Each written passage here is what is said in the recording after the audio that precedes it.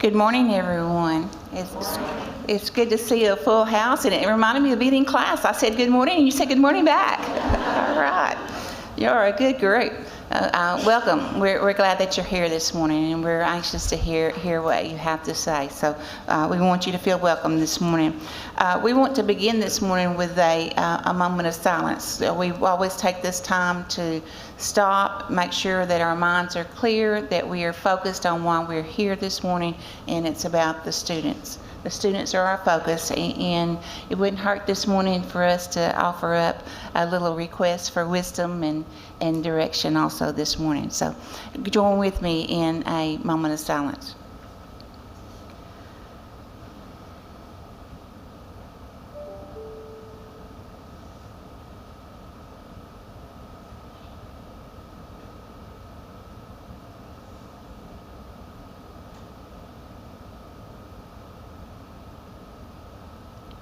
Thank you.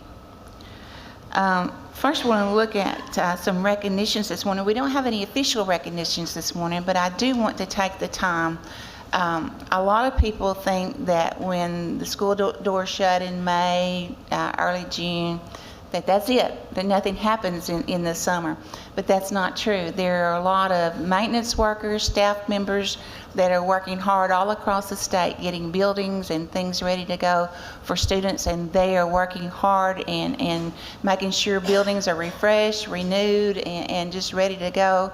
There are teachers working hard on plans, doing all types of professional development in the summer, making sure that they are ready to go and just as excited as those students are on the first day of school, and administrators and different staff at school that are working on schedules, and just all the busyness that goes on in the summer that a lot of people don't recognize how hard they work in the summer to make sure everything is ready to go on that first day of school. So I want to recognize them this morning and offer up on behalf of the board our thanks for them working this summer and what they do each and every day for students.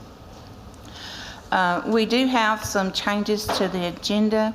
Item 1, the Coben Clark licensure action hearing. That one has been pulled off, so that we no longer have that one. And then item 6H, the Rawls case under school choice appeals, that one has been resolved, so pull that one off also. Okay. We would like to add one additional 1240 waiver. That's for Camden Fairview. If the board would agree to that, we would put it after the other 1240, which is item 4A. We would put it there if that's agreeable to the board. If so, I'll need a motion for that. It's the Camden Fairview 1240 request. I'll make a motion to add that to our agenda. Okay, have a motion by Dr. Moore. Second.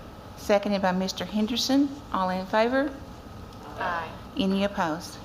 Okay, we'll add it, and it would become item 4A2, I guess.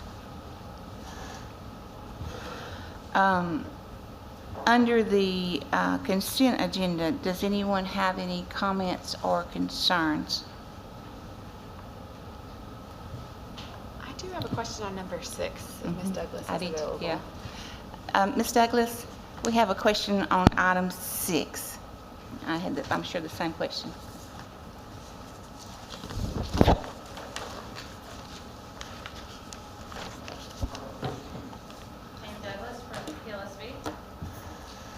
Good morning, thank you. From best I gather, on this case, this was a unlicensed teacher. That's Was it correct. under a waiver? No. No, She was under on a provisional license. Since Okay. she's no longer with that district, that provisional license has been rescinded. Okay, and so when you are on a provisional license or under an Act 1240 waiver license, you're still under the Code of Ethics, is that correct?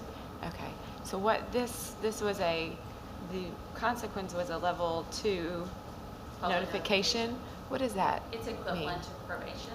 Okay.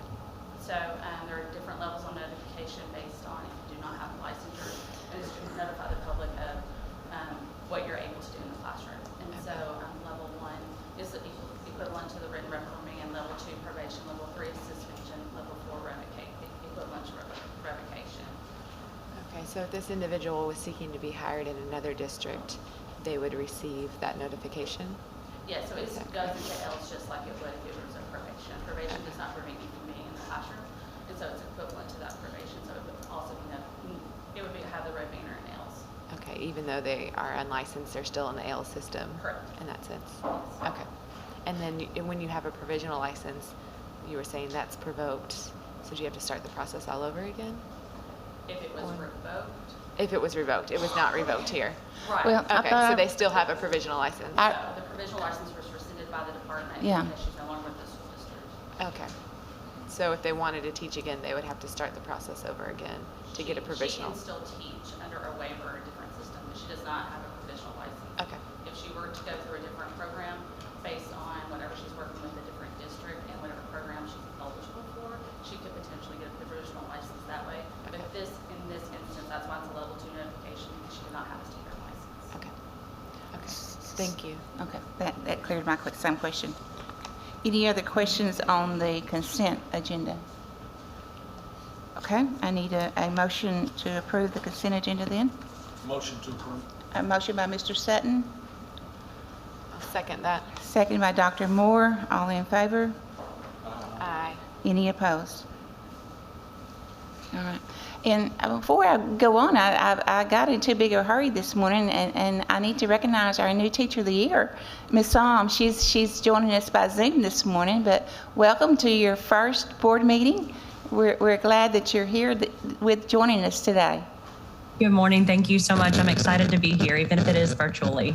We're glad that you're here, and feel free to speak up with comments or questions as you have them this morning. Thank you so much. Dr. Hill, are you on Zoom?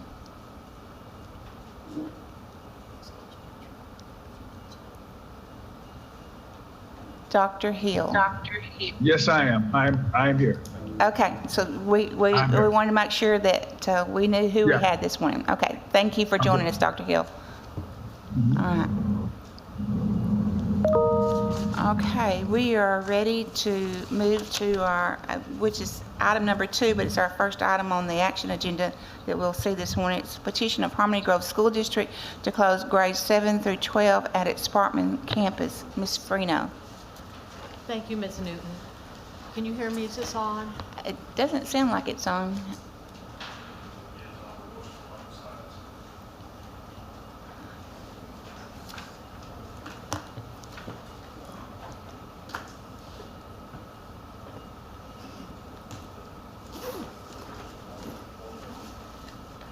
Is it on?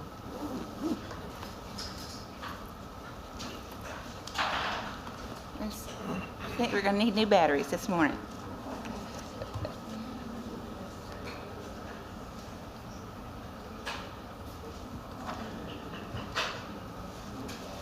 I have terrible handwriting. While we're waiting on that, we want to take a second and recognize Senator Beckham. There you are. Okay. Welcome. We're glad that you're here with us today. Ms. Newton? Okay, that There one we works. go. We're here. Thank you, Dan. We're here today on the petition of the Harmony Grove School District to move its grades 7 through 12 at its Sparkman campus, which is considered under the law an isolated school, and to transfer those students who are in grades 7 through 12 to the Harmony Grove High School. The law affords 2 different ways in which an isolated school or a part thereof, which is what we're dealing with here, a part of the school, can be closed. First, the local board of directors may unanimously decide on its own to close it or to move these grades, which it did not do. Second, if there's a majority vote, which there was of the local board of directors, it was 5-2, then the state board may allow the closure if It determines that the closure would be in the best interest of the students in the school district as a whole. If there are no questions at this point, I would ask if I may read the hearing procedures. Yes, please.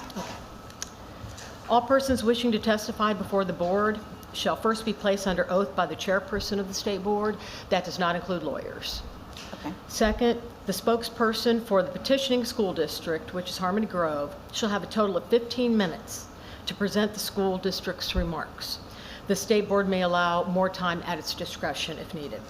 The spokesperson for any individual group of citizens that opposes the petition shall have a total of 15 minutes to present the remarks of the individual or group of citizens. The state board may allow more than 15 minutes if need be at its discretion. The spokespersons for the petitioning school district, Harmony Grove, shall have a total of 5 minutes to present closing remarks to the board. The state board may allow more than 5 minutes if needed.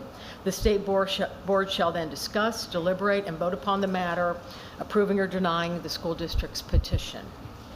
If it deems necessary, it may take the matter under advisement, but of course, deliberations and votes would always have to be in an open public hearing.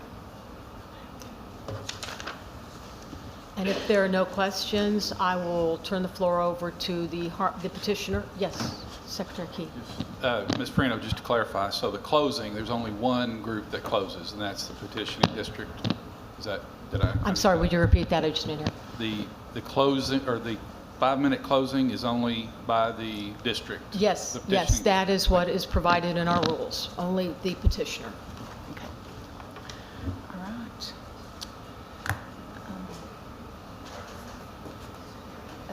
Swearing in thing. Would anyone that is planning on testifying today before this board, would you stand and raise your right hand, please? Do you swear or affirm that the testimony you're about to give shall be the truth, the whole truth, and nothing but the truth? Thank you. All right. The district is first, and you're going to time for me? Okay. 15 minutes. Good morning. Good morning, Secretary Key, Ms. Newton, members of the board. My name is Jay Beckett. I'm an attorney in Little Rock, and I represent the Harmony Grove School District in its petition to close the 7th through 12th grade, 7th through 12th grades at the Sparkman campus. In the interest of time, I'm going to limit my remarks just to a legal issue that opposing counsel, Mr. Askew, has raised on behalf of the Sparkman community, and then I'll introduce first Dr. Albert Snow, the district superintendent, and then also Jeff Mock, the high school principal down at the Camden Harmony Grove campus, to make brief remarks to the board.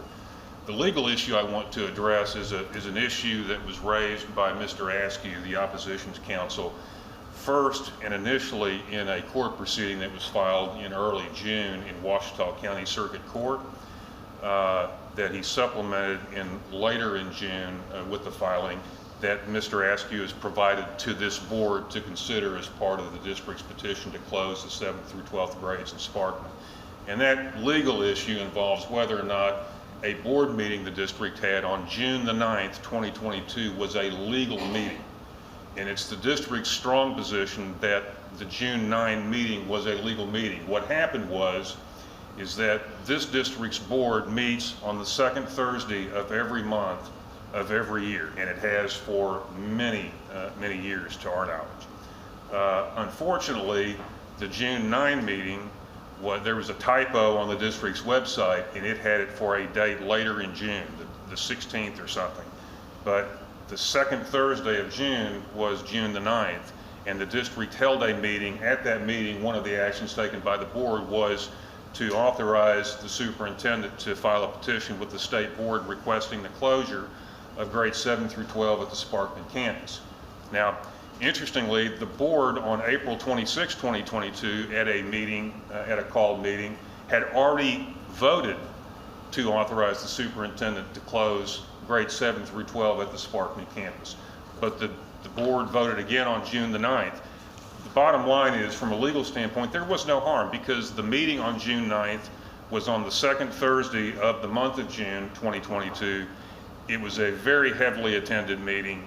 Everyone that always attends the board meetings and others were there. There was no harm, no foul. And so it is our position that it was a legal meeting, notwithstanding the typographical mistake on the district's website where the meeting was mistakenly listed for June 16th instead of June 9th.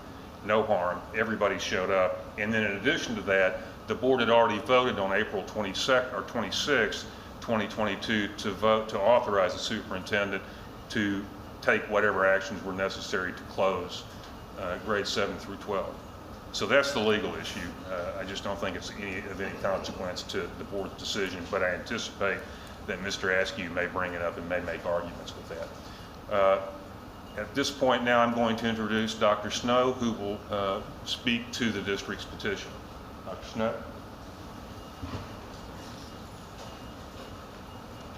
Good morning, everyone. Morning. I'm going to be very quick, and I'm going to read some of this. In the interest of time, I want to make these points before I turn it over to Mr. Mock, the Harmon Grove High School principal, to discuss bus routes. Why are we here today? Okay. 2 years ago, Harmon Grove's school district petitioned to close the entire Sparkman campus, and there was an event that led to that. Okay. They lost 24 students in 1 year. They went from 142 students to 118. Okay. There's been another event that brings this on today. In April, the principal at the Sparkman campus contacted me and said, at that time there was one kindergartner, but that kindergartner soon withdrew. There are 0 kindergarten students coming in to the Sparkman campus. Okay. I can't stress enough how important that is. Okay, that's not a 1-year problem. Okay, that's a 13-year problem if you have no students in a grade. And then even if you do get some in, say they get 2 students next year in the first grade, that's an issue. Okay, and it will be an issue from now or for many years to come. Declining enrollment has been a problem in Sparkman for many years. In the last 4 years, Sparkman campus has lost 45 students. At the end of the year, they had 97 students on roll, and that was before any school choice occurred and before any students transferred down to Harmony Grove on their own. There have been some that have done that this week. I've talked to several parents this week. But it's not just school that's lost students.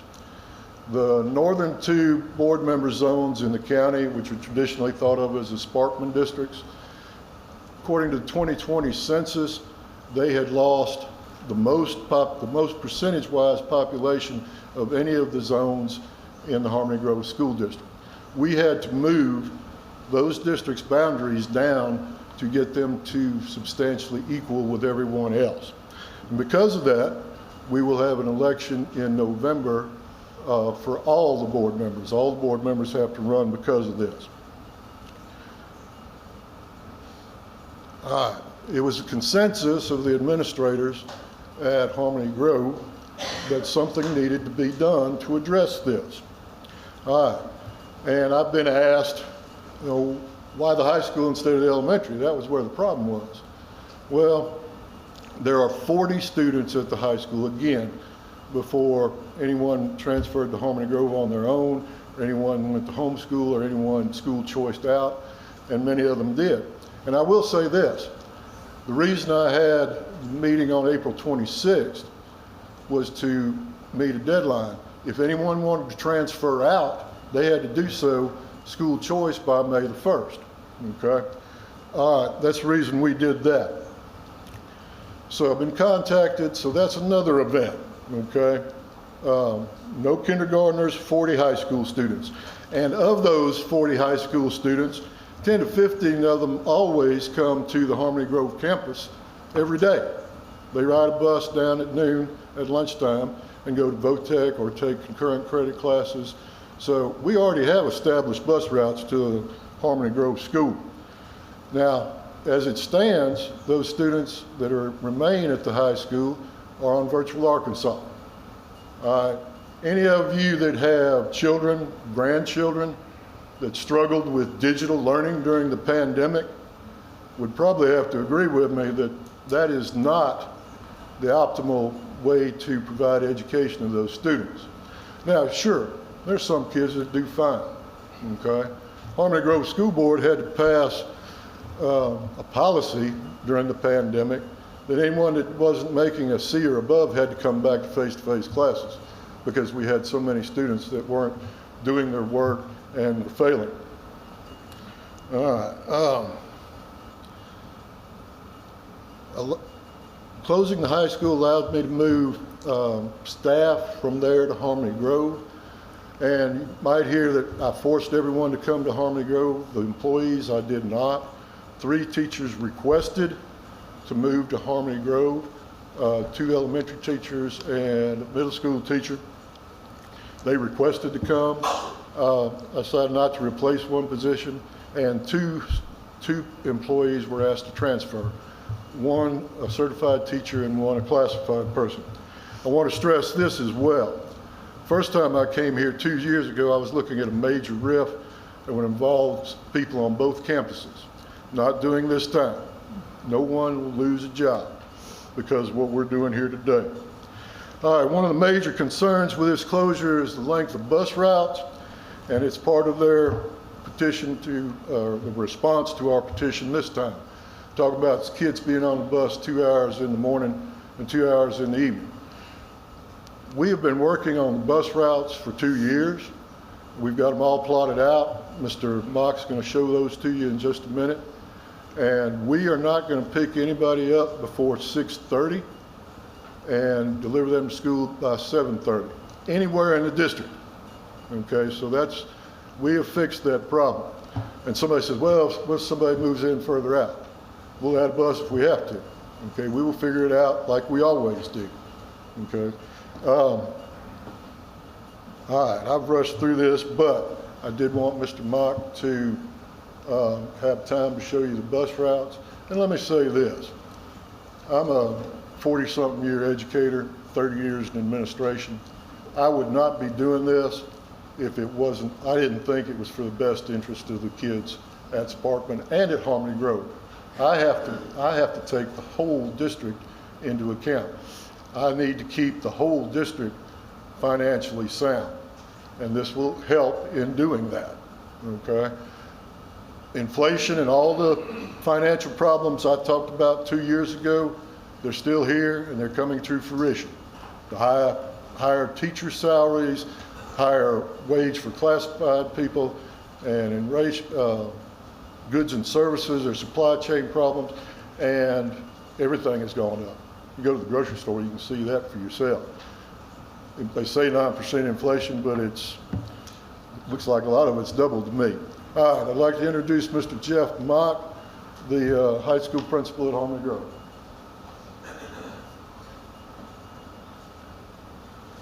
Good morning, and Morning. I want to stress that bus routes are extremely fluid type situation, and we can get down in the weeds with this pretty quickly. I do have a map illustration if the board would like to refer to that at some point in time, and if Dan would like to, he can pull that up. What I do every so often is I go through and map out all the residences within our school district. It's just so that I can keep up with basically where everyone's at to make sure we're providing the routes where they need to be.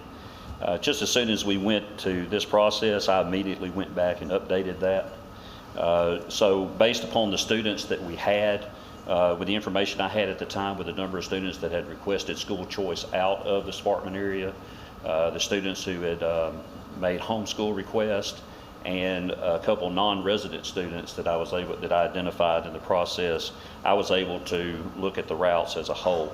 Harmony Grove District operates 13 routes at this time. 3 of those routes service the Sparkman campus. 2 of those 3 routes actually connect with a Harmony Grove bound route every day, morning and afternoon, with students who live in the northern part of the Harmony Grove School District.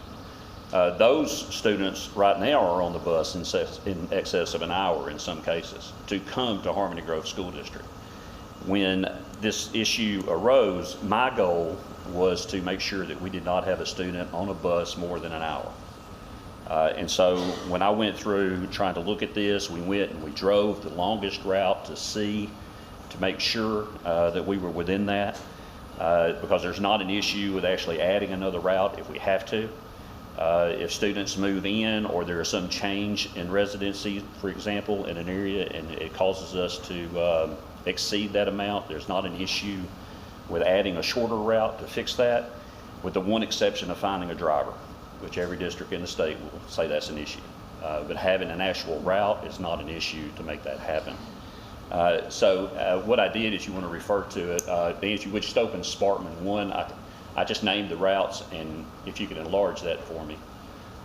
I did try to draw a basic boundary of the northern half of the district. The south lateral line is actually the Dallas County line between Dallas County and Ouachita County. Just to give you a reference, and of course the blue line, squiggly line, is the Ouachita River. The farthest stop out that I've plotted with the students, the resident students that we have, is about 35 miles out. That stop would actually be picked up at about 6:30. That route driver would come down into Sparkman, pick up some students on the western side of Sparkman, go by the Sparkman High School, and actually come down what is Highway 7 to a little community of Ouachita, and at that point they would be southbound to Harmony Grove nonstop. The other route, and you can open that one, Dan, is Sparkman 2. Well, they got 3. 3 is actually the downtown one, or inside, but Sparkman 2 is the one that comes directly to Harmony Grove. That comes down what is to Highway 9 at Holly Springs. Once again, same process. It picks up high school students southbound out of the east side of Sparkman down to a community of Pine Grove into Holly Springs. And then it would be southbound nonstop to Harmony Grove. There could be some tweaks to that one because we have a Harmony Grove route that's right there in the same area. If time is a problem, I've already worked out some solutions to address that issue on that side of the route. The fourth route that is there, that is a new one. The Sparkman 4 route is a route that I had to create to gather elementary students that are going to Sparkman northbound, because there are some elementary students south of Sparkman that would need to get to the Sparkman campus. So we'll have a shorter route that will actually go north and pick them up and have them at school within a normal time. I don't think those are necessarily early starts. Okay. But I can take any questions concerning those routes. Okay. Was that my 15-minute one? That's the 15 Okay. minutes, and I think we'll hold questions kind of to the end, so we may come back to this bus issue in a little bit. Yes, ma'am. Thank you. Thank you. All right. Who is, okay. Good morning. Good morning. My name is Jennifer Page, and I am the school counselor along with second grade teacher at Sparkman K-12 school. This past year was my first year there in Sparkman. I hold about 14 and a half years of experience in education. I walked into Sparkman school not knowing a soul, but as a school counselor, whatever kids are in front of me is who I'm going to advocate for. So as a professional coming in from the outside and maintaining a professional mindset, you could see that the environment there is safe and conducive to learning. You've got passionate professionals who love kids. With that being said, in this school, you do have all the pieces. You have teachers who take care of the kids. No matter what storms blow in the admin world, they don't quit. They love and they teach, which encompasses a student's academic success and well-being, nurturing the whole child, which means that teachers, school leaders, and parents focus on the child's whole self, including their social, emotional, physical, creative, and cognitive capacities.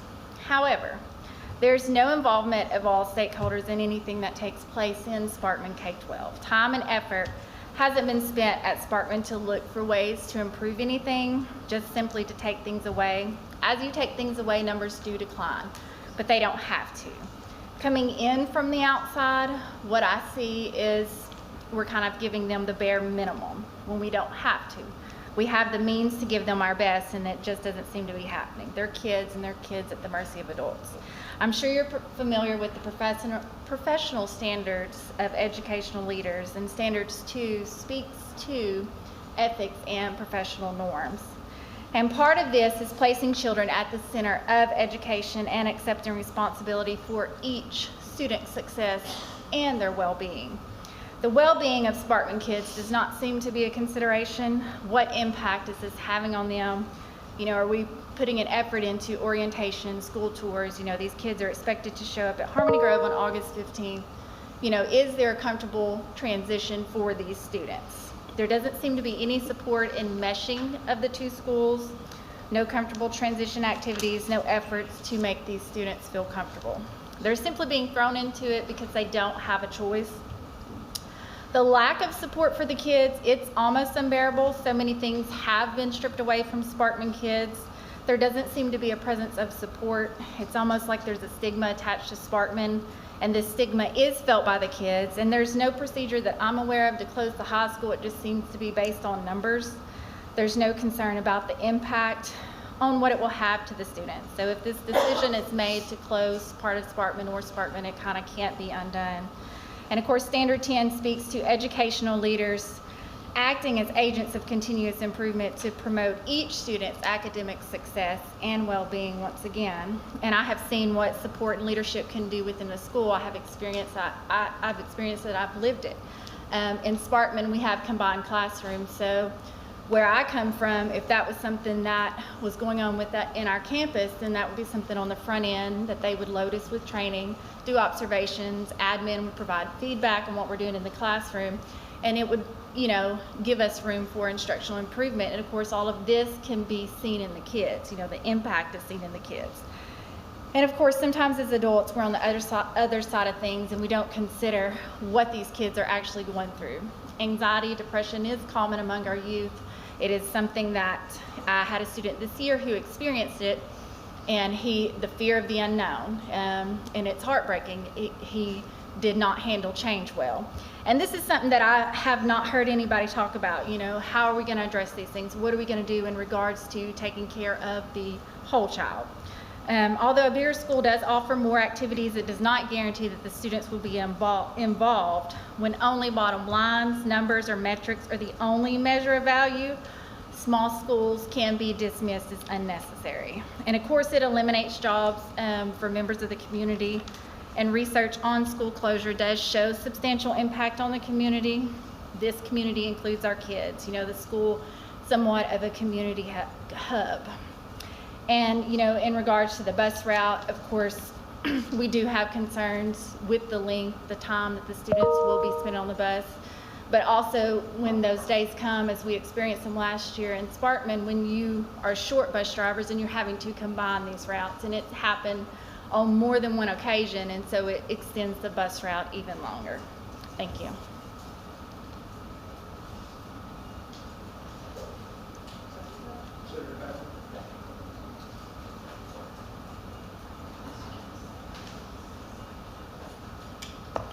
Good morning. Good morning.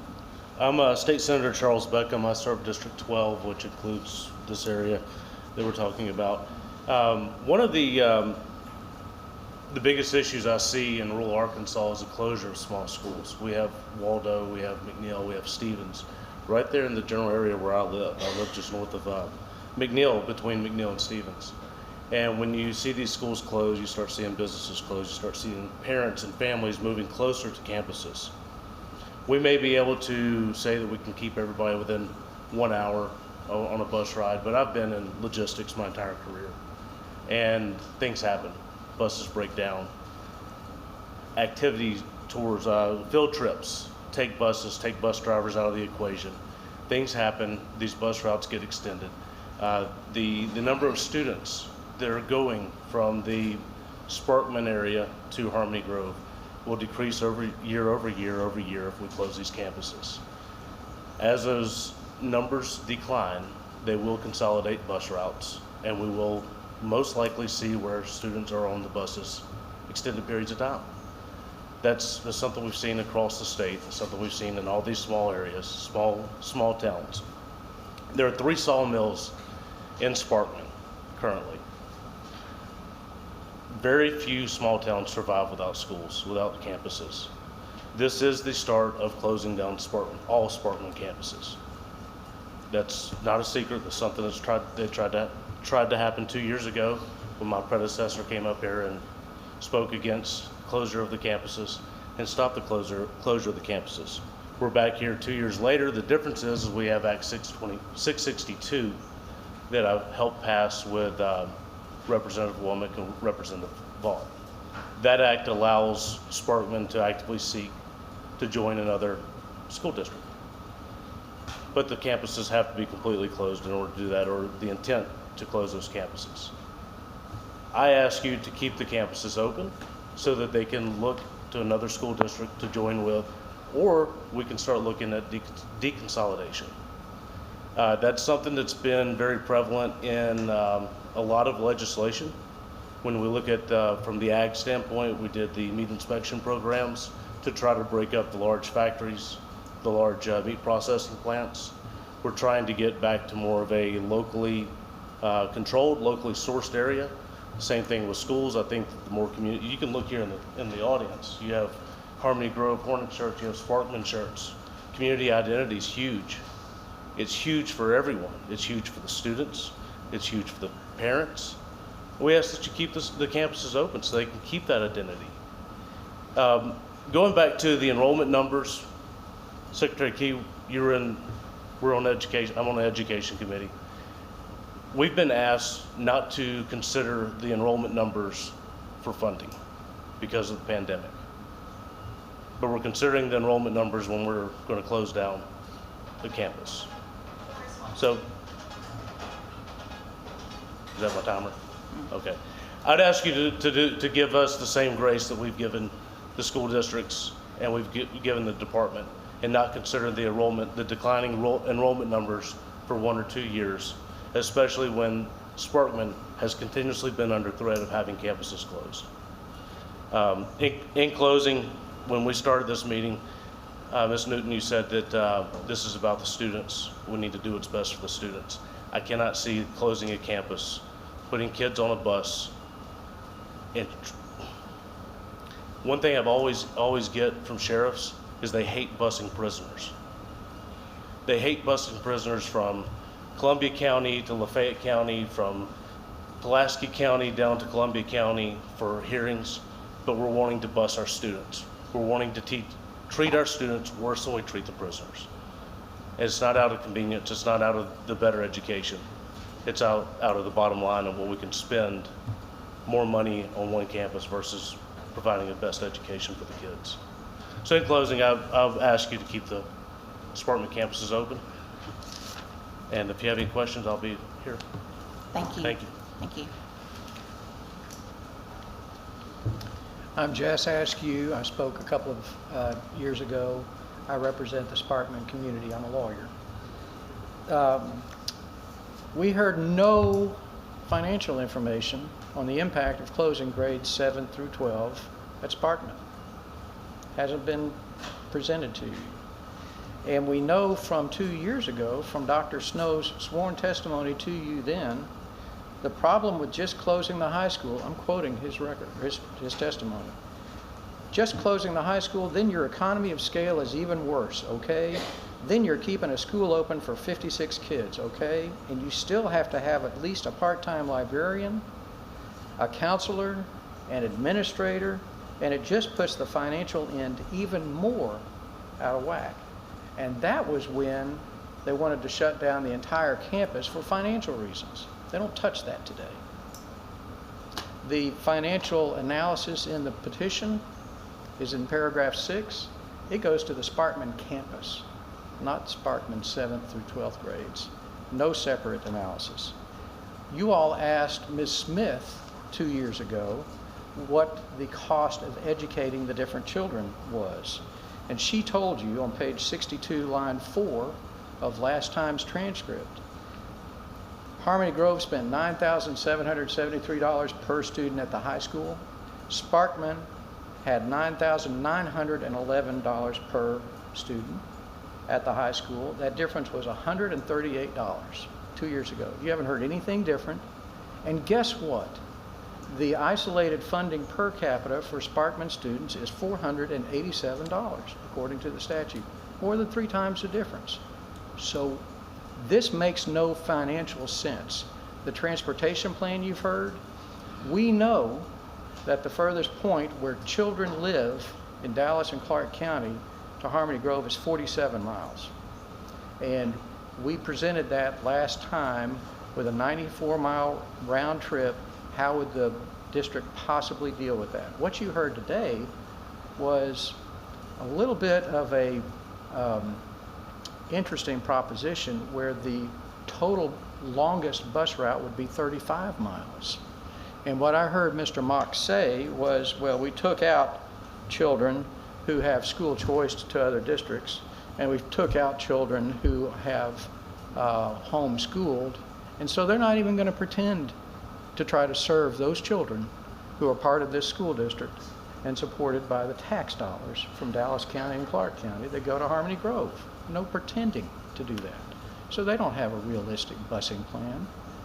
Even if you accept that even if you accept what they want to do, they don't even intend to go the extra 12 miles twice a day to get these other children. Now, the petition speaks mostly about the Sparkman campus, not grades 7 to 12.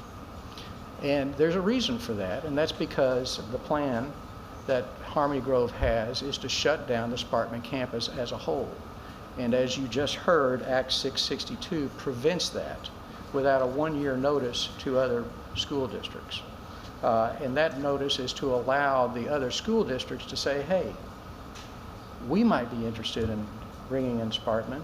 We might want to come to you, State Board, and de-annex Sparkman from Harmony Grove and take it in ourselves in its whole, in its entirety. And guess what? Harmony Grove has already put that plan into operation. They just didn't tell you that. What they want you to do is authorize closing of grades 7 to 12, even at the same time as they're telling neighboring school districts under Act 662, hey, come look at this district. Do you want it? Well, half of it's already gone. So that's what's going on here. This is not closing 7 to 12. This is closing a campus. Now, I want to talk about the legal violations. We had sworn testimony from Dr. Snow on June 8th in court where he said that he did not tell the board, he told the board, we're not coming back. He told his school board, we're not coming back to the State Board of Education this time. We're not coming back to the State Board of Education to ask for permission to close down grades 7 to 12. My question, you decided to close grades 7 to 12 on April 26th, didn't you, at Harmony Grove? Yes, sir. At that time, you told the board that you weren't going back to the State Board, didn't you? Yes, sir. So they actually shut down grades 7 through 12 at that time, transferred all the students who taught, the teachers who taught grades 7 through 12 to Harmony Grove. I asked, who's going to teach at Sparkman in grades 7 to 12 next year? This was on June 8th. He said, nobody. I said, well, what? And at the same time, he's saying, but I'm prepared to open school. Just a couple more points, if I may. So, you can't have... Is it okay with the board if he finishes? May I have a couple more minutes? Is it okay with the board? Okay. I apologize. Sure. I get a little wound up. I understand. The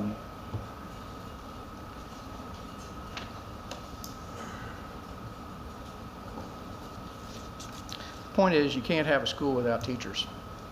And Dr. Snow and Harmony Grove say that if you deny their petition, well, they'll just throw all these kids into virtual education, but there aren't any teachers to catch them. You heard about the June 9th hearing, or board meeting, where Mr. Beckett says, well, that was just a typo. He's admitting the law was violated. So that's legal violation number 2. First violation was they closed down grades 7 to 12 without even asking you. We had to file suit. That's the only reason they're here today. Second violation was they had a meeting on June 9 when their calendar that's required by law said June 16. And they did that to meet the 30-day deadline to get to you because the judge was going to shut down their effort without that. Third violation is Act 662. They cannot shut down piecemeal Sparkman and therefore make it impossible or at least undesirable for other school districts to look at Sparkman and decide, we want those children. We want those tax revenues. We want those families. We want those businesses. We want that community. But they're asking you to do that. They are asking you to be complicit, in 3 violations of the law that they have committed, which I find shocking. And that is without respect to how they're treating the children. Okay, thank you. Thank you for your indulgence. The district gets 5 minutes now. There are also people signed up for public comment. Well, yes. Thank you. Yes, sir. Thank you.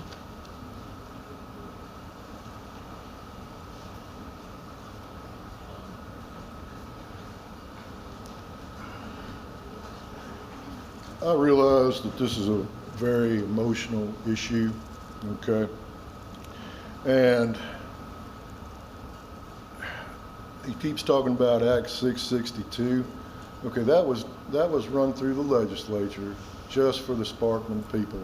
And it says that you must notify contiguous districts that you're going to close the school. All right? Now they're mad at me for following that and sending those letters out. But I can tell you right now, at the most, that is a pipe dream, okay? They don't have anything to offer another district, okay? They're steadily declining enrollment, okay? There would be no funds going to them from there, and they've been talking about that for 2 years. I've actually talked to superintendents, not all of them. I have talked to 4 out of the 7, okay? And they expressed no interest in trying to do anything with Sparkman, okay? Sparkman got that law passed. I've complied with it. It also says that you can close, it talks about closing the whole campus. And that's why I went ahead and did that, because we weren't closing the whole campus, okay? And, but they took us to court, and the judge says the proper place for that is the state board, so here we are, okay? Now he's going to argue that again in county court on the 20th, okay?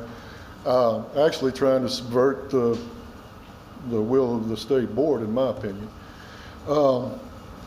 But he talks about we have no plan. Yes, 712 school, if it stays open, will be totally virtual, okay? And I have made my feelings known on numerous occasions that is not in the best interest of the district, okay? Not in the best interest of the students at Sparkman. Talks about there's no plan for getting those kids into Harmony Grove. There are over 50 students from Sparkman that are already there. They will have friends and siblings that are already at our campus. And yes, we will make sure that they have a smooth transition.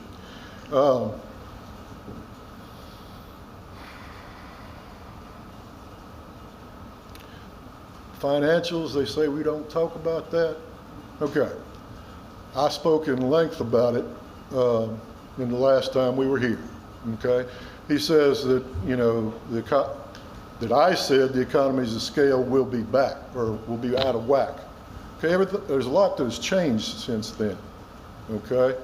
We've reduced staff at the Sparkman campus, okay?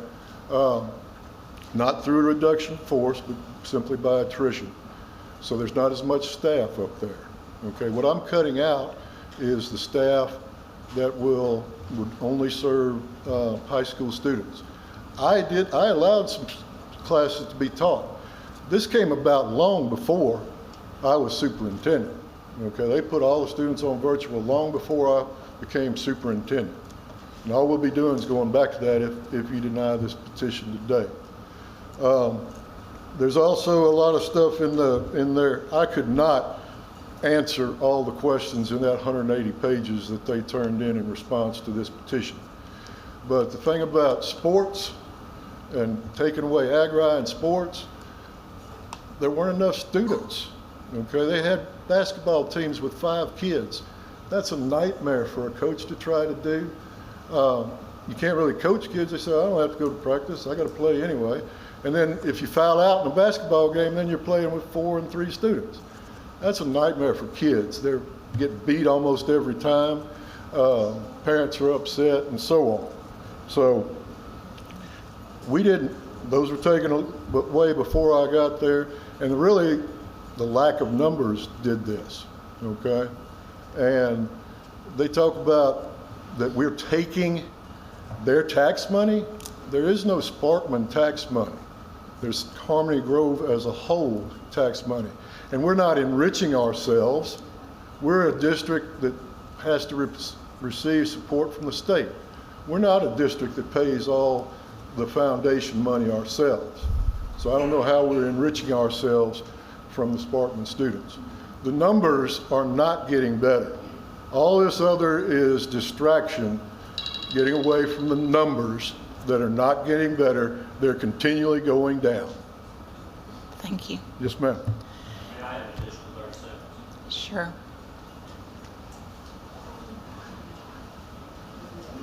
I stood here just a little while ago and held my hand up and swore an oath. When I was 18 years old, I swore an oath to protect and defend the Constitution. I served in the military for 25 years, deployed 3 times. I will not have my name impugned as if I stood up here and told this board a lie about bus routes. I did not do that, and I will not have my name impugned in such a manner as if I did. I will answer the questions this board has to ask me about those bus routes, and I will clarify anything that needs to be clarified. But I am a citizen of this state, and I will not be impugned in this body by that man. Thank you. Thank you. All right. At this point, I want to see what the pleasure of the board is. Would you like to ask questions now? We do have public comments, and we'll have to have a motion to accept public comments, but would you rather hear public comments and then ask questions, or do questions and then do public comment? How would you rather do that? Public comment first then? Okay, all right, so we do need a motion for public comment. Motion, we hear public comments at this time. Okay, we have a motion for Ms. McFetridge. Second. Seconded by Mr. Henderson. All in favor? Any opposed? All right. Senator Beckham, I know you've given comments. Where did he step out? Okay, so, all right, so we'll move on then. All right, our first one is Brady Harmon. And let me remind you, on public comments, we have children in here that are watching us as adults. And so we will make sure that our comments are respectful and take that into account as you give comments, because as a former teacher, I know how to use my teacher voice, okay? So we will make sure our comments are respectful and they are limited to 3 minutes, okay? Our first one is Brady Harmon. Hello. Good morning. This is not my first time at this podium. Probably 10 years ago, I never would have imagined being up here, but now this is number 2. I come before you today to talk about our kids. I have 5 children, 4 of them in Sparkman, 1 of them just graduated, well prepared to move on with the rest of his life. Full paid scholarship for welding, which we are extremely excited about, the governor's scholarship recipient. You know, you've heard a lot of things today about what's best for our students. We think what we offer is pretty good.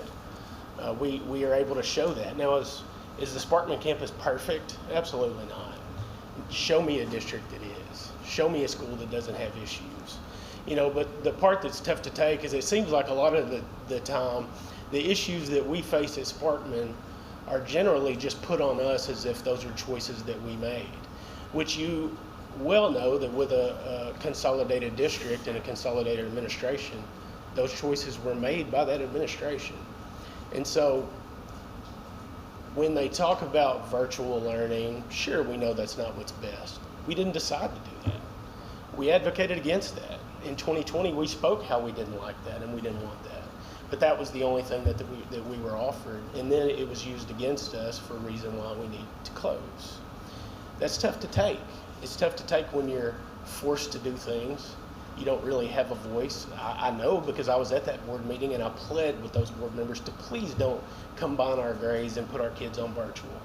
But they voted to do that at the recommendation of their superintendent. And then I was at the board meeting not long ago where I begged for them to please not close our high school after the recommendation from the superintendent was they're on virtual, it needs to happen. You know, that's tough to take. The Sparkman Bill, let's talk about that. I spoke to the legislature in all phases. Not many times I would think in today's day and age is a bill that goes through all phases unopposed. A bill that was co-sponsored by people on both sides of the aisle. I know it doesn't happen very often these days, but that bill did. The bill went completely through without any opposition, and I believe that is because not just the Sparkman people, while I do believe we are mighty, I believe that they see the bigger picture. That while the consolidation that was passed in whenever it was, 2001, it had to happen. We know that. You can't have a school with 8 students and a school 5 miles up the road with 350. It doesn't make sense. But it's run its course, and now all that's left are small rural schools that are isolated. But you heard it. The Sparkman people got that passed. That says everything you need to know about the disconnect between the two districts. And so I would just like for you to listen to what everybody else has to say and think about these students. Don't think about the districts and all the other things going on. Think about the students and what's best for them, and allow us to use the law that we got passed to better ourselves. Thank you. Thank you, Mr. Harmon. Jamie Martin. Good morning. Good morning. My name is Jamie Martin. I am a 1995 graduate of Sparkman High, and like many of the people you see here today, I could stand up here and tell you some really amazing stories about Sparkman in the days before Harmony Grove entered the picture, but we're not here to talk about nostalgia, so I won't do that. What I will tell you is that a year ago, my family moved back to Sparkman from South Louisiana, where our daughter was enrolled in one of the highest ranking districts in the entire state. A school district where she was one of more than 26,000 students, where her teachers didn't even know her name until halfway through the year, and where she struggled academically because no teacher had time to devote to any individual student's success. And I will also tell you that since coming to Sparkman, she has thrived. She's been on honor roll all year long. She is now performing 2 grade levels above in math, above her class. So we're not here about that. Unfortunately, we're not here to talk about individual student success or nostalgia or even the death sentence that closing our school means for our community. The fact is, we're here because of numbers. Harmony Grove says our school should close because of enrollment numbers, financial numbers, performance numbers. Numbers are important to Harmony Grove. Numbers are also important to my family. So I have some numbers that I want to share with you that you won't see in the petition before you. And these are also numbers that you did not see reflected on the busing map that was presented earlier. So with that, the first number I want to share with you is 45. That's the number of miles my family lives from that campus. 63, that's the number of minutes it takes us to drive from my front door to that campus. That's me driving, not a school bus. 4.2, that's the number of hours my daughter would spend on a school bus each day traveling to Harmony Grove. That's 21 hours a week. That's a part-time job. 630, that's the total number of miles she would travel all week going to school at Harmony Grove. So these are the numbers that matter to us, because these are the numbers that can make or break rural families like mine. So today, as you consider the fate of our little school, I want you to know that you are also considering the fate of families just like mine and dozens of others of families just like mine in a very rural and isolated school district. So I am asking you, please, on behalf of our children, to do the right thing, do the fair thing, and protect our families from the impact that would come from the numbers that matter most to us. So thank you for your time. Thank you. Sonia Powler.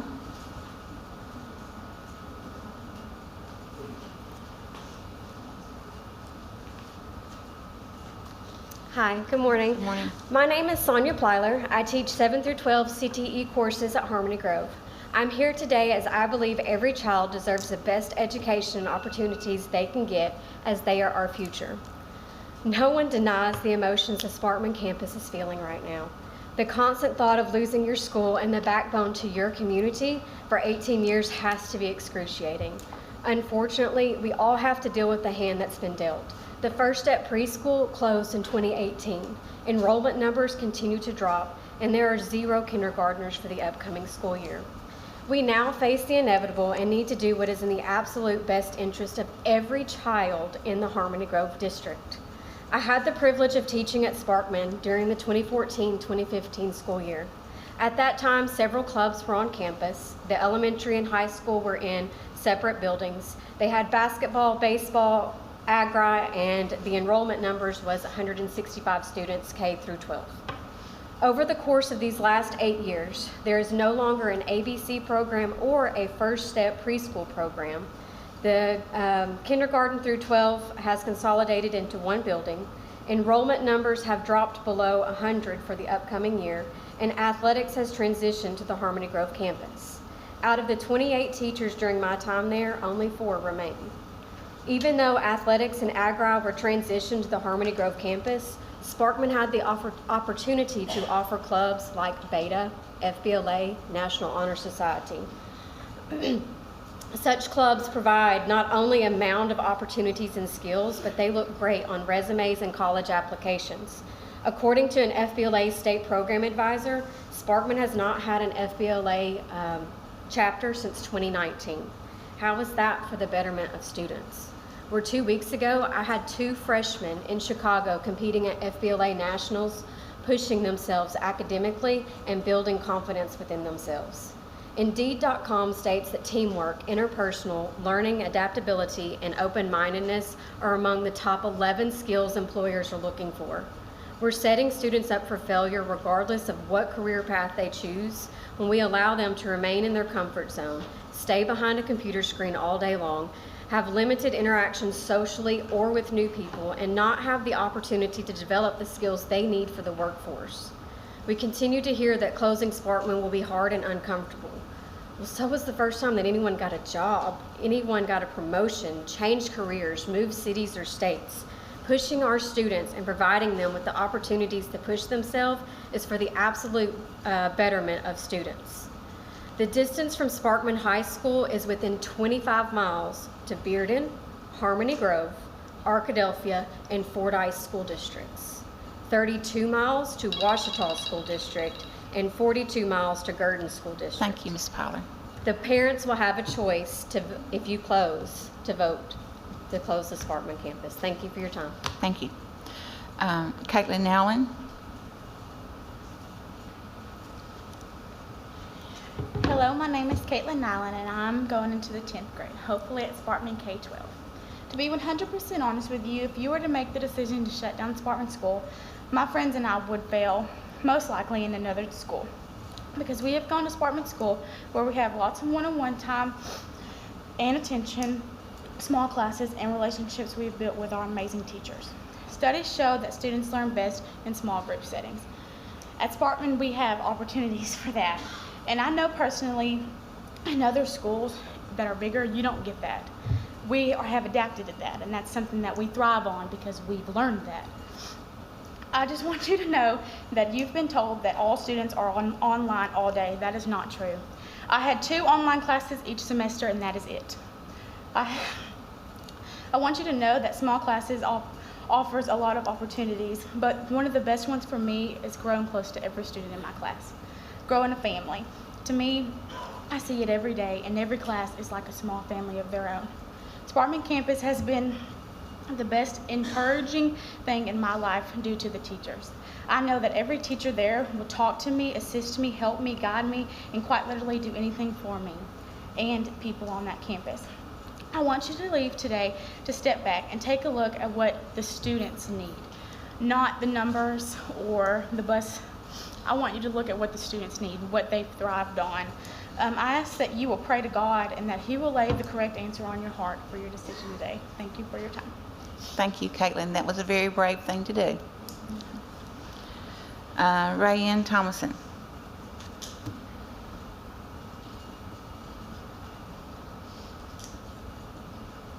Good morning. Good morning. Thank y'all for listening to all of us. My name is Rayanne Thomason. I'm a teacher at Sparkman. I was born and raised in Sparkman, graduated there, went to college, and came back. I'm now married, live in Sparkman, have 2 sons. One is 8 that goes to school at Sparkman, and one is 3 that will hopefully go to school at Sparkman as well. I started as a facilitator in the lab. I was in the lab with the virtual students all day long. I did my best to help. We made the best of the situation that was laid in front of us. It was not ideal. They didn't like it. I didn't either. It was very easy for them to cheat. It was very easy for them not to learn what they needed to learn. But we made the best of the situation. After that time, I thought, okay, I've got to do something else. We've got to do something else. So we got together after our last board meeting, made a plan. I went back to school and got my master's, and now I'm teaching high school English at Sparkman. Caitlin is one of my students. And so that helped to have an in-person class, I think, to our kids. Our principal is also teaching math classes in person at Sparkman. That helps too. Before it was completely online, but now it is not. One thing I do want to tell you, this past year, I think we've had our best year that we've had in a long time. The community support, as you can see, is amazing at Sparkman. We raised enough money this year to have a prom for our high school students, our own prom. We were able to go to Harmony Grove, but our kids didn't want to. So we made it happen at Sparkman. We had our own prom. We started a Pee Wee basketball program at Sparkman. We had over 40 kids play in that Pee Wee basketball program. We had 3 students from Harmony Grove that came down and played with us. It was wonderful. Like I said, at the ball games we had, the bleachers were full. The community support is wonderful. We also were able to have a couple of high school games. We called them purple and gold games, where our high school students just split up and we played against each other. Just to have something for our community, some extracurricular activities for our community. We tried our best to make this year as normal of a school year for our kids with what we had. And I just want everybody to realize how serious this is. There's no coming back from this. Once those doors are closed, there's no coming back. And there's always been a threat hanging over our heads, I feel like, of closing. That's scary for community members. That's scary as a teacher, to not know where you're going to be next year. And you have to stand for what you believe in. You have to stand for what you're passionate about. Obviously, is why I'm up here. If the high school does close, I will teach at Harmony Grove next year. I will have to teach down there next year. That is scary to me because as it was said earlier, our kids there's been no transition. Our kids are just going to be thrown down there. Now, that is a reason I want to go, because I want it to be easier for our kids. I want to be a familiar face. I want to make it easier for them once they're down there, because there has been no transition. There's been no welcoming at all. And yes, there's several of our kids that have went down there and have done well. Harmony Grove's a good school. Sparkman is a good school as well. That's not why we're here. But the school is the heart of the community. Without the school, the community will suffer. So a quote I want to leave you with is to be a part of the solution, not the problem. So thank y'all so much. Thank you. Sammy Bean.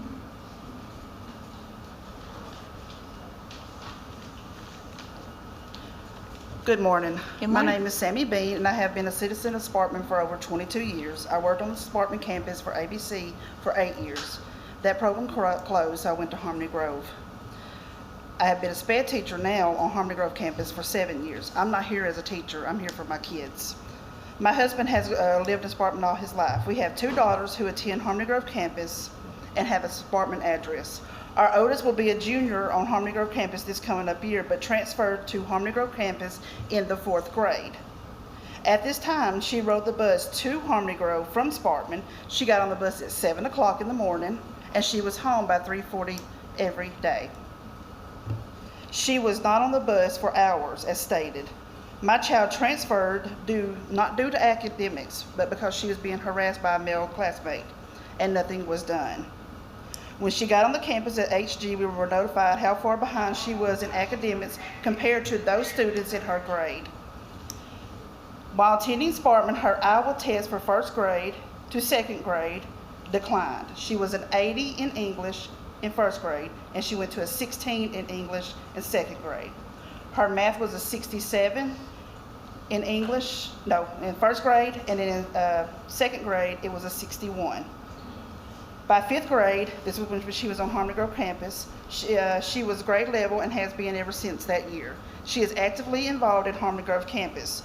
No one has ever mistreated my kids because of their address.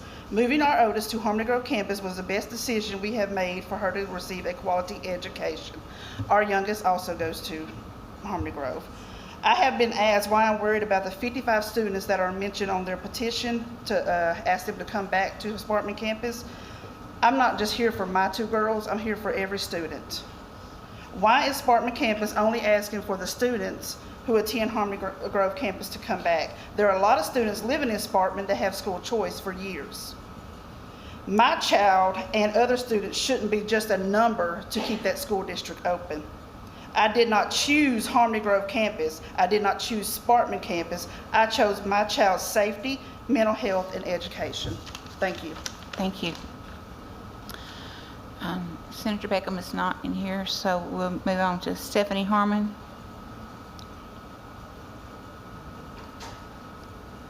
Good morning. Good morning. My name is Stephanie Harmon, and I teach at Sparkman. Last year I taught 4th grade English Language Arts, and I'm also get the privilege of being the K-12 librarian, which is pretty amazing.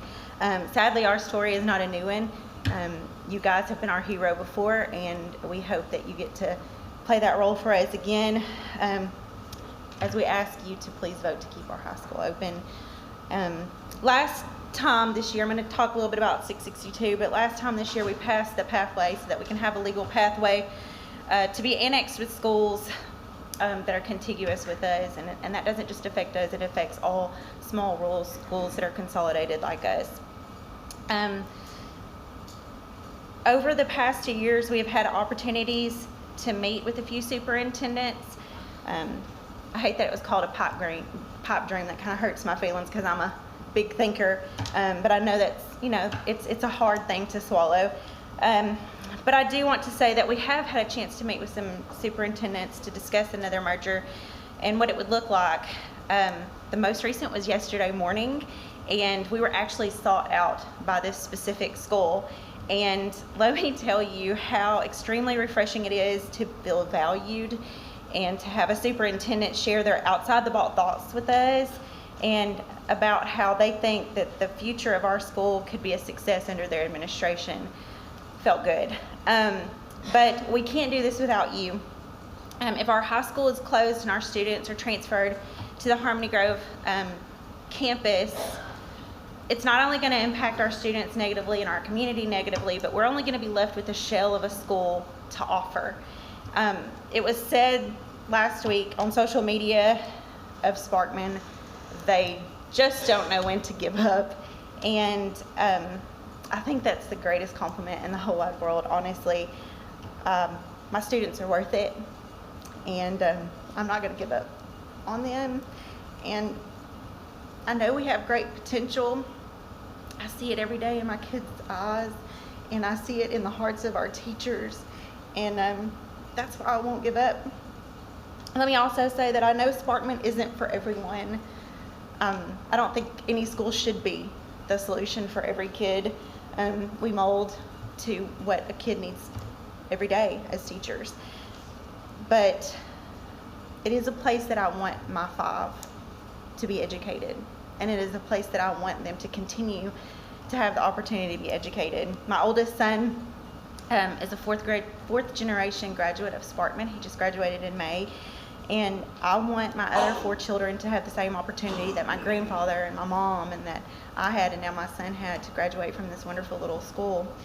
And I would love nothing more than to be able to stand in front of you in years to come at an educational summit and show you the great things that we've been able to do because we're with another district. So I just ask that you would please take that into consideration, that we have big dreams and we feel like we can make them happen with the right administration. Thank you. Bobby Walker.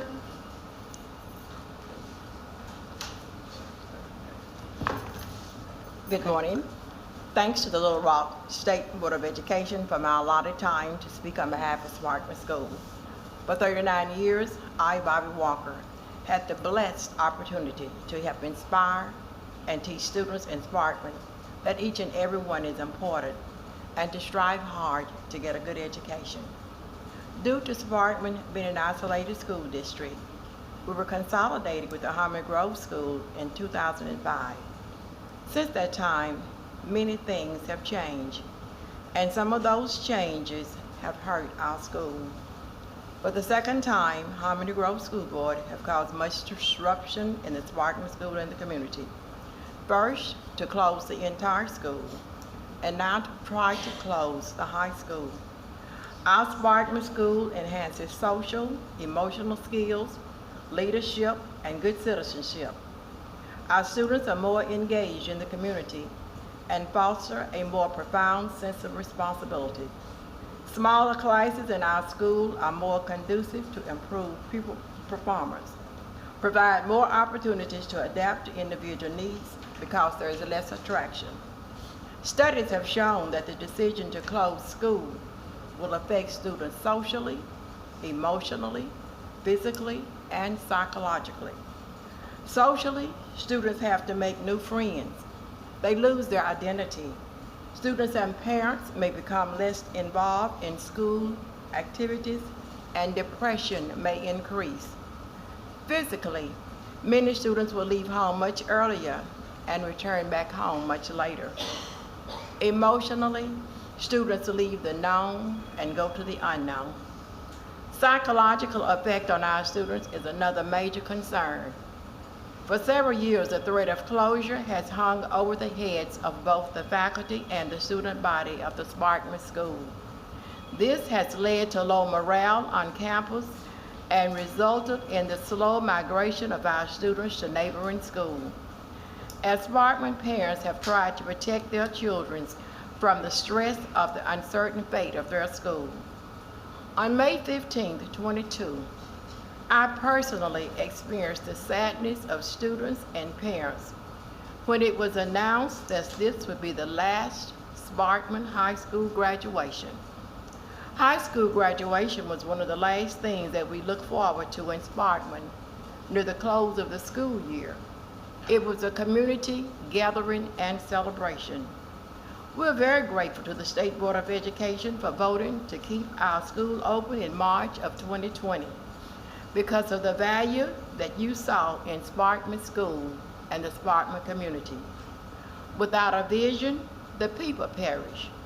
Without a school, the community loses its identity. Today, I beg, I plead, I sincerely pray that each of you will prayerfully consider giving Sparkman the opportunity to keep our high school. We have fought the fight before and will continue to keep the faith. And prayerfully, once again, we can see the headlines in our county paper that read, Sparkman High School will remain open. Thank you. Thank you. Ricky Craig.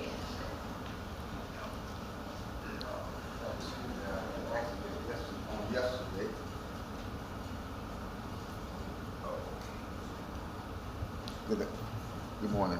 Good My morning. name is Ricky Craig. I'm the elected mayor for the city of Sparkman. And we're back here again. It hurts my heart to be here because of the things that's going on with my people, my children, my community. Schools is more than it does more than educate our children. It's a gathering place for my community. It brings people together.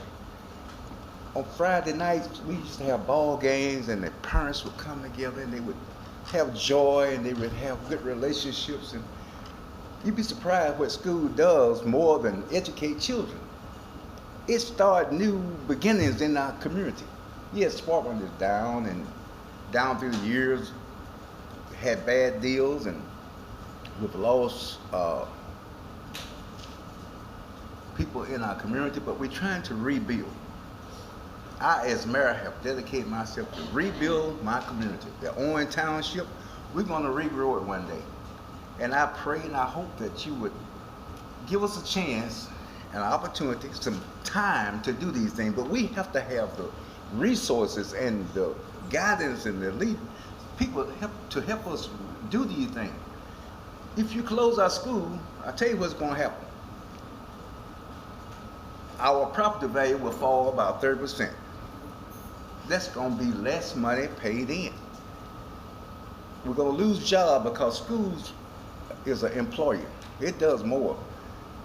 So when we lose property value and lose income, then the people gonna need more resources from you to educate their children, and the people in my community gonna lose income, and they gonna need the public assistance to survive. But the school, with that school, does more than educate our children. I'm telling you, it is the threshold in the life of my community. I've been to some towns where schools are closed, and it's horrible. I went to Stevens, Arkansas, Mayor Brown. I went to Carthage, Arkansas, and what I seen was heartbreaking. And I hope and I pray that we don't have a structure that was set in our town and become mold, mildew, and just rot down. That's what happened to schools when they closed. So I pray that you will give us the opportunity to do something for the future, for our city and our children in the future, because I know the rural area is going to grow one day, because we provide food, raw materials for the nation. And we have to, our way of life have to be sustained in order for us to continue to do these things. So I pray that it has to be some kind of way that closing rural schools must stop somewhere. And I hope this is the beginning. Somewhere it must stop, because the nation will not be able to survive if the rural community don't thrive. So help us thrive so we can continue to support you and other parts of our country, because we send raw products out. Lumber material, soybean, beef, pork, poultry, it comes from us. Thank you, Mr. Mayor Craig. We appreciate you being here. That was your time. I know you couldn't hear it, but it did go off. Thank you. Kathy Wells.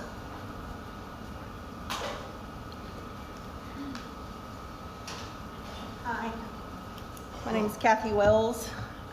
Thank you for hearing me today. I've been teaching since I was 22 years old. I'm 55. I'll let you do the math. I've taught in Bradford, in Camden, Salem, New Hampshire. That time my husband dragged me up the East Coast. And I've even taught in the Little Rock School District, Cloverdale Junior High School, Henson Road. I love teaching, and I'm a good teacher. But I found my teaching home, and it's at Harmony Grove. Teaching is not a 7 to 3 job. You stay there till 10:30 at night. You do what you need to do so those kids have what they need to have. And I've read in the petition, in this school district, and these administrators were vilified. And it's not fair, and I'm here to give you an alternative perspective. Dr. Snow has come into my classroom and has co-taught a novel with me on the Vietnam War. He's visible, he's in the halls, he's checking on me, he's making sure I'm okay so I can do what I need to do, and I appreciate him. I feel respected by him. Mr. Mock, I can't say enough about Mr. Mock. Mr. Mock's a smart guy, he's a rare individual. I've never had an administrator like him before. And like this nice lady back here said, he views it all through a wide angle lens, and he sees the obstacles coming down the road and he moves them out of my way so I can just teach. I feel safe there. He does a good job. A struggling teacher, he will model a lesson plan, go in there and teach in front of her so she can see what it's supposed to look like. These people, this administration, they're hands-on. I've never had an administration like that, and that's why I hope this to be the last job I ever have to teach. It's amazing to teach there. This administration provides these kids with a solid education that's easily attainable. They go above and beyond. They make my job easy, and guess what? It's not hard to work for people you respect. And I just need that to be said out loud. I feel safe. My kids do well. The staff there, we care. We care. We're up there all hours. It's a good school. We're respected, we're valued, and guess what? I love my kids. I don't care what their address is. Sparkman, Harmony Grove, I'll teach them all. bring them. And so will the whole staff and that whole school. And I just encourage you to understand that they're upset, and I understand, but the situation is their enemy, not Harmony Grove School District. This is not my first rodeo. This administration is going to love every kid that crosses that door. And I just wanted you to hear that. Thank you. Thank you for your time. Thank you. Michael Berry. Good morning, Good morning. Board. How are y'all? Good. I'm Michael Berry. My daughter is Chloe. She's 6th grader at Sparkman High School. Our elementary school. I guess it's all in one now. So what I've got here to say, I want to start by saying that I've got nothing bad to say about the Harmony Grove School. I've got nothing bad to say about the people at Harmony Grove. I mean, I see their value. I know the kids are learning there. I've got cousins who went there. I'm not saying that. What I want to express to you is that I feel like my family, my nieces, my nephews, my great nieces, and my family, I'm also the president of a riding club. We ride horses in Dallas County. Those are my kids. That's why I'm speaking today for my kids. I've got multiple kids that ride at our riding club that I want to represent today because they like going to school where they want to go, the people they know, in a positive relationship there. My problem is I don't feel like we've had a joint mutualistic benefit between the Harmony Grove administration and Sparkman, so I'm going to roll into this pretty quick. We have a very unique situation, as y'all been told dozens of times. We're isolated. All your major things you want to go to, you want to go to Walmart, it's going to take you more than 30 minutes. I mean, we're in Logan, USA, gravel pits everywhere. I mean, safety is the #1 concern. I mean, I actually commute to work every day, and it takes me about 20 extra minutes on my drive than it does by mileage. Pull it up on MapQuest. So what I want to say is, we talked about the purple and gold game earlier, about how their population sign less than 500. I can tell you, I got a Blackstone grill and I flipped burgers for 2.5 hours so everybody got fed. If somebody come up there and said, hey, man, I ain't got enough money this week, I gave them 2. If their kid come up and needed a Coke, I gave them a Coke. It wasn't about the money to me, because the majority of the stuff that was bought, we purchased as our community, our families. I don't want to see anybody go without. We started a holiday cheer program to help buy backpacks, get ready to go back to school, buy clothing in our community. I mean, the wife had the idea, come up with it. We joined with the church, multiple. But I can tell you, the first pair of shoes that was bought, she runs the mail route. She's seen those kids standing out there on the curb with flip-flops, shorts, and sandals in December without a jacket. I couldn't tell her she can't go buy a jacket. That's what she did. We figured it out. That is our community. So what I want to challenge you to do is, whenever y'all allow our school to come open and we have that purple and gold game, come down and get you a hamburger. I want you to stand on our front steps.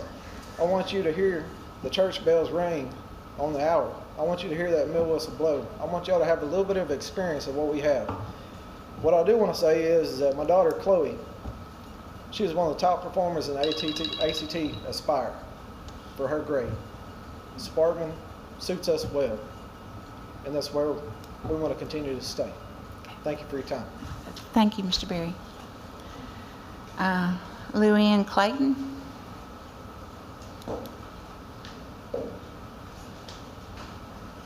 Good morning, everyone. Good morning. I am the Dallas County Treasurer. I'm an elected official. I don't look at myself as an elected official. I'm a public servant for my citizens, for the people of Dallas County. Sparkman is part of Dallas County. I don't have a whole lot to say. I just want to demonstrate some of the numbers. The collector collects the taxes for Sparkman Harmony Grove School District. That money is turned over to me. I just distribute it to Harmony Grove School District. If Harmony Grove was not, if Sparkman was not consolidated with Harmony Grove for the last 5 years, their taxes that I have turned over to them is $709,000. That's an average over 5 years. 21, the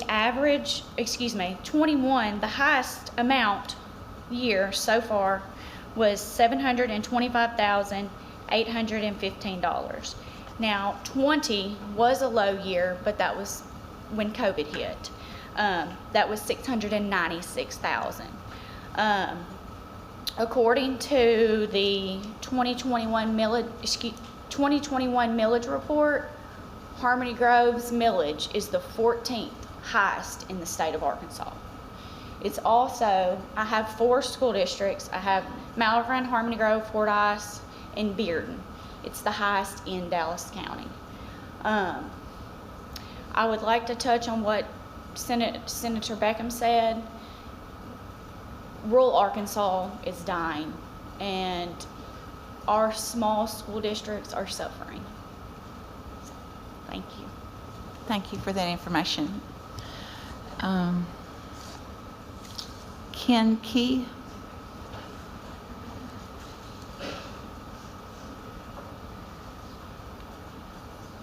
Good morning. Thank you for your time, and thank you for what you do for our state. I appreciate that. It's a shame that we have to stand here. I hate that we are so divided, because we're actually part of the same community. I love these people. I know most of them. I go to church with some of them. I think maybe it's just that we're down to what they think's best for our kids versus what we think's best for our kids. And so I want to tell you a couple of things that I don't want to rehash the buses, and I had all that in. I'll be brief and try to just go with something that's different than what I said. I'm a 1989 graduate of Sparkman. My wife graduated Sparkman. We had 2 daughters that both graduated Sparkman. I've got a son right now that's a 4th grader. Hope that he'll be going into the 4th grade in August at Sparkman, and so we're vested in the community. From the onset of this, when this consolidation happened, I've been around a while. I played football for Sparkman when we still had football. So I've seen this from the get-go. When it happened, we didn't want it to happen. They didn't want it to happen. And we were rivals on the football field. I don't know if that's what started it or what, but and so, that's the thing is, I saw it from the get-go, and it really was friction from the beginning.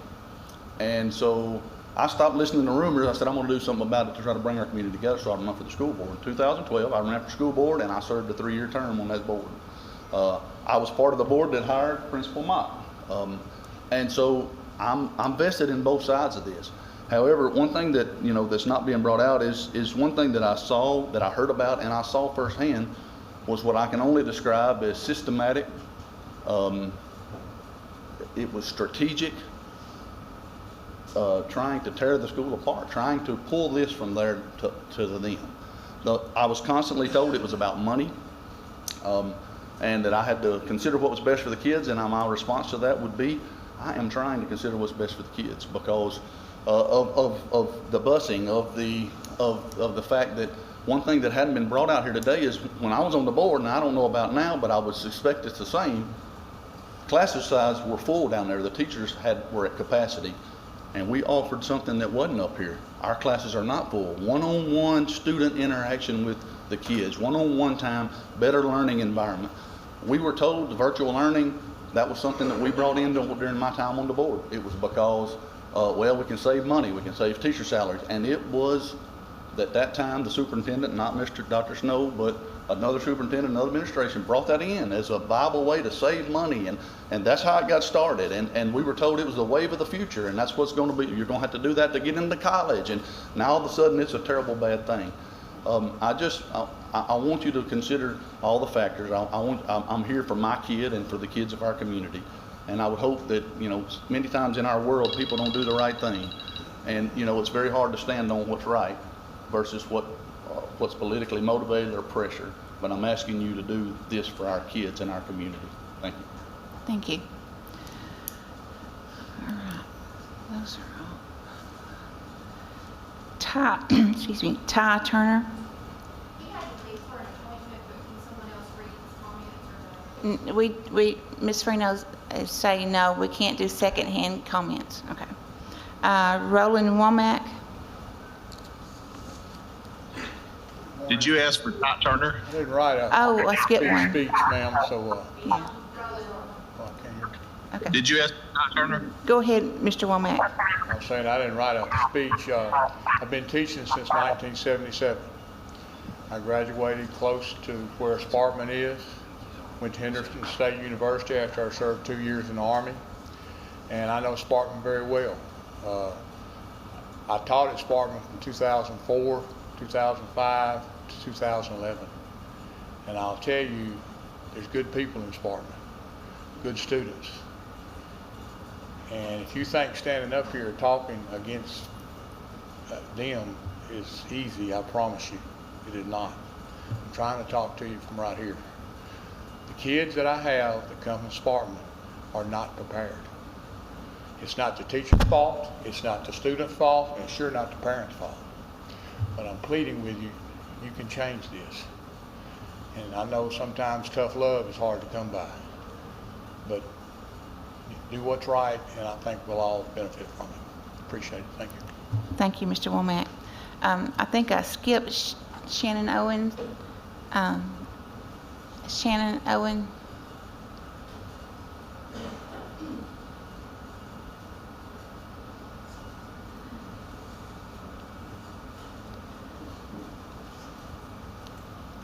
Thank you all for having me up here today. I just wanted to say I'm not from Harmony Grove. I'm not from Sparkman. My husband was military and we lived all over the place. So I understand what people are saying when they struggle about closing their school or having to move to some new place. It's new and it's scary and it's hard to make friends. But I'm telling you, as a teacher over at Harmony Grove, we're here for the students and we're going to help that transition and we're going to encourage them to make friends, and they have familiar places that are over there. It doesn't matter what your address is. If you walk in my classroom, you're going to be my student. And for the parents out there that feel like we're trying to separate them, I just want them to know that those kids, the minute they walk in our door, they're our kids. They're not Sparkman kids. They're not Harmony Grove kids. They're our students. And so I just want to say that I do commend you guys that have come together for your community pride. I think that's great, and I applaud that you've got that community pride. But one thing that I want to address, and I feel it hasn't been addressed a lot, is that our students do come, when we do have students that have come from Sparkman. I taught special ed at Harmony Grove for 5 years, and I've been in the classroom the last 2 years teaching 5th and 6th grade. And when we do have students that come over from Sparkman, they come over with gaps, come over with large gaps, and it's hard to get them caught up. And I don't know what's happening in the classrooms. I can't speak for that, but I can speak for what happens when they do come. We've seen students come over and have a year and a half's worth of growth in the school year, and then we've seen those same students go back over there and not grow. And so I think that them coming to our school and coming to Harmony Grove helps them grow and helps them be able to get those educational needs that they need to be able to become, citizens and be able to move forward and get better education and, move on with their lives.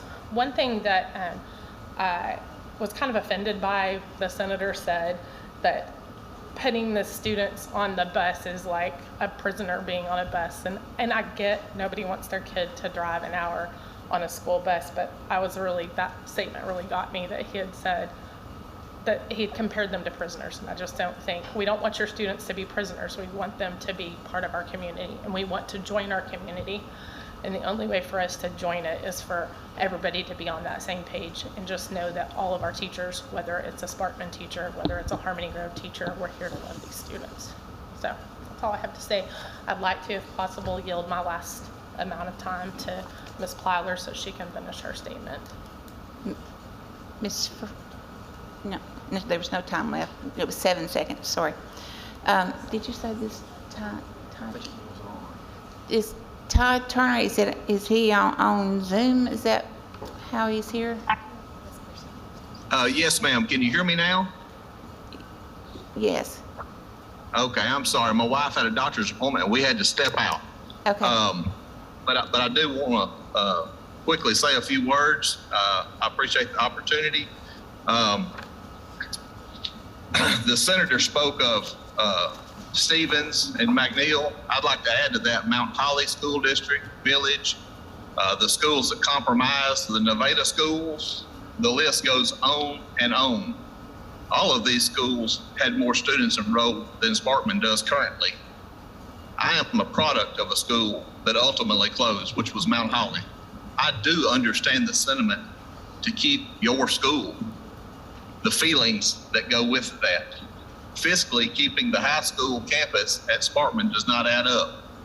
The school doesn't run on feelings. It does take dollars and cents, not to mention standardized test scores and the format there not working as well as Harmony Grove's campus seems to work according to the general morale of the students and their test scores. It's nice to see the amount of concern and support from the Sparkman community. I wonder though, were there as much, would we be in the same situation if we had this much time and energy spent supporting, trying to get the kids involved and plugging into the Harmony Grove School District and just making it work? It's time to make a necessary change and look out for the students' education and their best interest. They won't be students forever. They will be productive citizens at some point if we get them the proper education. Thank you for the time. Thank you. Thomasina McNutt. Is there a Miss McNutt?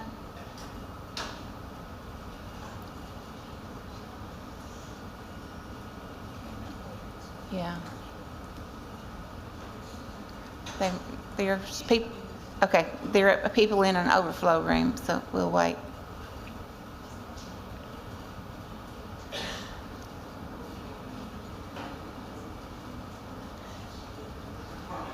Good morning. Good morning. Greetings to everyone, and thank you for allowing me to speak. What I will say is I'm a product of Sparkman High School, so I will just kind of give you a little background about me. So, Ken Key is my classmate. He and I both graduated together 1989. My dad is Ricky Craig. He's the mayor of Sparkman. My fourth grade teacher was Miss Walker. So I will say to you this, that trash doesn't come out of Sparkman. I mean, Sparkman is a very good community. I grew up there, born and raised. I graduated in 1989, class of 25 people.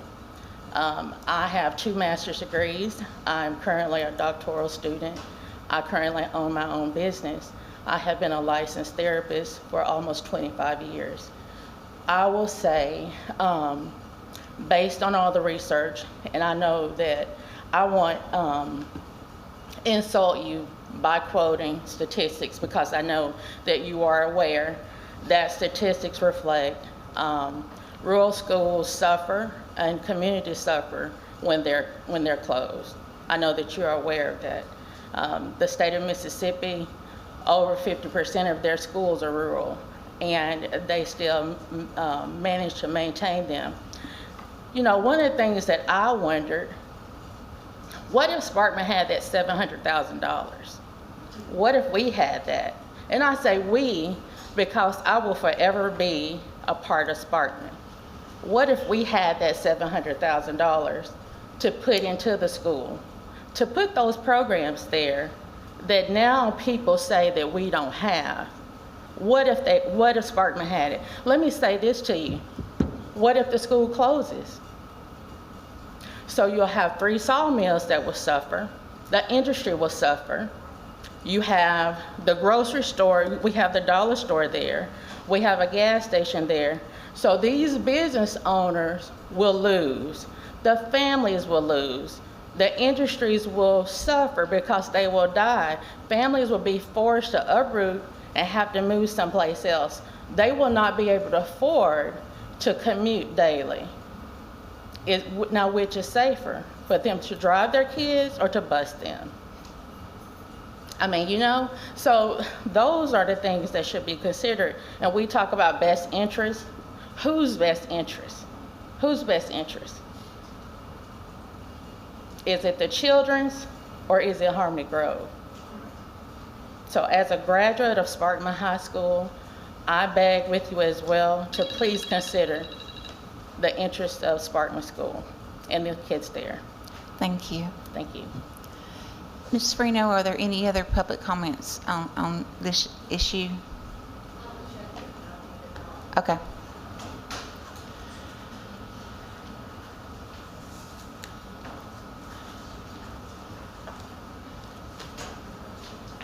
Okay. All right, so let's move into board letting you ask some questions of the parties as you need. Ms. McFetridge, you have questions? Not quite yet. Okay. Dr. Moore? Yes, I do. How do we want to do it? Do we want to? It's your pleasure. Okay, I'll start with the district first. Okay. and ask All right, we have questions Okay. of the district. Dr. Snow or Mr. Mock or Mr. Beckett?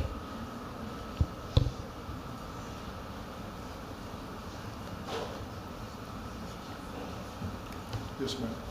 Hi, thank you all for being here today. I know that we went over some of this at our hearing 2 years ago, but I would like. You have to get real close. Hello. There you go. Okay. I know we went over some of this at our hearing 2 years ago, but I would like a little bit more discussion here today, speaking to the history of the district. When was Harmony Grove consolidated with Sparkman? Best I can find from going back over the minutes is it was the 2003-04 school year. Okay, and that was because of Lakeview, I'm assuming, was Yes, ma'am. Sparkman under At 350? 350. Okay, at that point in time. And was it a forced consolidation by the district? To my knowledge, because I haven't found anywhere in the minutes where Harmony Grove actually voted for it. Okay, because as I understand it, with the neighboring districts, it seems as if many of the neighboring districts could have picked up the district at that point in time, and I want to know if there's any backstory as to why Harmony Grove picked up the district versus Arkadelphia or any of the others. Now, you told me when I was not there. Okay. All I know is what I've seen in the minutes, but no one else wanted them is all I've ever been told by the people that were there at the time. So since that point in time, the district has run an elementary school and a 712 high school. That's correct? Do what now? Since 2005, Sparkman has had the K-12 campus, but at one point it was two separate schools? It was two separate schools Okay. until 2 years ago. They went to a K-12 school. Okay, what prompted the K-12, the move to K-12? Just lack of enrollment and financial. There's no way we can hire enough teachers to get 38 credits for the high schools. We can't do that. And the enrollment's steadily been dropping. And that one building that we have, they're housed in, is by no means full. How old is that building? I don't know the age of that building. I think it was built in the 60s. I've got buildings on the Harmony Grove campus that were built 50 years ago and 70 years ago. So, you know, How many campuses are in Harmony Grove? just one. Out to the state, we're 2 in elementary and a high school. Okay. It's all on the same campus. But it's also a 712 high school? Yes, ma'am. In that sense, okay. Can you speak to me to the teaching staff currently at Sparkman, both at the elementary and the high school? Okay.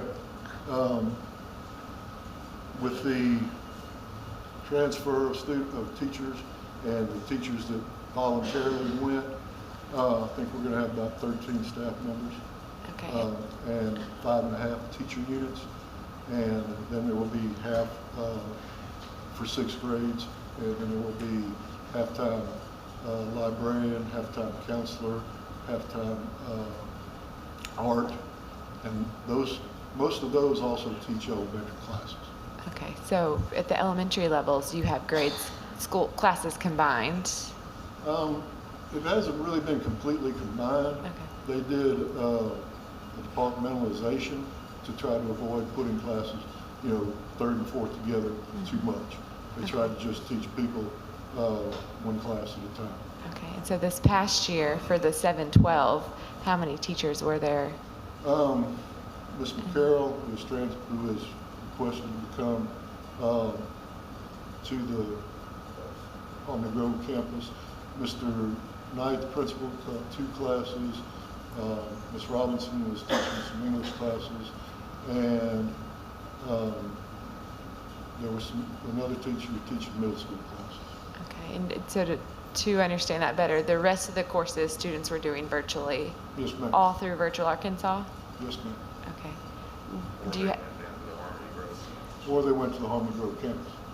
Okay, so some students could transfer down. Yes, ma'am. Okay, how many in-person credits do you offer at the Harmony Grove campus? Mr. Monk? With the exception of some upper level onesie classes, like AP type classes, things like that, everything's in person. Okay.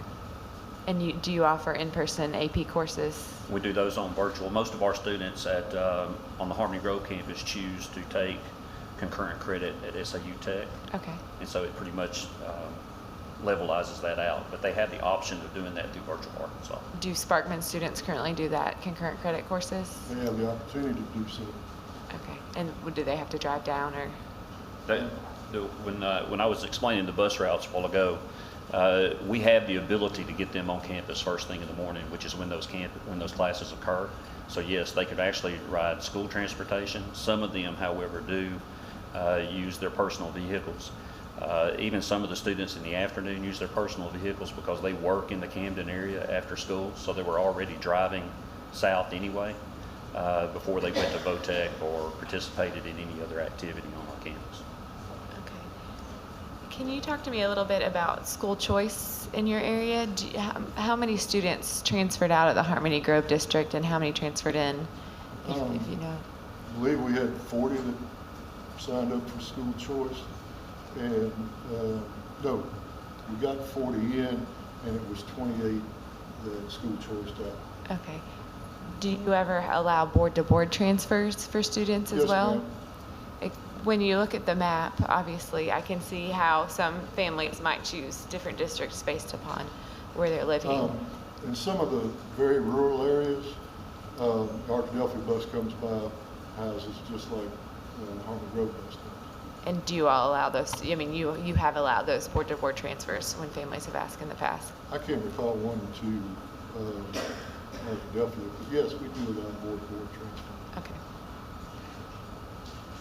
Lastly, I wanted to ask around, and which I'll ask the other side too, but on the Act 662, so that's required you to notify the districts around you that campus might be closing. Yes, ma'am. And you said you've had conversations with those surrounding districts. Yes, ma'am. Have any expressed interest? I notified all of them by certified mail. Okay. I spoke in person to the Bearden superintendent, and I think there's people from Sparkman have been reaching out to superintendents as well. He said, I told him it didn't make sense for me financially. I'd send a bus to Sparkman, that's not that far up Highway 9 from Bearden. But what they want is to keep the school open. And I don't know that anybody that wants to do that. I talked to Gurdon, and that superintendent, I think they may have even talked to the board over there, but the superintendent was not, her comment to me was I have my own issues to deal with in Gurdon. She is now the superintendent at Arkadelphia, and so and it's 3. Oh, and the superintendent at Fort House, and she had no desire to. Okay. If your plans were to proceed with the closing of the school, what sort of plans are provided to transition those current students into the new school? Have y'all transition the students? Yes, as what we've heard concerns about that today. As soon as you make a ruling today, we will be putting them into the classes in the master schedule. We've already got buses worked out, and when we come in August, we will meet with the students that are coming in and try to alleviate their concerns. And in registration, we will do the same thing. Okay. I know that. But we have the classes. It's just a matter of absorbing the students into the classes. And that's one of the reasons we're just doing the high school, because those 40 students will be totally assimilated into the master schedule at Harmon Grove High School. We have, my counselor and I have already discussed some things. We do things early in the year when we transition 7th graders into the building also. But we have our open house registration time where we address anything. We have a lot of students that come to us that from just about anywhere every year. They transition into the building all the time. We do that all the Many of these 40 students that we're talking about have been on the Harmony Grove campus previously. They're Harmony Grove students. We're not talking about students that are coming from some other state that has never been in that area. As far as I'm concerned, and I've always treated them, they come to my campus, they're Harmony Grove students. If they're on the Sparkman campus, they're Harmony Grove students. So they'll come to the high school campus and have that same respect and treatment as any other student that comes home. Thank you. I'll allow someone else to ask questions. I won't take up all the time, but I appreciate y'all answering questions. Why don't we, to keep y'all from having to get up and down, let's do all the district questions right now, and then we'll go to the Sparkman questions. Would that be okay? All right. Dr. Hill, did you have any questions? Dr. Hill, I had to get off to check out at his hotel. Okay, we'll come back to him in a minute. Ms. Psalm, do you have questions? Yes, if I could clarify real quickly that that all courses, if the school is allowed to remain open, all courses 7th through 12th grade will go online. I know this previous year some were taught by staff in the building. Are you saying that there will be no options for in-person learning?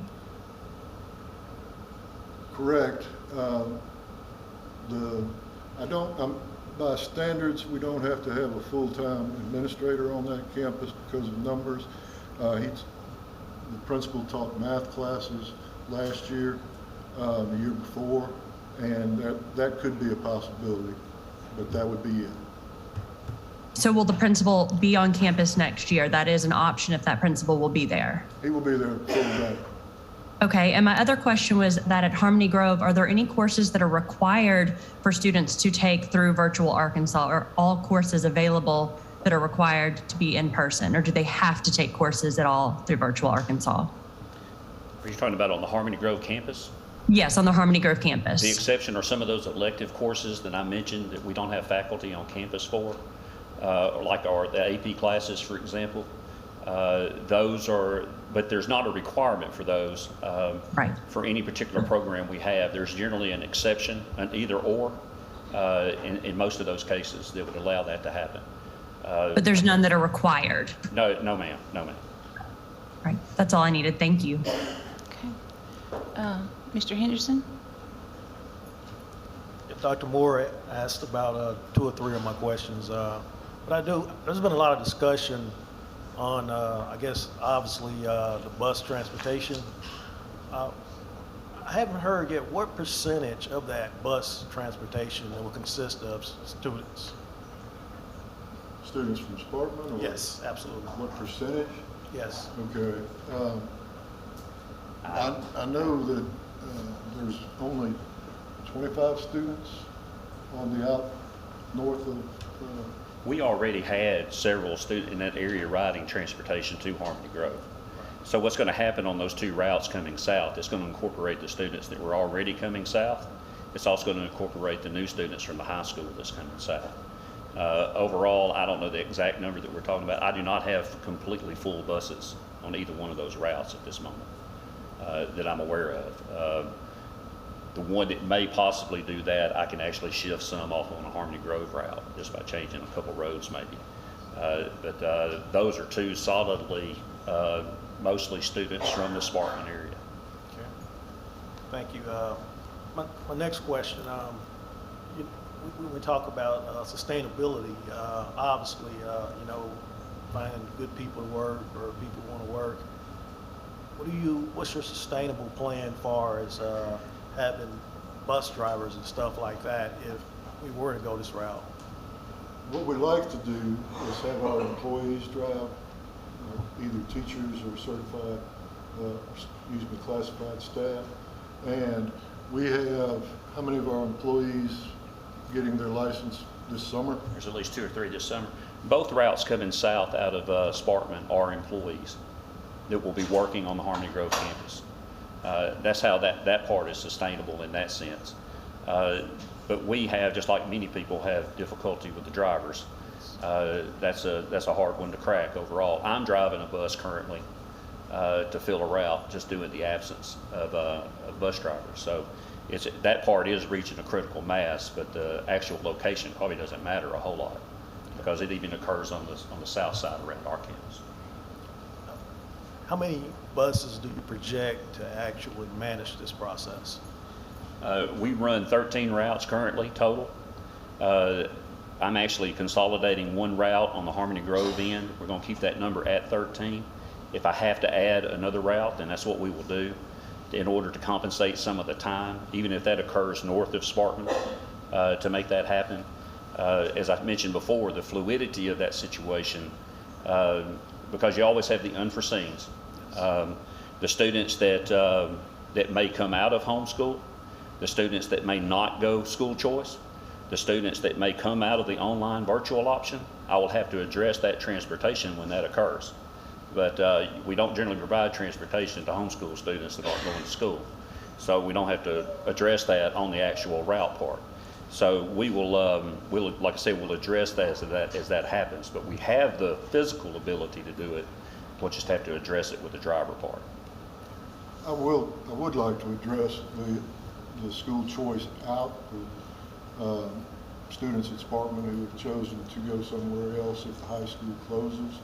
I've been in a consolidation before, and at the beginning of it, you always have an exodus, okay?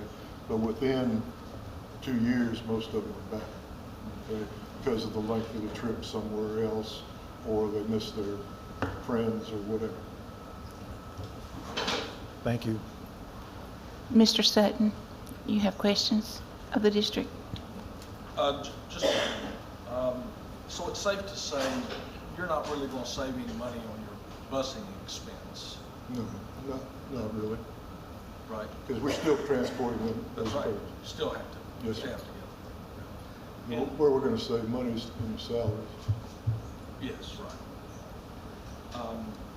I wasn't here going back during this consolidation, certainly 2 years ago.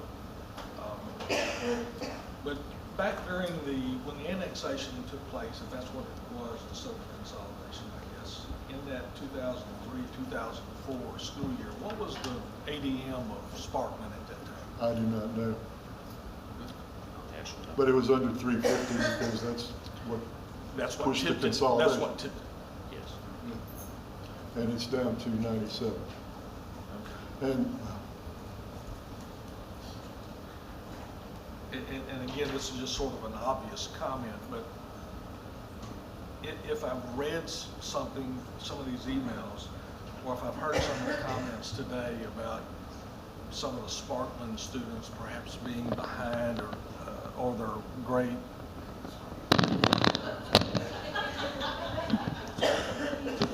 Wait, the battery, another battery issue. Okay. Some of the comments about the Sparkman overall test scores, et cetera.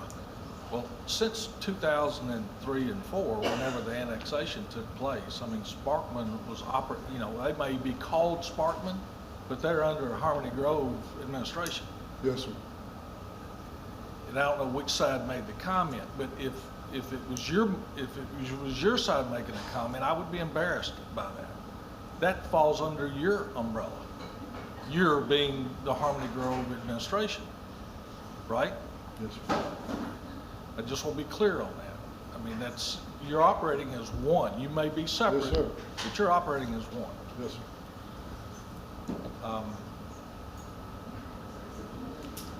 Now, I will say this, okay?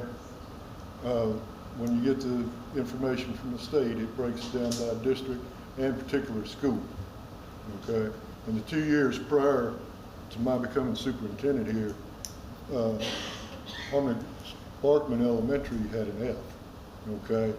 Sparkman High School had Ds for those 2 years. We haven't, the next year, first year I was here, high school had a D, and the elementary did come up to a C. And we haven't got letter grades since. Right. That's what people should have been outraged about, was an elementary in this state having 2 years of Fs in a row. I would totally agree with that. Yes, sir. I want to sort of answer some of what you're asking, or what had been asked. I was present when I was the high school principal at Harmony Grove when the Sparkman High School went virtual. I know there were a lot of things said, and I sort of stayed in my lane then and just observed because it wasn't actually part of what I would say my business at that time. But at that time, considering the number of students that was on the high school campus, you could not viably put teachers into those classrooms one-on-one.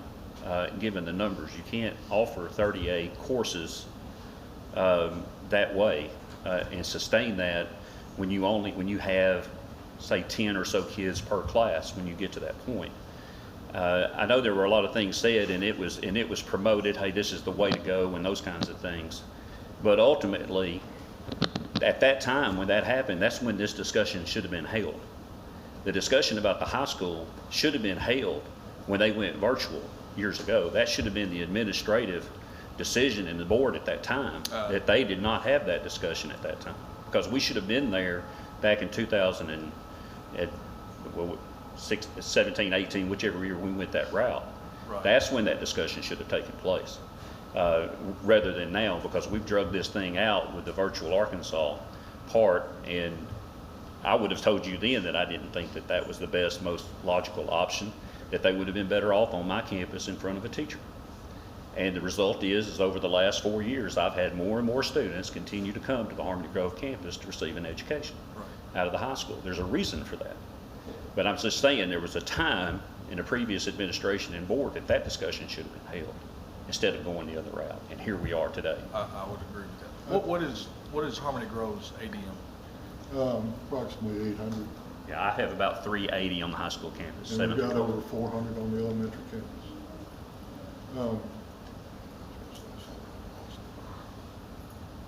Secretary Key, you have a question or comment? Just a question. Mr. Mock, what's your, we've heard concern voiced about class size. What's your average class size at the high school? It varies because, once again, rural districts, grade size varies. One year I could have 60 in the 7th grade, the next year I could have 80. I actually have one grade that's plus 80. So, it affects your class size across the board. And of course with scheduling, I don't know what the average is right off the top of my head, but I try not to, because of our classroom size, some of the older classrooms, I hardly ever put more than 25 kids in a classroom, ever. And very seldom do I ever have that many just turning to ask. Ms. Wells, what's probably your average class size? Yeah, if it tops that, I'd be lucky. Average class size at the Sparkman campus has been less than 9, and it will go down this year because of the people that graduated and not having any kindergartners. Ms. McFetridge. This kind of goes on with what Mr. Sutton has asked you. How many students coming from Sparkman have the learning gap that both of these teachers talked to us today about? And I guess I'm surprised because Sparkman has such a low class size.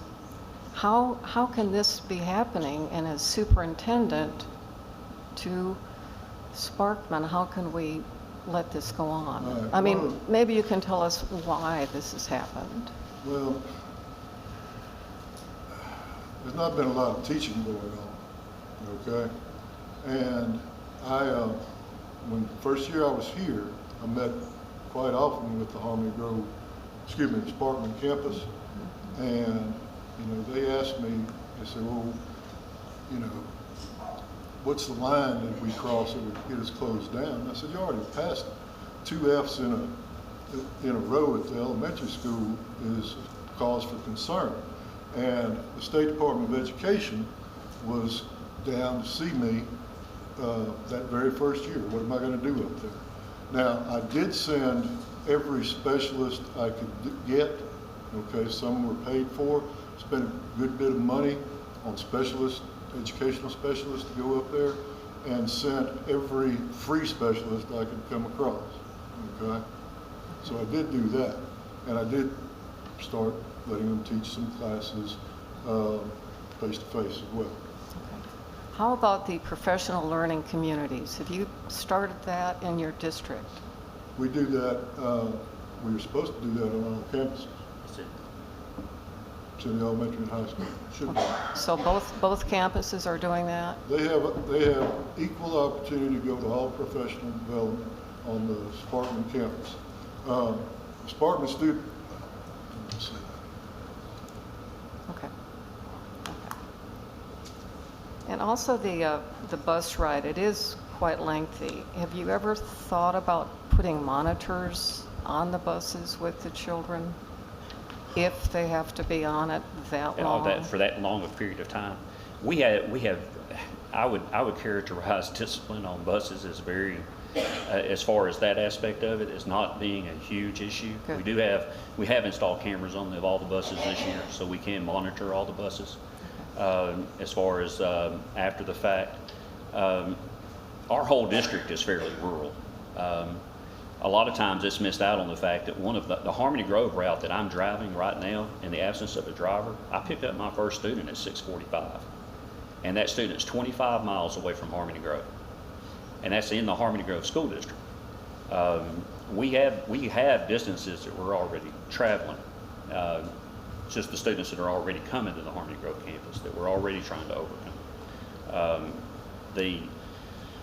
We have considered that on some of our routes that have some younger students on it. I have been working on that with some of our we have some preschool students who ride some routes local. We've considered adding some monitors there for them. But the longer routes, I haven't seen a lot of issues arise just to, I guess, to actually say that that's something that was needed at that point in time. We are considering adding some Wi-Fi on some routes. We are investigating that. Okay. Particularly some of those longer ones, but once again, in the part of the world that we live in, any type of signal in some areas is almost non-existent. Okay. Thank you. Yes, ma'am. Any other questions? Did Dr. Hill, is he back on? Okay. I'd like to say one thing. Part of, in that response to our petition, and there's been a lot of talks for years now about, well, we need to get this, and this comes from Sparkman supporters. We need to get Sparkman kids back on our campus, okay? There's reasons they have chosen to come to the Harmony Grove campus. Arkansas is about school choice, and I don't think our school board would vote. You heard from a parent who said she did not want her child going there. She chose to bring them to Harmony Grove. So I personally would not be a part of forcing people to go to another campus. Any other questions for the district? I'm sorry, yes. Yes, go ahead. How are you doing on finding teachers? Are you seeing the teacher shortage? How many licensed, are all of your teachers licensed teachers? Either I have everyone in at the high school Grove? side is either an MAT, Apple. We pursue several of the other routes, even PPTL. I've had some of those. But right now I do not have an English teacher secondary. And will not have one. I've just pretty much just hung that up. Everyone in South Central Service Co-op is missing a secondary English teacher right now. Okay. And there's not any applicants or anything like that. I've already had to make some considerations of how to adjust to that on campus. But you're making those adjustments? I'll have to make those adjustments, yes ma'am, because that just doesn't exist. And I'm still trying to find an elementary teacher at Sparkman.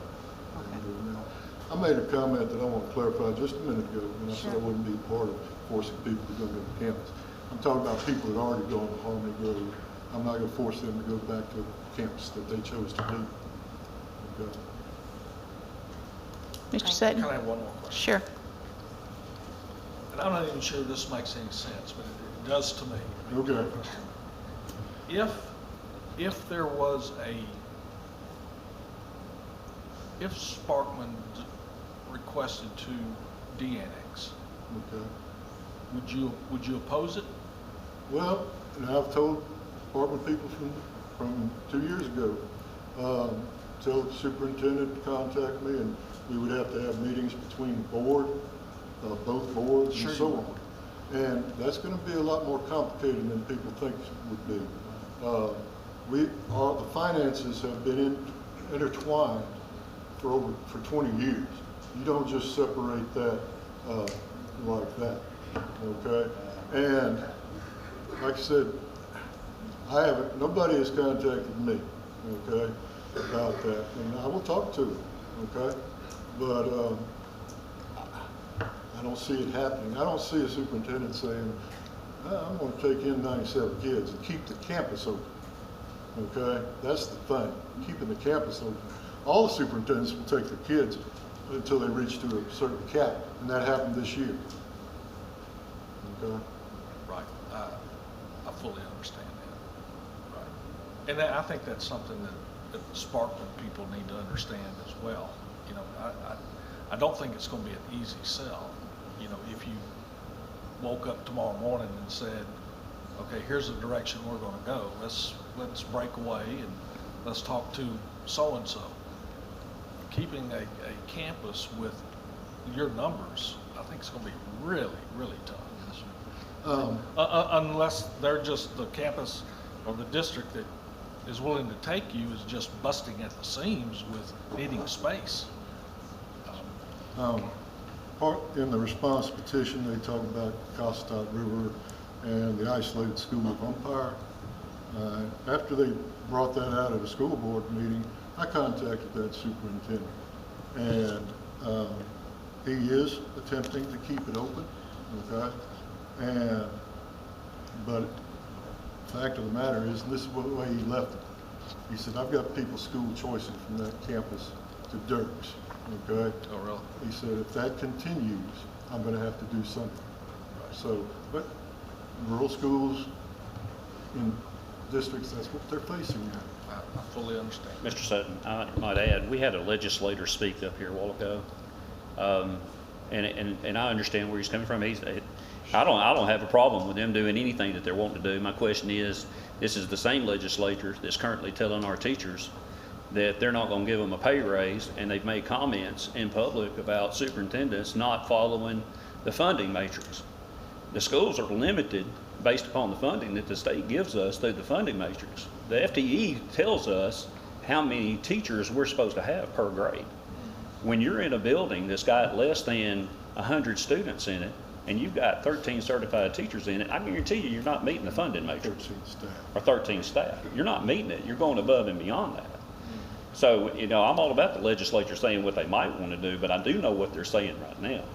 And part of the discussion on teacher pay raises, we met with the State Department a couple of weeks ago, and one of the things they said was you need to be careful about your full-time FTEs, full-time employees.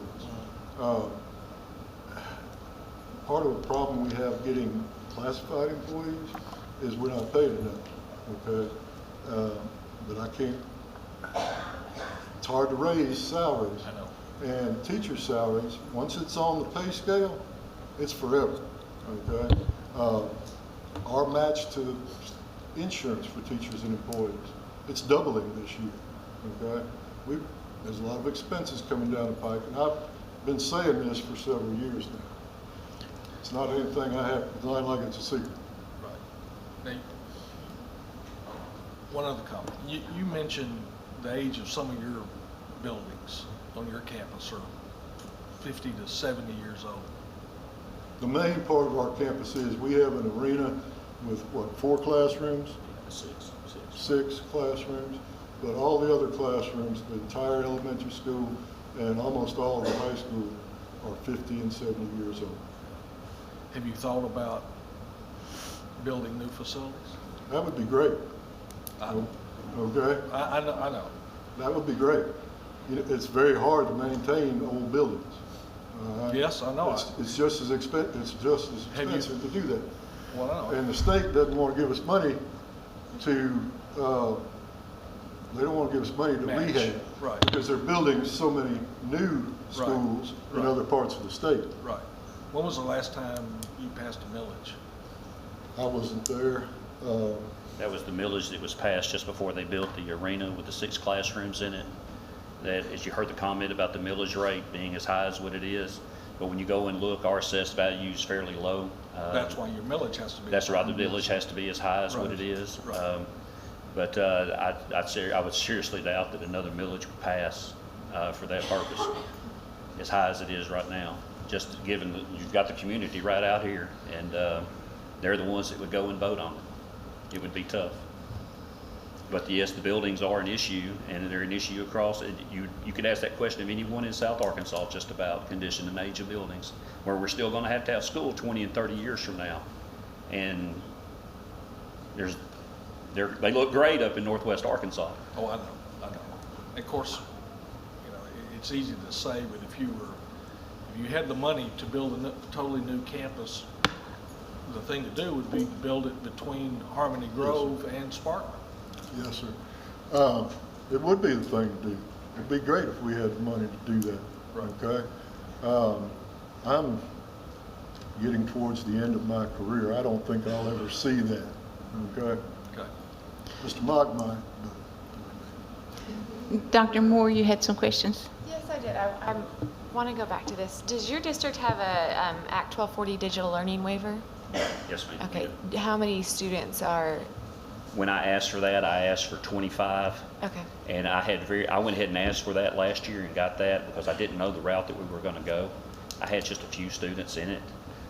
So I have 25 seats open, and most of those seats right now are being chosen by students that have indicated that's the route they wanted to go from Sparkman. What program do you use for that? Is that Virtual We're going to Arkansas? use Virtual Arkansas because that's what we've been using. We will still have a facilitator on the Sparkman campus that can facilitate for them for any lockdown browser issues that they might have. Okay. The way I wrote that for the waiver is that facilitator would also be in contact to that individual at home and make sure that those students were on track to stay within that. But within that waiver, I believe I included an exception about maintaining a grade, that if they can't maintain a passing grade, that they would come back to face-to-face at some point. And we did that back during the pandemic because of all the issues we were having. Some Certainly. students just thought it was a holiday. Well, and you'd alluded to the difficulties with virtual learning, but I also believe, and research shows, it does work for some kids, and Yes, we ma'am. want that to be a strong option for some families. Yes, ma'am. And I will say this, Dr. Moore, I wrote that waiver for Harmony Grove High School because that was in my purview. I didn't write it for the district. So that waiver is within Harmony Grove High School, is the way it was approved, I believe. But it applies to the district. So if the Sparkman campus were to close, would those students have the option? They would have the option to at that do time. digital learning? Yes. Yes, ma'am. Would they have to do that from home, or is Yes, there a ma'am. That spot on location to do it? They can come on site to see for the facilitator or anything extra. They could actually come to my site if they needed more. I believe I wrote in that plan having access to some teachers to provide some tutoring and things like that, but that would have to be at the Harmony Grove campus. Okay. Those things I think I could work out if it was a needed situation. Yeah, I struggle with our state of virtual learning right now, to be Yes, ma'am. honest. And I want students to have strong virtual learning options, and I know to do that, you have to have that district support. Yes, ma'am. At the same time, I want every student to have access to in-person Yes, ma'am. teaching, Yes, and ma'am. it's our responsibility that every student has 32 credits. I Yes, mean, ma'am. access to 32 credits, and I firmly believe there should be in-person Yes, credits ma'am. for those options. And so, as we look at this, I know we all know in this room, it's just so hard May I as we talk through may it. I add to this, because there's been questions asked. I'm not going to address whether or not I have a student that arrives on my campus at the high school actually being learning behind. But traditionally, when I receive a 9th through 12th grade student on the Harmony Grove campus, they are behind on credits. And the reason why they're behind on credits is because of the shortfall within virtual learning. Because if they fail a class, then they end up behind the credit. So in other words, I may not receive a 9th grader coming to the 10th grade with 5.5 credits. They may only have 4. And so we're already behind the 8 ball as far as trying to catch up on credits as we move forward.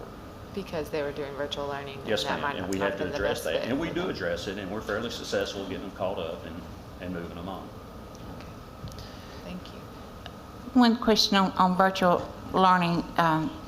If this were to be voted and then you had a student that wanted to continue doing virtual, and you even mentioned it a while ago, in rural Arkansas, there is not always cell service or internet access in different places.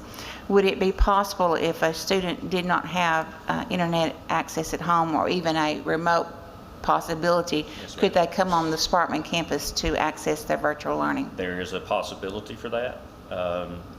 I haven't directly addressed that planning-wise with the building principal there, but I think there's a possibility there. Like I said, there is still a facilitator on campus, that would be part of his job, would be doing that.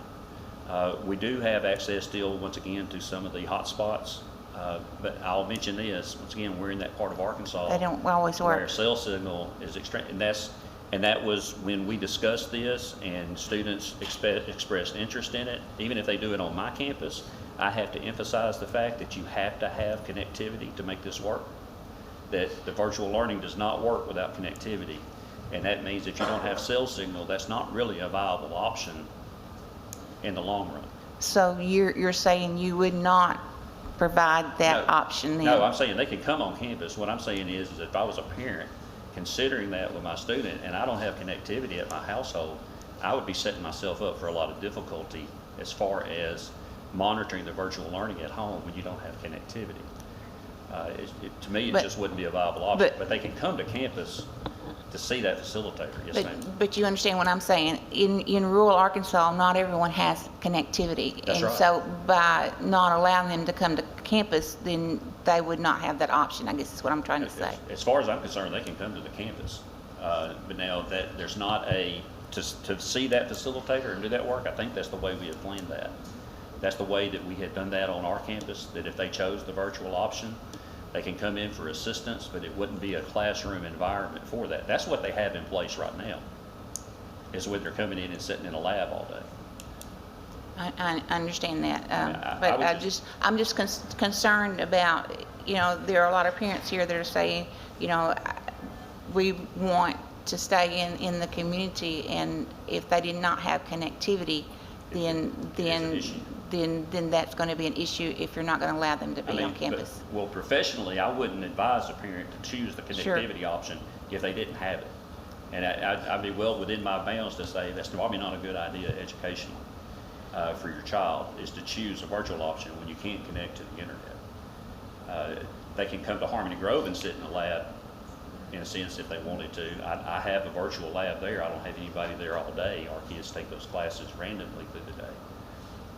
But as I said, the facilitator option is there to provide some assistance for those students if they choose that option.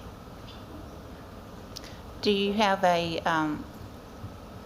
know during the pandemic, a lot of schools provided areas of their campus that had Wi-Fi. If anyone in the community wanted to use it, do you have something like that at Sparkman? I believe we still have that at Sparkman, no? I think so. You do have that at Sparkman? If not, we can turn it back on. All right. Are there any other questions for the district? And Dr. Hill don't think he's back on yet. Okay. Let's move on to questions maybe for the Sparkman area.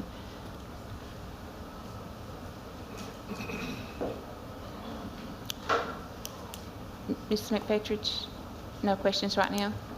Dr. Moore? Yes, if possible, yes. Sure. I would like to hear if y'all have any more information about the Act 662 and conversations that y'all's group has had with other surrounding districts, and any more information about the history of the past consolidation of the District of Sparkman. I'll speak to what I know or understand about the history of the consolidation, and I will ask Brady Harmon to come up and speak about the conversations. The consolidation was a voluntary annexation that was actually done in 2005. And as I understand it, the proposition to the Sparkman community was, here's Harmony Grove, you need to join Harmony Grove. And Harmony Grove said, you're going to need to raise your millage rate, and Sparkman did. Sparkman, tried to be a good new part of Harmony Grove. And I think it worked for a while. I think I heard that in 2014 there were 165 students and 28 teachers at Sparkman. And then we heard in 2017 things changed in the high school. And we know that there are 55 kids who have transferred completely from Harmony Grove to Sparkman. So it's not that big a stretch to build this back. And our footnote 7 in the opposition speaks to the ADM, the actual third quarter ADM, which is what the funding is. And that shows a much higher number than the 97 that you keep hearing from Harmony Grove. It's footnote 7, straight from the ADM. The citation is there. So that's that point. You want to speak to this? I'm sorry, can you repeat the question? This is conversations with people about possible annexation. Okay. Yeah, previous to Act 66, or Act 662, we had some conversations with Gurdon School District, and we actually met with their board, and I know that they had reached out to Secretary Key a couple of times about possibilities. I know that he had the then superintendent had a conversation with Dr. Snow, and then the conversation kind of stopped. So we're not sure exactly what happened with that, but we have had conversations also with, also there wasn't a legal pathway either. And I know last year when we fought for this, you know, it was compared to an ugly divorce. Nobody wants to have to go through an ugly divorce, but unfortunately sometimes it's necessary for the benefit of kids, an ugly divorce, and so that's kind of where we're at now. And you know, we did have conversations with Bearden, and they told us the exact same thing. You know, they're really small as well, and they expressed concerns about possibly having to consolidate with another district in the future themselves. So of course they didn't want to take us on. And then recently we were sought out by someone, and I don't know how I need to. I don't know what your agreement is with okay. that district. Just to, you know, and it's still in the works right now, and you know, we just had an initial conversation yesterday morning, and I will say, you know, once again, that it felt good to hear an administrator say, hey, you could do this, and you could do this, and let me help you do this. And it was like, wow, there's some support. And I'm sorry. You know, you spoke about how the kids that are going to Harmon Grove are lacking, and they have a gap, and that hurts me. You know, those are my kids, and I work hard to try to make sure that happens, and sometimes it just happens. And I'm extremely hurt by the comment, they just don't teach. And I'll say this, I told you guys that last year I taught 4th grade, just 4th grade. The year before that was 3rd and 4th grade combined. We do have several combined classes. I taught 4th grade, and I was the English language arts, 4th grade teacher, and I was the K-12 librarian. And this falls on administration, and I hate to say this, but my administrator did not come and observe me one time last year. I could have been teaching those kids how to crochet every day, and he would not have known. And I think that goes with every class, and that's sad. And I will say that Mr. Mock did come down a couple of times, and he did, and he's not my administrator, but he did, you know, make an effort to come in to my classroom 2 or 3 times last year, and I appreciate that. Dr. Snow's never been in my classroom, and I've been here since he's been here, and my administrator, you know, didn't hold me accountable or anyone else. And you know, without accountability, you know, what are we? There's got to be accountability. You know, and if we're honest, a teacher craves accountability, and that's lacking. So to hear this specific district superintendent yesterday morning say, you know, we can offer that for you, and we can help you with that, and they thought outside the box. They actually said they were going to throw away the box and look at different ways to help our students and meet them where they are, which is Sparkman. So Thank you for your work and for sharing all of that. I appreciate it. Thank you. Mr. Sutton, questions? Yes, I did have a question or two. Do you ever find an answer to the population, ADM, going back 4 or 5 years? I'm trying to get a I trend. pulled up a thing. So in 2004 and 2005, Sparkman High School had 106 students, and K6 had 134. So that was 2004, 2005. It just, okay, so that's 240. Is that what you're saying? Yes. And then 2011 and 12, and 2000, Sparkman K6 had 103, and Sparkman 712 had 101. And that was for 2011 and 12, so that was 10 years ago.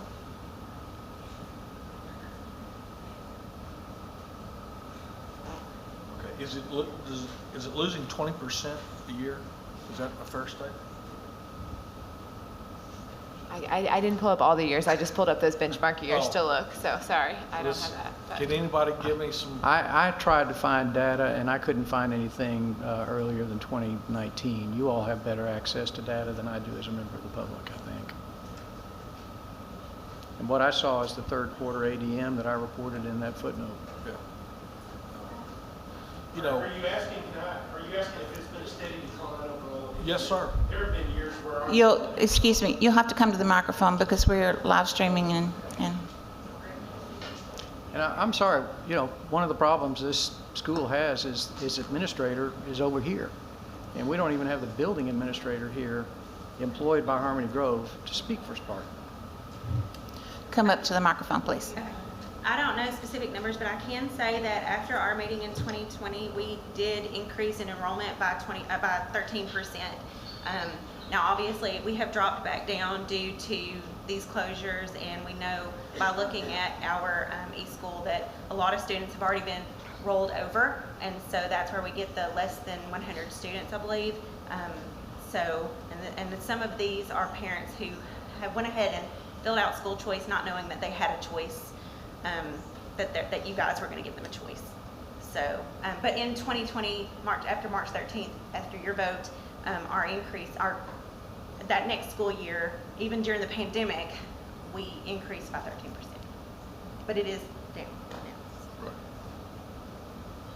Right. I just want to comment on, I'm all for small districts. If any of you read my bio on the website, I mean, I came from a small district.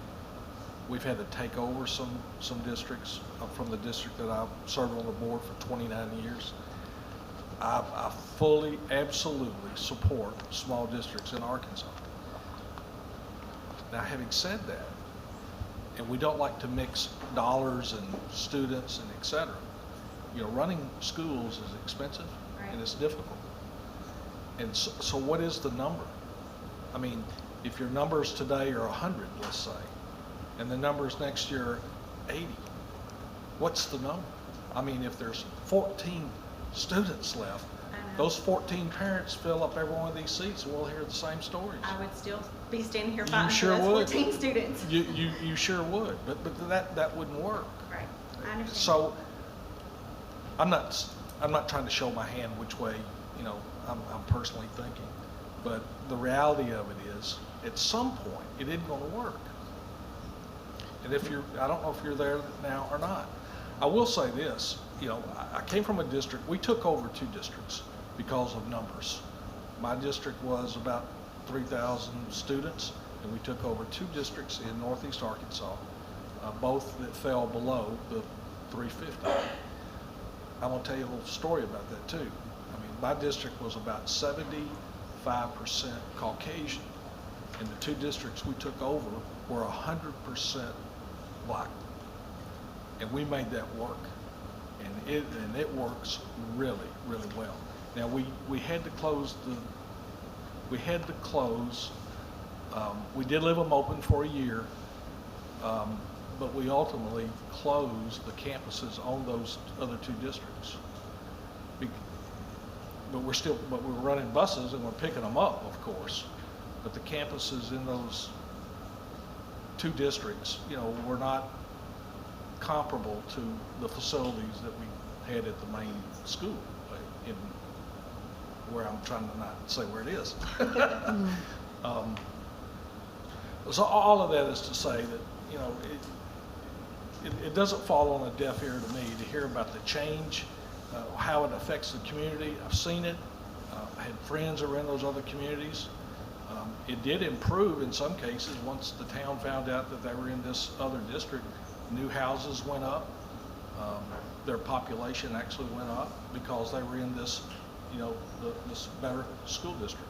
Because these two districts that we took over had failing grades or poor school grades.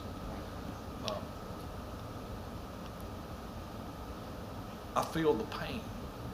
I really do. And you know, hindsight's 20/20. If I were here 20 years ago, and the question came up about an annexation or consolidation between Harmony Grove and Sparkman, I would have said, yeah, if it works, but they don't need to be called Harmony Grove and Sparkman. They need to be called Newco. Newco. So that there is no them and us. But that wasn't done, and so we can't undo that. But I think that's been a big problem. I mean, it sounds like to me. But I'm telling you, if I were in your shoes, regardless of which way it goes, you've got to get your community. I don't mean Mr. and Ms. Doe that's sitting out here. I'm talking about businesses, commerce, industry. If we decide that it can continue for a period of time, if that's what's decided. I don't know if it makes any sense just right this second. But if you guys don't get your industry and commerce and businesses behind you and start lifting things up so that your population grows, it ain't gonna work. It ain't gonna work. I agree with that. Anyway, that's my comment. Thank you, Mr. Sutton. And to your point, last time we were here, there were 108 students at Sparkman, according to the ADM. And I told you that the report from the state was that Sparkman cost $138 per student more in the high school to educate, and that's offset by the $487 per student in isolated school funding that the Sparkman children have. Those were the numbers then. This year, the ADM is 109. You haven't heard anything from Harmony Grove about the cost of educating children in the high school. Not a word.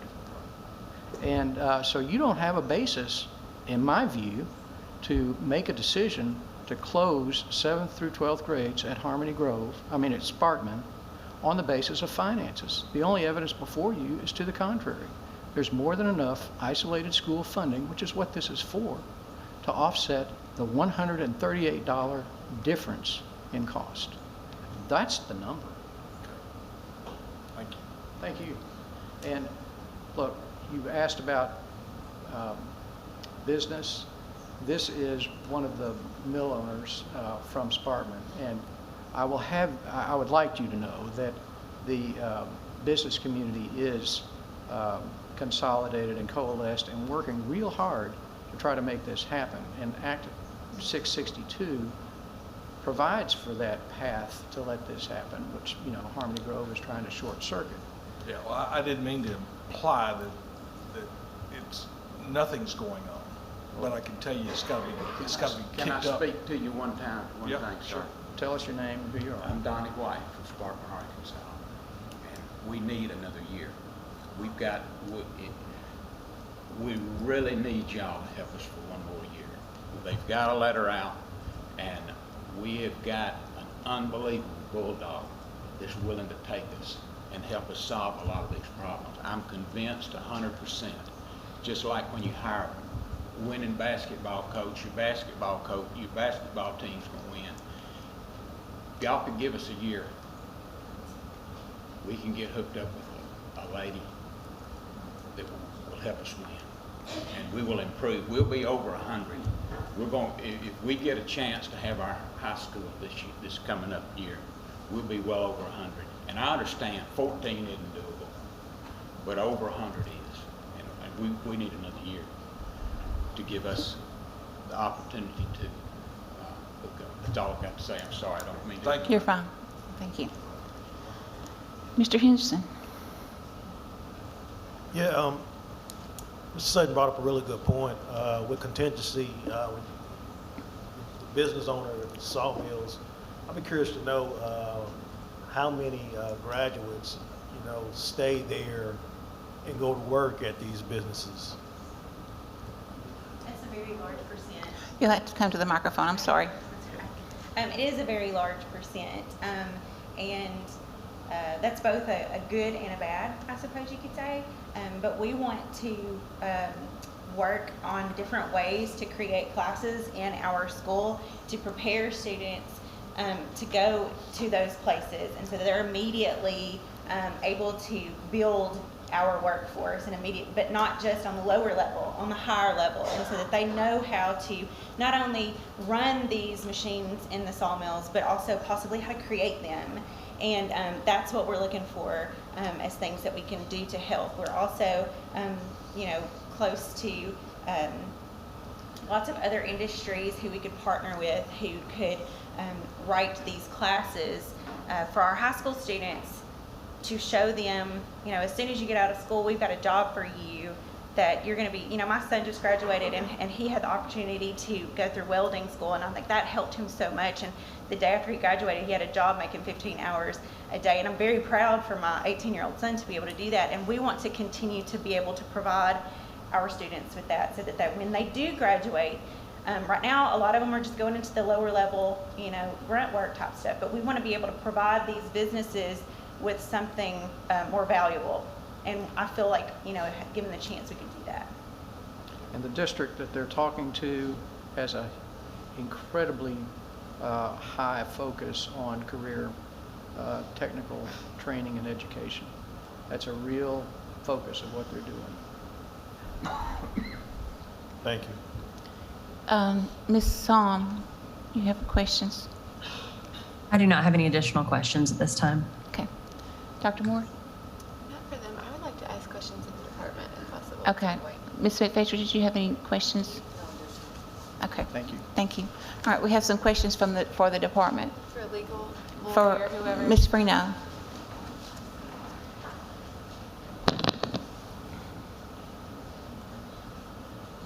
Yes, thank you, Ms. Freno. Thank you for sending us all of the information we needed prior to this.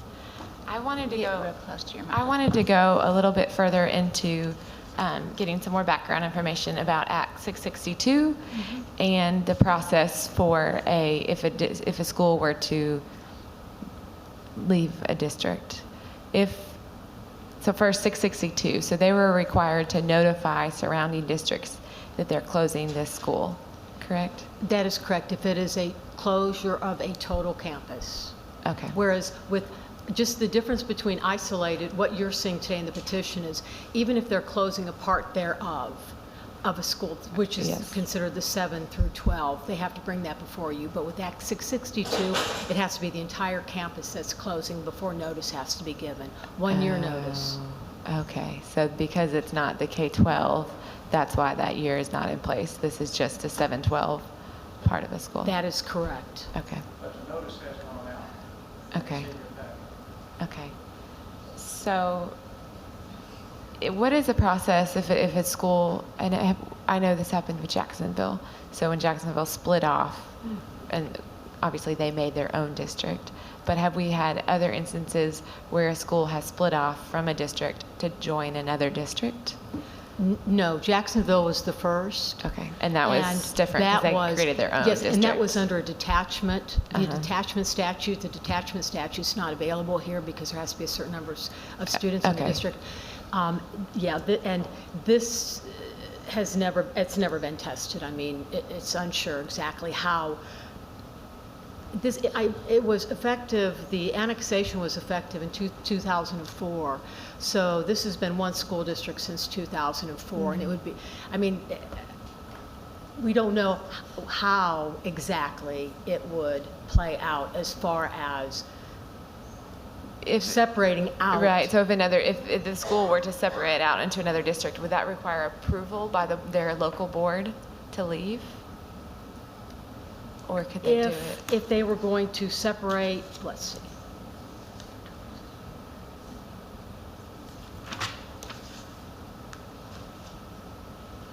I guess I'm getting to, is it a viable option to detach and join another district like they're talking about?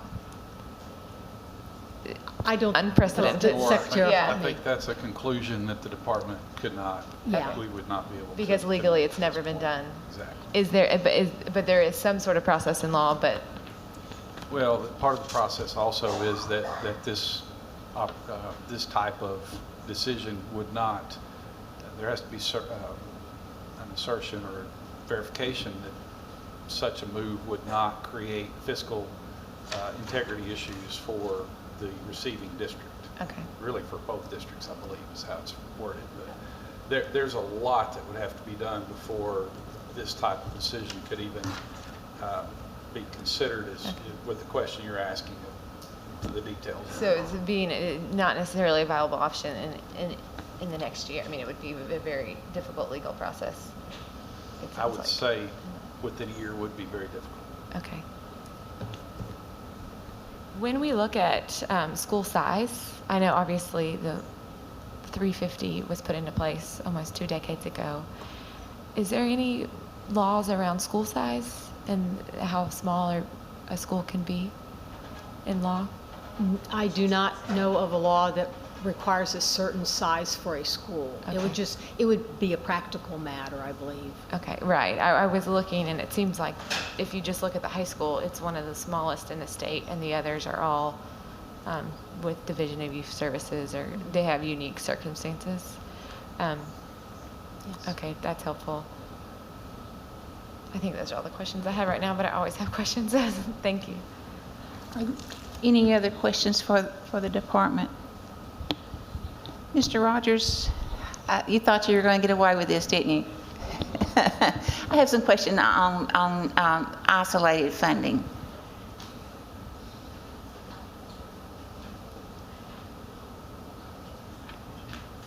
Could you speak a little bit about the isolated funding that this district gets each year?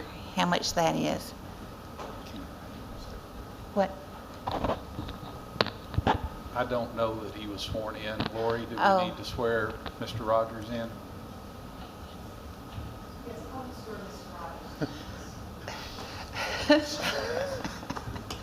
He did that just for you, didn't he?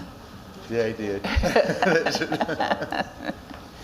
don't want to give council any reason to, point fingers at any, poke holes in anything you say. Okay, Mr. Rogers, do you swear or affirm that the testimony you're about to give shall be the truth, the whole truth, and nothing but the truth? Yes, ma'am. All right. Okay, so isolated funding, what they actually receive, receive 3 different pots of isolated funding. Okay. One is for transportation, one is for mileage of the district, the density of the district, and then another one is because it was there on the list of isolated funding that goes back to when in law there's just a list of school districts that are listed as being considered isolated funding and they receive them. So of those 3 pots, they get about $440,000 a year. The biggest part of it being the part that is for transportation. Okay, so does that transportation pot have to be spent on transportation? It can only be spent on transportation, yes, ma'am. Okay, so how much is in the other pots? I guess that's what I'm asking then.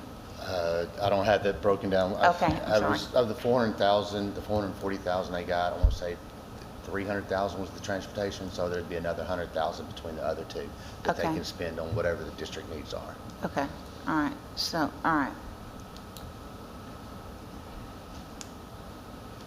Okay, that takes care of my question. Thank you. All right, any other questions for department, district, or our Sparkman representatives from anyone here or online? Okay, so now, board, this is your opportunity to discuss kind of what you're thinking or motions or what you would like to do at this point. Mr. Henderson, Mr. Sutton, any thoughts you would like to share?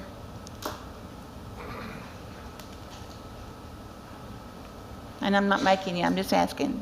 Okay, Well, yeah, I mean, I've got a couple of comments. okay.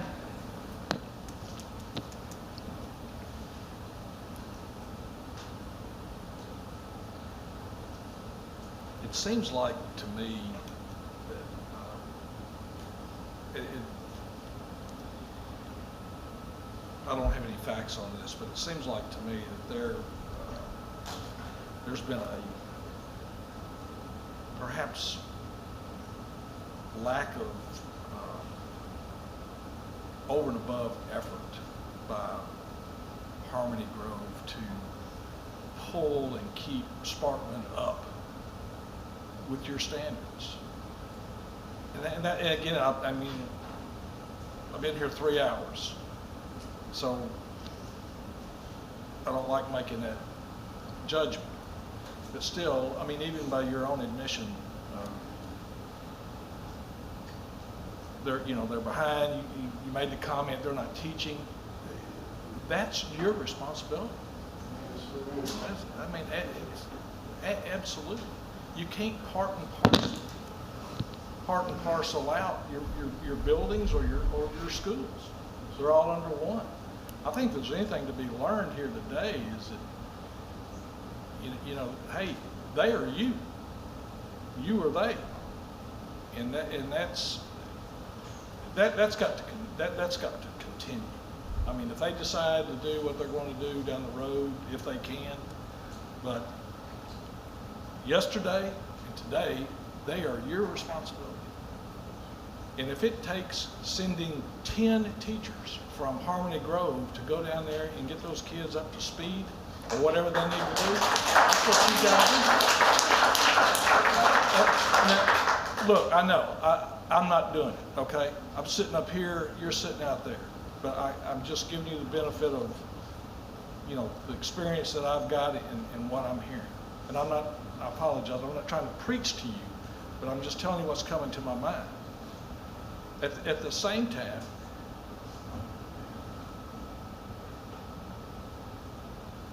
Sparkman wants time. They had time, 2 years ago. That's obvious.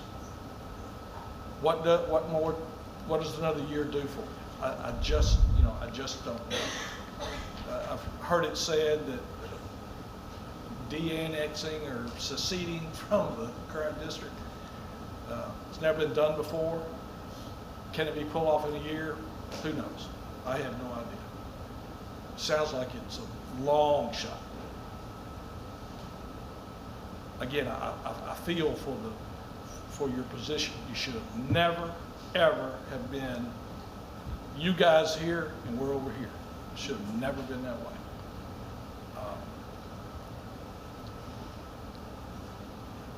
I'm torn about what decision, I need to vote today because I feel it on both sides. But I just want to get those comments off my chest. I've done it. Okay. All right. Comments or questions over here? Or not questions, but comments? I'm really torn as well. My heart is really heavy right now for everyone in this room. And I don't know how I'm going to vote yet today. This is a very difficult decision. The data is telling us that the enrollment is declining. Our responsibility is to make sure that we educate children adequately. Are we doing that? I'm not seeing evidence at Sparkman. I'm not. There could be a dozen different reasons why that's happening. It's hard right now in this position to see why that is. I know that our children will need to be competing globally, more now than ever. I have a sister that works virtually with her employees from India. So we've got to be ready. We have to prepare our children. That is what we're called and asked to do. If I don't do my job, I'm failing you. I'm failing both communities. like I said, my heart is very heavy right now. Thank you. Dr. Moore, any comments? I echo that, this being such a difficult situation. I've pulled up in front of me the Constitution of our state that says that we want to adopt all suitable means to secure the people the advantages and opportunities of education. And you could look at that both ways. You know, part of me, I mean, there's the part that we have high expectations for our students and for our schools, and every student should have the ability to have a teacher in front of them getting those 35 and beyond credits, but in today's constraints, we don't have that. And I think that, you know, that they didn't envision virtual education when they wrote the Constitution, and it has changed the land of our state, but at the same time, I feel that we still need to give students all opportunities in front of us. And I know that's weighed heavy, not just on us today, but on other boards in the legislature over the past 20 years here in our state and other states, as people have had to make difficult decisions about school and what's best for schools. And unfortunately, sometimes when we're looking at schools, and that affects communities in different ways. So that's what I keep thinking through, and want to hear more from other fellow board members. This is one of I think if we had to rank things that we had to do, this would be the most difficult day of any term that we served, deciding in a manner such as this. And I want to go back to, I think we three were the ones that were here when this was before us once before, and one of the things that we left you with as a district, not a Harmony Grove and not a Sparkman, but one of the things that we left you with as a district was to go back and think about innovative ways to serve children, and what could you do to guarantee a good situation for students. And I realized that very day we were thrust into a COVID pandemic, but that can't be our excuse for not doing what kids need. And I've been a little bit disappointed this morning when I heard some of the things that were said. You know, it was them and they and us, and you know, that can't be how a district is. It has to be we. It has to be our kids. It has to be everyone, no matter what campus that they are on. Those kids deserve a quality education, and those teachers deserve support. You know, one of the things you said, well, if they had the opportunity to, you know, as administrators and people in charge, we have to make sure that things are done that benefit every child. And so that was very concerning to me when I heard that today. And so, you know, from this point going forward, whether Sparkman is a K-12 or whether Sparkman is a K-6, I hope and I think as a board that we will be watching what happens closely from here to make sure that it is not them, that it is our kids, and they deserve the very best education possible, the very best supervision possible, the very best professional development. They deserve what they need to educate those children. And so I hope that will be done from this, not hope, but let me change my words. So I'm going to use some teacher words now. I expect that will be done after this point, whether it's a K-6 or a K-12. And I hope you understand how serious I am about that. But we want what's best for these kids, all kids in the district at this point. And we do not take, you know, I come from a small district also, and we lived through all of that. Mr. Sutton and we lived through all of that, and we realized how difficult it is for the communities to go through something like this. We realize that it's the heart and soul of a community, but we also have to think about what is best for kids and for all children. You didn't read the whole thing, but if you could pull that Constitution up, it says we provide all public school children with substantially equal opportunity for an adequate education.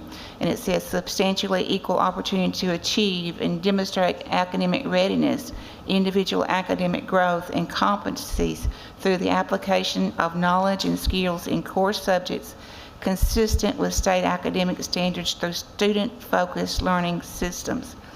That's our responsibility as a board. And so that's where we are coming from this morning, and it makes our decision very difficult. And I'm not advocating for either one. That's for this board as a group to decide, but that is our responsibility as a board to make sure that that does happen. Any other comments, Mr. Henderson? Yeah, thank you, Madam Chair. When I hear and I think about, the sawmills, the relationships that they have with the district, it's pretty mind-blowing for me to not think about or realize the fact that businesses and the district should have a sound relationship. When I think about the opportunities that, have been missed, when I think about the workforce shortage, those some things that it's necessary. The mayor spoke earlier, businesses and districts should be on one accord. There's jobs that we haven't even seen yet that's going to come in Arkansas, and somewhere we fail. So I just want to make that comment. Thank you. Ms. Psalm, did you have any comments that you would like to add? I just wanted to echo what you and others have said, that when we talk about the students, and you've probably heard me say this a lot, all means all. It doesn't mean all but these students, all but this school, all but this class, or all but the learners who are struggling. It means all. And so I agree, whatever the decision is today, I hope that mindset, I expect that mindset shifts, and that no child is forgotten, no child is excluded, and that everyone, every educator, every family member, and every administrator in this room and across the district commits to all students. Thank you. Any other comments or questions? Okay, we are ready at this point, I think, for a motion. I do actually have one more comment. Okay. Just thinking through this. So if, no matter which way this vote goes today, this Sparkman concerned citizens, or however you call yourselves, can continue to consider a de-annexation or whatever that process may be. Ms. Freno, would the 712 not being a part at that particular site, would that prevent them from being able to pursue that? That is correct. The Sparkman could still look into closing the entire campus, and they give a notice already, but a school district can then assume. And if they assumed it, they could then pick up the K-12.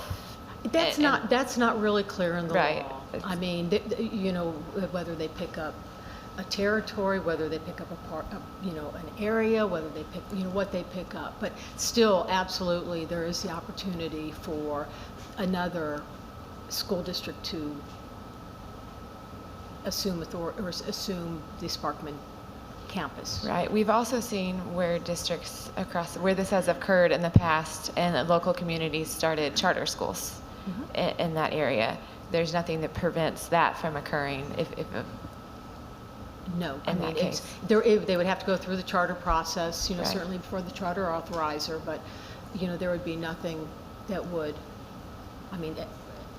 nothing that would prevent that. Okay. Thank you. Just continue to think. Any other comments or questions? I do have a question. I guess it would be for the district, maybe. The May 1st deadline on school choice has ended. So that would not be an option for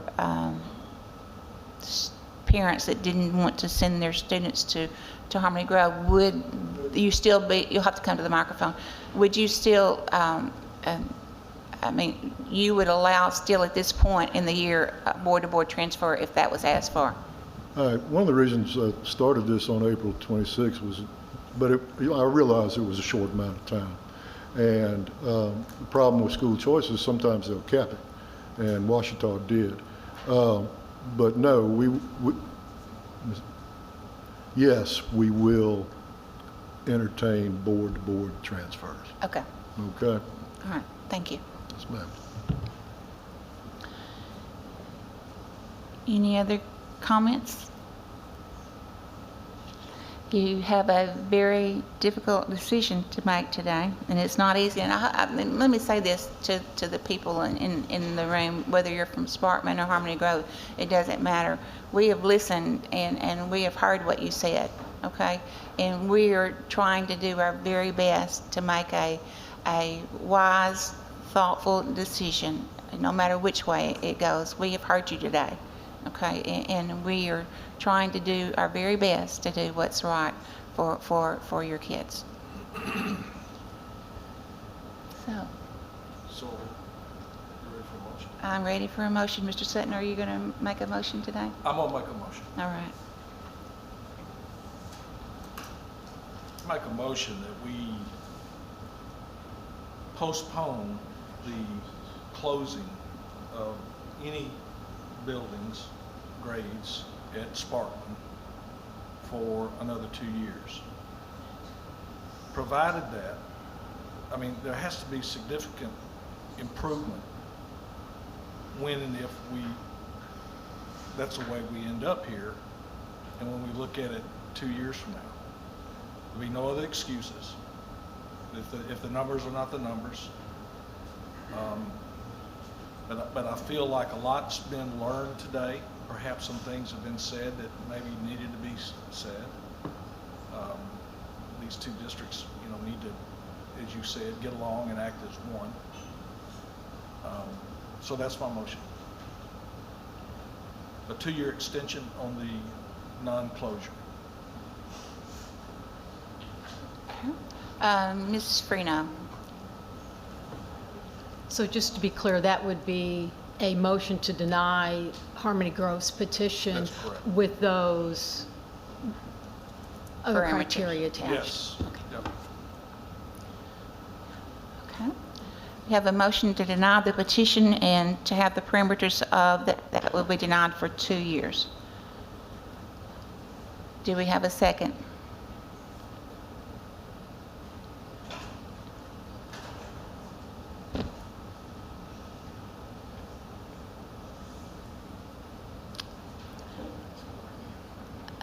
Ask what? I'll make a second. Okay, we have a second from Mr. Henderson. So I think you probably need to do a roll call. All right.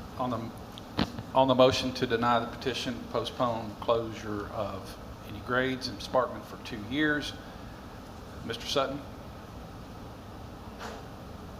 Yes. Ms. McFetridge? No. I will ask if Dr. Hill has rejoined us. Okay. He is not. Mr. Henderson? Yes. Dr. Moore? No. Vote is 2-2. Ms. Newton? Oh. You know what I prayed for? It would be a tie.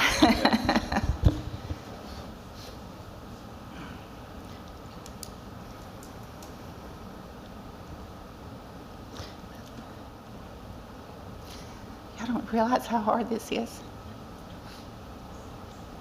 To clarify, Ms. Freno, the board's policy allows the chair to vote in case of a tie, but does not force a vote. Is that correct? That is correct. Thank The you. chair can vote to break a tie, or any time.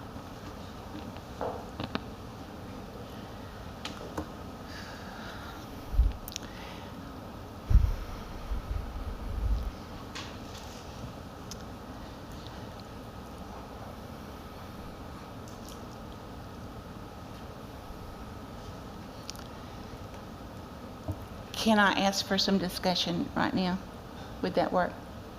Or do we have to do, Well, I think if it stays as a tie vote, then the motion dies. right, You then return to board discussion. okay. Let's do that, and I want to have some discussion on the 2 years. How about that? Would that work? Yeah, so. Okay. So then it's a 2-2 and the motion fails. Okay, so can we have some discussion on the 2-year issue? And then we come back and vote again. Would that work, Mr. Sutton? Sure. Okay, so tell me some. Well, I understand, I know where you're going with the question. Yeah. The reason I said 2 years is because it sounds like pulling off potential seceding from the district couldn't be done in 1 year. Right. And so that's really the primary Sure. reason. Okay. Otherwise, the 1 year is a wasted period of time, probably. Yeah, okay. All right. Any other discussion? I guess so, thinking about it, so if there was not a time period, their local board could vote annually whether or not to keep, I mean, any board can vote annually whether or not to keep a school open. Correct? Yes. And that is always up to a school purview. It only comes to us because this is an isolated school that was previously annexed. And was not a unanimous vote by the local board. Right, so if had it been unanimous by the local board to close, then we wouldn't be involved. That's correct.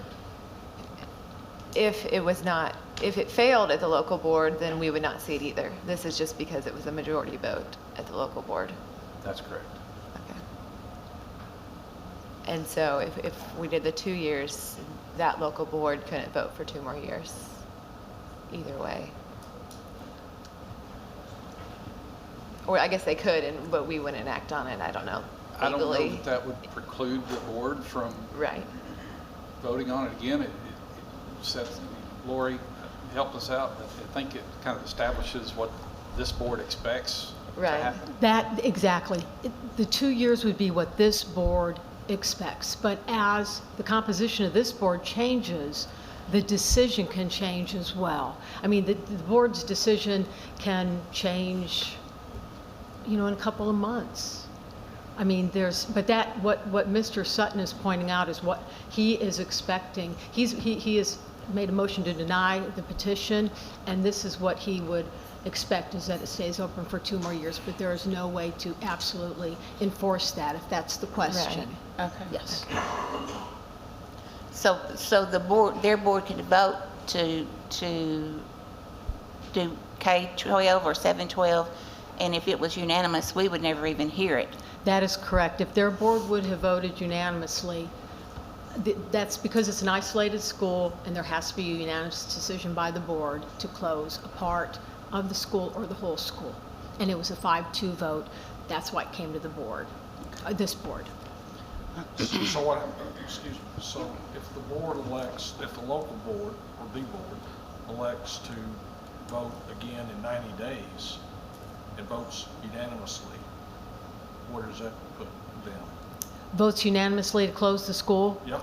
Then the school could be closed. So really, this decision here isn't paramount to what could ultimately happen. Right. Well, their board has already voted at this point. But but somebody could bring it up again, I guess is what I'm saying.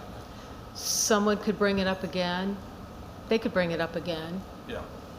And regardless of what we decided here, stipulated, will be overridden by a new vote. Is that? Possible. But if I'm correct, the vote last time was 5-2 as well, Yeah. in 2000. Okay. Well, let me say this. If my 2-year trailer that I'm putting on my motion is confusing, then I'll just make my motion to. No, that wasn't it. It's just that, it's a difficult decision, and so I just needed a moment, I think. All right. And I think it's also, it's so hard, and I know everyone in this room knows that, but it's setting up such a hard position. We want that school, those students to do well wherever they are, and we want the district to work with those students. And I know they will. I think that but I want that's my problem, I think, is we had expectations when they left that the district would work with Sparkman and to provide what they needed, and I'm not sure that happened. And so I think that's where my disappointment has come from.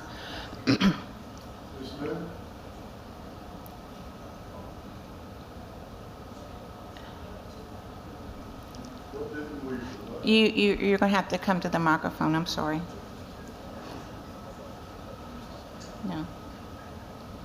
What didn't we provide? They had the same opportunities as people at Harmony Grove.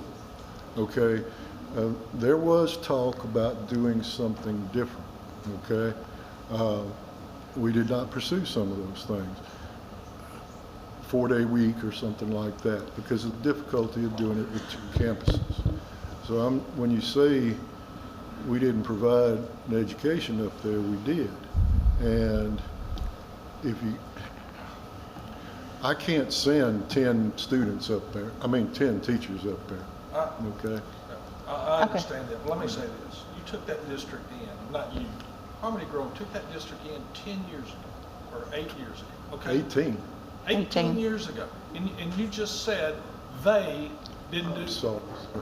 You know what I'm saying? That's like talking about they shouldn't be any different than a geography class down the hall. What did I say they? I said we provided the Sparkman campus with the same opportunities as you have on the It still other appears to me to be a separation on intent, and I just don't understand it. I may be wrong. Okay. Thank you, Dr. Snow. Thank you. And I think that if I gave a wrong impression, I'm sorry. But the task before our board today is to decide whether or not to close the 712 campus. And the de-annexation or separation is not before our board. I think that I may have pulled you off topic, and if I did, I'm sorry. But our task today is we're going to either accept the motion to close the 712 campus, or we're going to deny the motion to close the 712 campus. And so that, if you want to put a time period on that, we can do that, with the understanding that their board could not have to abide by that. So that's the motion, and if it comes down to a tie, I will do my best to do a better job this time as chair and help us through this. Okay, do we have a motion? I make the motion that we deny the petition to close 7 through 12 building in Sparkman. Second. Okay, we have a motion to deny the petition to close the 712 campus at Sparkman. And we have a motion by Mr. Sutton and a second by Mr. Henderson. And now we will do another roll call. I'll ask again if Dr. Hill has rejoined us. Okay. I'm trying, Ms. Newton. Thank you. I was praying. I was praying, but it didn't work, so that's okay. All right, Mr. Sutton. Yes. Ms. McFetridge. Mr. Henderson. Yes. Dr. Moore. No. Ms. Newton. No. Motion fails. 3 votes to 2. Do we have another motion?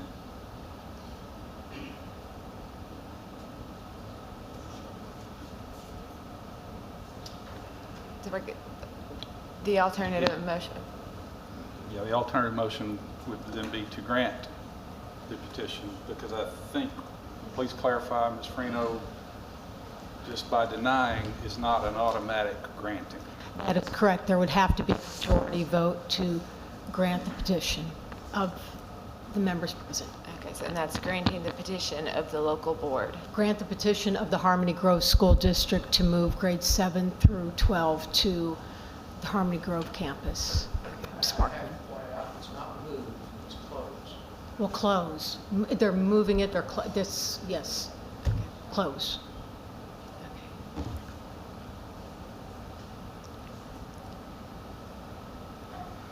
Okay, so I guess with a heavy heart, I will make the motion to uphold the decision of the local board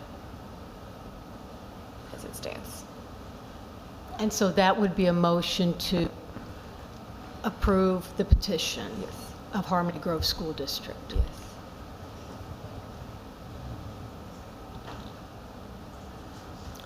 Do we have we have a motion by Dr. Moore to approve the petition by the Harmony Grove campus, Harmony Grove District to close the 712 campus at Sparkman. Do we have a second? Have a second by Ms. McFetridge. We'll do another roll call. Mr. Sutton? No. Ms. McFetridge? Yes. Mr. Henderson? Yes. Dr. Moore? Yes. It's 3-1. Okay, so the motion did pass. And please know, parents and community members, that this was not an easy decision. And we want the best for your children, and any way this board can help. I think we will, since it's 1:30, we're going to break for lunch now. And we'll come back at, how about 2:45? That work? Okay. 2:50, what did I say? This was difficult. 2:15, we'll be back at 2:15. Be back at 2:15.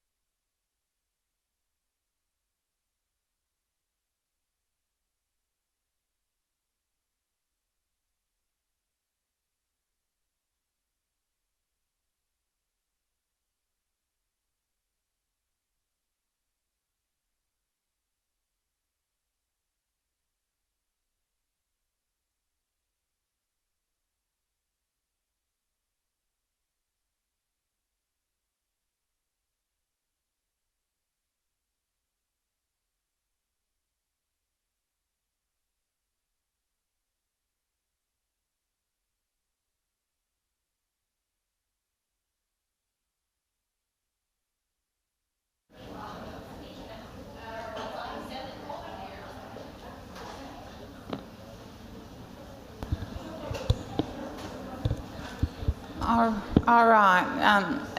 Parents, I want to apologize to you for keeping you so long.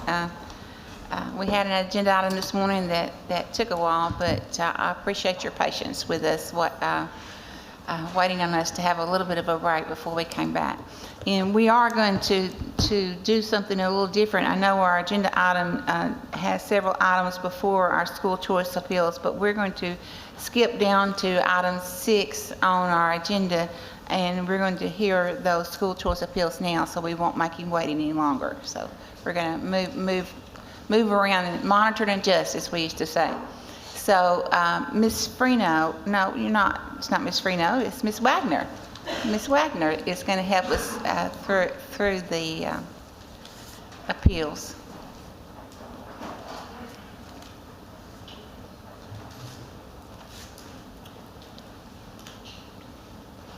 Good afternoon, everybody. Good afternoon. Okay, so before we get started into the appeals, I want to go over the hearing procedures for Please. everybody. All right? So we start off in that all persons that are wanting to testify before this board have to first be sworn in and placed under oath by the chairperson. Each party that wishes to participate may take 20 minutes to present its case, with the non-resident district going first, followed by the resident district, and then the parent rounding out the parties. The chairperson of the state board may, for good cause shown, upon request of the party, allow any additional time that you wish. Okay. The State Board of Education, at its discretion, shall have the authority to require any person associated with the application to appear in person before this board, but we do have many of them appearing on Zoom just for easy sake. Sure. State Board of Education may also accept testimony by affidavit, declaration, or deposition. I don't have any of those, so everybody who is testifying is here in person or, like I said, on Zoom. The State Board of Education will grant or deny an appeal based on the totality of the evidence presented to you and that was provided to you in those appeals, which those packets have been provided to everybody and that you can access from the agenda. Okay, you can announce your decision immediately preceding the hearings, or you can take the matter under advisement. All decisions shall take place in this open meeting. State Board shall provide a written decision to the division, which I will take care of, and I will send it out to the appealing parties, the non-resident district, the resident district, and the parent within 14 days. Are there any questions about our hearing procedures? All right. So we open this up with the first family is the Bowie family. The family appeals the rejection of their child's school choice application. The resident district is Malvern, the non-resident district is Glen Rose, and the transfer was denied based on the 3% cap. Mr. Hollister is on for Glen Rose, and Ms. Harper is on for Malvern. Okay. And the parents are present. All right. All right, thank you. So non-resident would be Glen Rose, Mr. Holliker.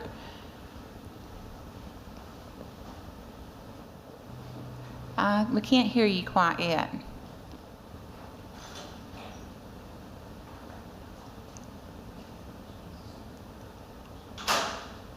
Okay. There we go. Student. Yes, ma'am.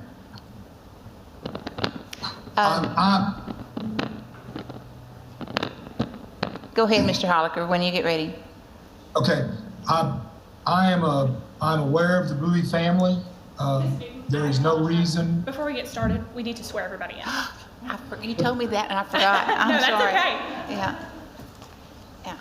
So anyone that's going to testify in any of these school choice appeals, would you stand and raise your right hand?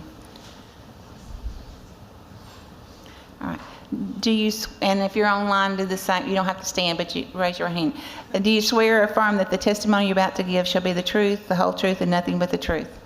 Yes, I do. All right. Thank you. Sorry about that. She told me and I forgot anyway.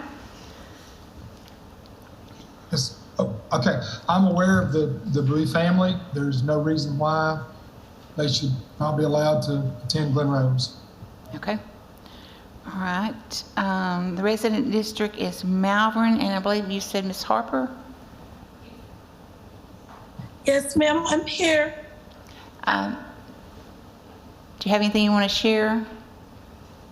No, I just received this information, and our issue is that we have hit our 3% cap. And so that's my reason for denying their request. Okay, all right. Is there someone from the Bowie family here? Yes. Okay. I'm trying to get my daughter out of Malvern due to multiple issues with teachers. She's been cursed at. She has been to summer school, cursed at in summer school. They never know where my child is at when I pick her up for orthodontist appointments. I am a single parent. I'm also a nurse, and I work at night 3 days a week.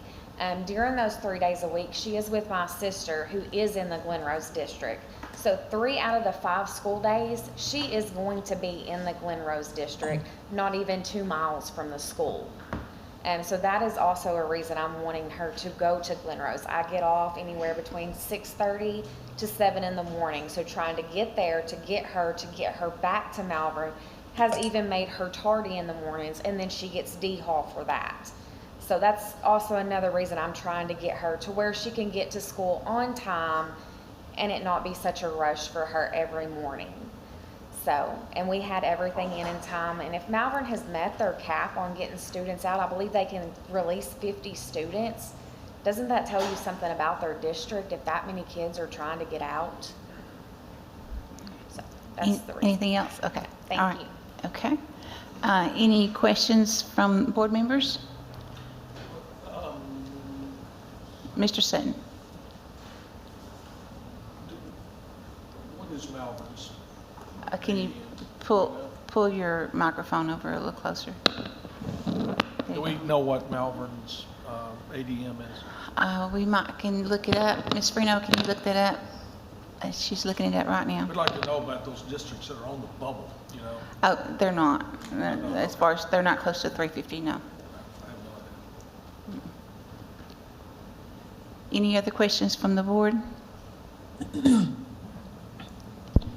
I don't want to assume, but I am, that Glen Rose has space for this child. Mr. Holliker said that they would take the child. Mr. Holliker, do you have anything you want to add? Nothing to add. There is no reason why these children cannot come to Glen Rose at all. Malvern's ADM is 1857. If I may say, many times when parents have issues within the buildings, they will come talk to me, and this parent, I don't recall, has ever come to speak to me about any issues. Okay, all right. I've never been directed. Okay. All right, any other discussion from the board? Okay, are we ready for a motion? Do we have, Ms. Psalm, I forgot, do you have a question or comment? No, ma'am, thank you. Okay, are there any other board members online? I know Ms. Wood said she might join this afternoon. I didn't know if she was back. Okay, all right. Are we ready for a motion then? I'd like to make the motion that we accept this transfer of the Bowie child going into the Glen Rose district. Okay, all right, so Ms. McFetridge has made a motion to accept the appeal of the parent for the child to go into the Glen Rose district. Do we have a second? I'll second. Seconded by Mr. Sutton. All in favor? Aye. Any opposed? Okay. Congratulations. All right, the next one is the Perry family. The Perry family, it is the same. Their non-resident district is Glen Rose, resident district is Malvern, and they were rejected based on that 3% cap. Okay. Mr. Holliker, do you have anything you want to add? I am less familiar with the family and the child, but once again, there's no reason why they cannot attend Glen Rose. Okay, I think this is a kindergarten child, if I remember right. Okay. All right. Anything from you, Ms. Harper, you want to add? No, ma'am. Okay. Perry family, is there someone here? Good afternoon. Good afternoon. I am Abel's mother. He's going into kindergarten. I grew up in Glen Rose. I taught at Malvern, so I'm familiar with both of the districts. We just feel as his parents that the smaller class setting is going to be better for him starting off in school. So like Glen Rose's kindergarten is by itself. It's in pre-K, it's on campus, it's isolated. He did pre-K from home, so he hasn't been in that school setting. So we just feel that it would be setting him up for more success if he was in that smaller classroom setting where he's going to get that one-on-one attention. Where we live is the dividing road for the two districts, and we are actually closer to Glen Rose School District than we are Malvern. We're on the outskirts of Malvern. So transportation-wise, we're going to be providing that for our child regardless. And so for us, it would be more convenient to take him to Glen Rose than it would be to take him to Malvern. Anything else you want to add? I think so. Okay, we'll see if we have any questions. Any questions over here, guys? Any over here? Okay, we're ready for a motion.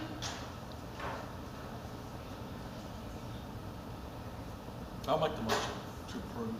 Okay, we have a motion by Mr. Sutton to approve the appeal for this child to go to Glen Rose from Malvern.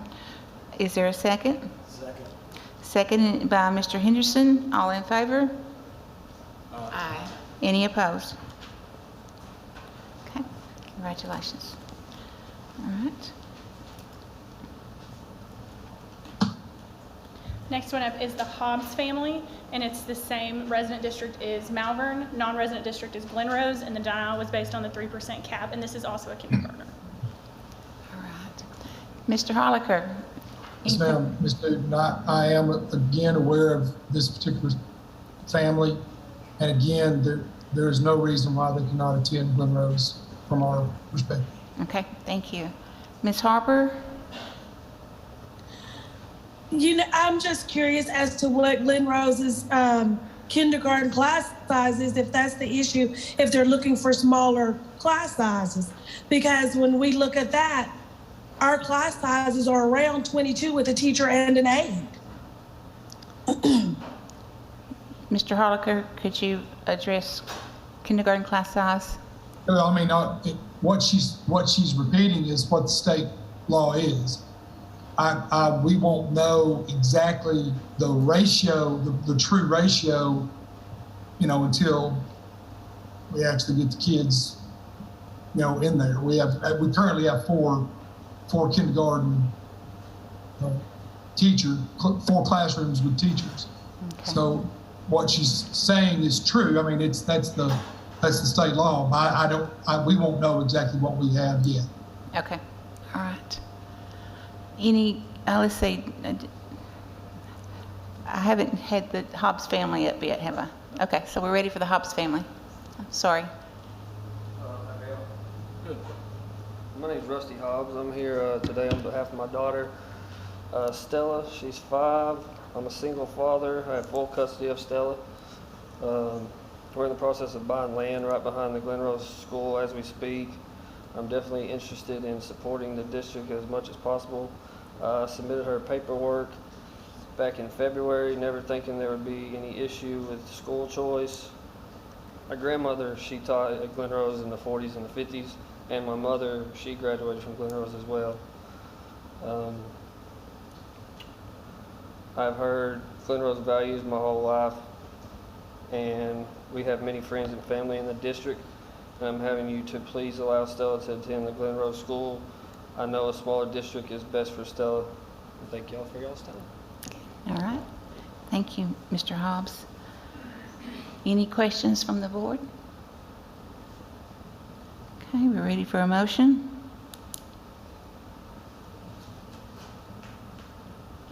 Motion that we accept the transfer of the Hobbs child into the Glen Rose School District. Okay, we have a motion by Ms. McFetters to accept the appeal. Second. Seconded by Mr. Sutton. All in favor? Aye. Any opposed? Congratulations, Mr. Hobbs. Hughes family. Hughes family, it is the same. It is the resident district is Malvern, the Glen Rose is the non-resident district, and they were denied based on the 3% cap. Okay. Ms. Nick, Yes, Mr. Holliker.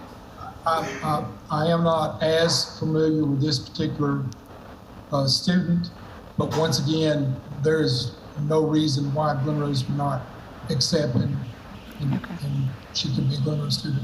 Okay, I believe this child's a senior, if I'm not mistaken. Right. Yes, ma'am. Okay. Yes, ma'am. All right. Ms. Harper, anything? No, ma'am. Okay. All right. Is someone from the Hughes family here?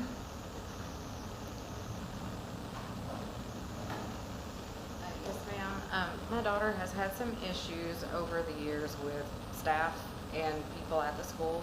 My oldest daughter graduated from Malvern this last year, and she also had some issues with Malvern. My youngest daughter is the one that's trying to transfer, obviously. She has had enough issues that she switched to their online program in order to try to encompass that. She found that her education was lacking with the online program and wants to go back into an in-classroom, but just like she had a kid look at her and is like, oh, I thought you died, you know, and it's just stuff like that. She's like, no, you know, I don't. So we are 10 minutes from Glen Rose. We live close to Perlis, so we're 2 minutes from Malvern, 10 minutes from Glen Rose. She has a car, she has a driver's license. So she can get herself to school every day. There's not any issues with that. And she's just not comfortable in Malvern and doesn't feel safe at that school district. So. Okay. Any questions? Do we have a motion? So moved. Which is? I'm sorry. Recommend the approval of the appeal. Okay, so the motion is to grant the appeal by Mr. Sutton. Seconded by Mr. Henderson. All in favor? Any opposed? All right, congratulations. All right, Goin family? Yes, the Goen family, there are 3 children in this family. The resident district is Malvern, the non-resident is Glen Rose, and the denial was based on a 3% cap. Mr. Goen, for his child Timothy, has actually provided a letter for the board to see. Okay.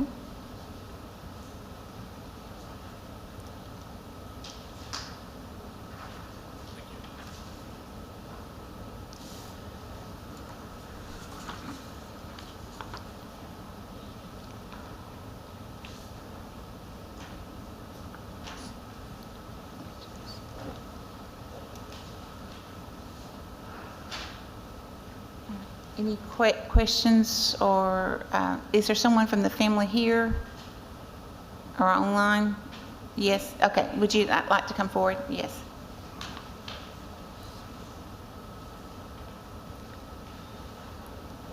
Afternoon. I spent some time in the military. I graduated from Glen Rose, so did my wife. Lived there in that district most of my life. My son, I just got custody of him. I guess it was probably about 4 or 5 years ago, but finished up his year in Glen Rose when his mom died. And I moved him to Malvern like the right thing to do. Well, in 6th grade, he was bullied to no extent. In the 7th grade, he was bullied and even had a teacher discipline him, give him a failing grade because he said, yes, ma'am. And my military term, it's always yes, ma'am, no, ma'am. And we moved in with my mom in her house to get all my kids back in Glen Rose last year. So they spent all year last year in Glen Rose. Well, she sold the house and they moved to Tennessee. So I moved back to my land in Malvern, but I want to keep my kids in Glen Rose. So they were in Glen Rose last year? Yes, ma'am. Okay. All right. Anything else you want to add? No, ma'am. All right. So we ready for a motion? Oh, first of all, do you have any questions? I'm rushing you, aren't I? Any questions? All right. Now we're ready for a motion. Okay. A motion by Mr. Henderson to grant the appeal. I'll second that. Seconded by Ms. McFetridge. All in favor? Any opposed? All right.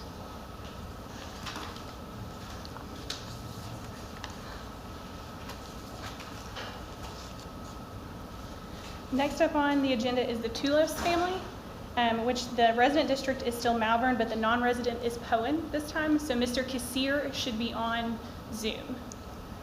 All right. Mr. Kazar, are you on? Yes, ma'am. All right. Do you have anything that you'd like to say? No, we don't have any issues with the students coming to Poland. So you would be able to take them if they were granted? All right. Yes, ma'am. Okay, and the non-residents Malvern, Ms. Harper? No, ma'am. Okay, and the family is a Toulouse family? Okay. Hi. Largely, our choice to go to Poen is simply the fact that their grandmother works at the school. She's a teacher at Poen, has been for many years, and it would be very convenient for us with transportation and whatnot. I have 2 children, neither can drive. I would prefer to keep them off the bus if possible, and she could help us with that. And secondly, their dad works in Sheridan. It's closer to Poen than Malvern, and it would be easier should they need a parent at the school for any reason. Where we live, we're not any further from Poen than Malvern. Okay. All right. Any questions from the board? Did we hear from Poyen? I'm sorry. Yes, Mr. Gazar. Am I going to? I need to slow down a little bit. Oh, my goodness, okay. Yeah, yes. He said that, they said that they could They're take. accepting it. They are accepting, yes. Okay. All right. Any questions from the board? All right, do we have a motion?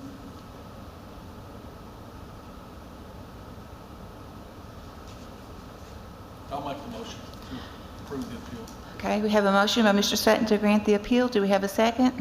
I'll second that. Seconded by Ms. McFetridge. All in favor? Aye. Any opposed? Okay, congratulations.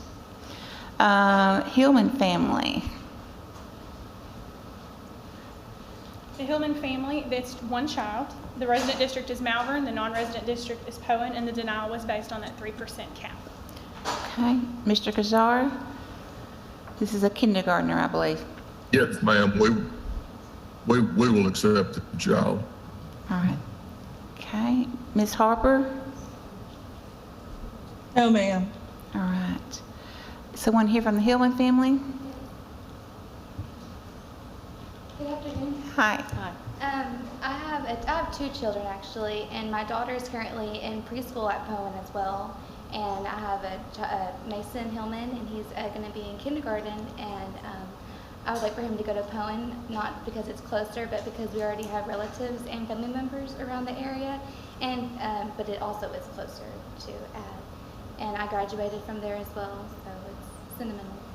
Okay, all right. Any questions? Okay, do we have a motion? Make a motion to grant the appeal. All right, we have a motion by Mr. Henderson. We have a second. I'll second that. Seconded by Ms. McFetridge. All in favor? Aye. Any opposed? Okay. Now, I do have a question on this. Because she's got a daughter in pre-K, will that pre-K child be accepted? Or I will think she they're given need to- preference, but I think they have to. Is there a program through Arkadelphia and they already got accepted? But I might be through next year for my daughter. I want her to go to kindergarten. Yeah.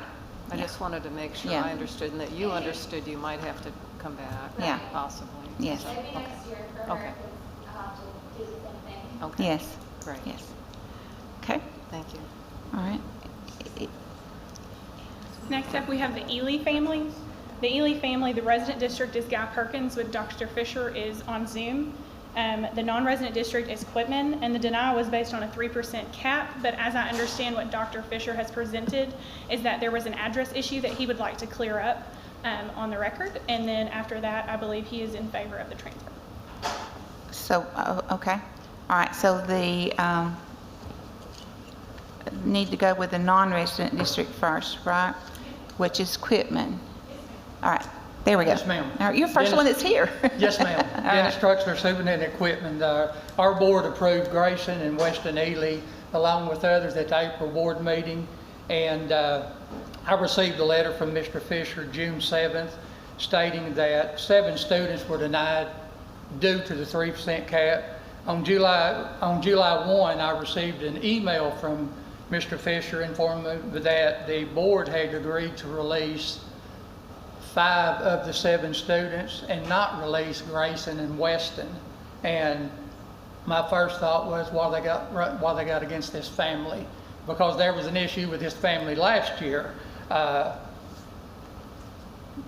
Grayson came to us last year as a sophomore. Grayson had been homeschooled since early elementary. He came in and finished the year, broke his foot, still only missed one day. Ended the sophomore year with a 4.0 GPA,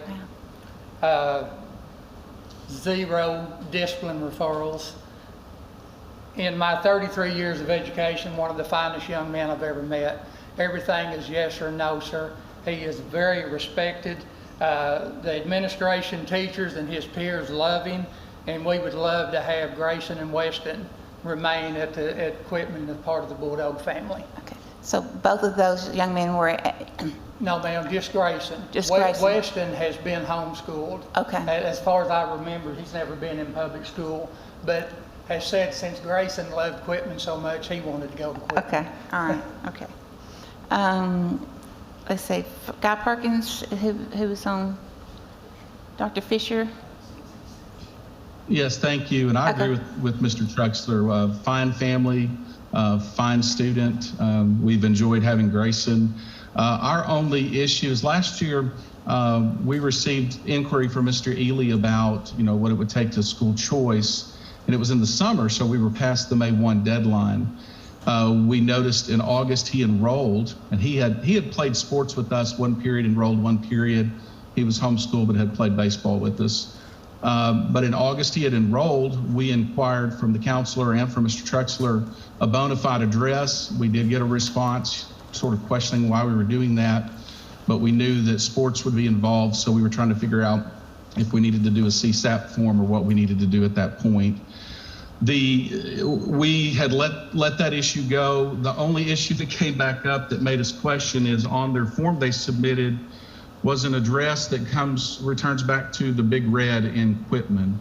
We're just trying to figure out what address they're using, because the one that was submitted on the form returns to the Big Red. Okay. And we are prepared to, once we clear this up, to go ahead and for the district to release. Okay. Anybody? I'm not sure about the address he's referring to. I know that Grayson did excel in sports. He played football, first year he's ever played football, and was an all-conference athlete. Broke his foot in basketball, was an all-state track member, played baseball. We returned into the Arkansas Athletics Association for a bona fide rule move, and Mr. Stacks, he wears many hats. One is the athletic director. He submitted all the paperwork that we had to the AAA, and they did declare Grayson in our district bona fide move eligible. Okay, all right. Is that cleared up?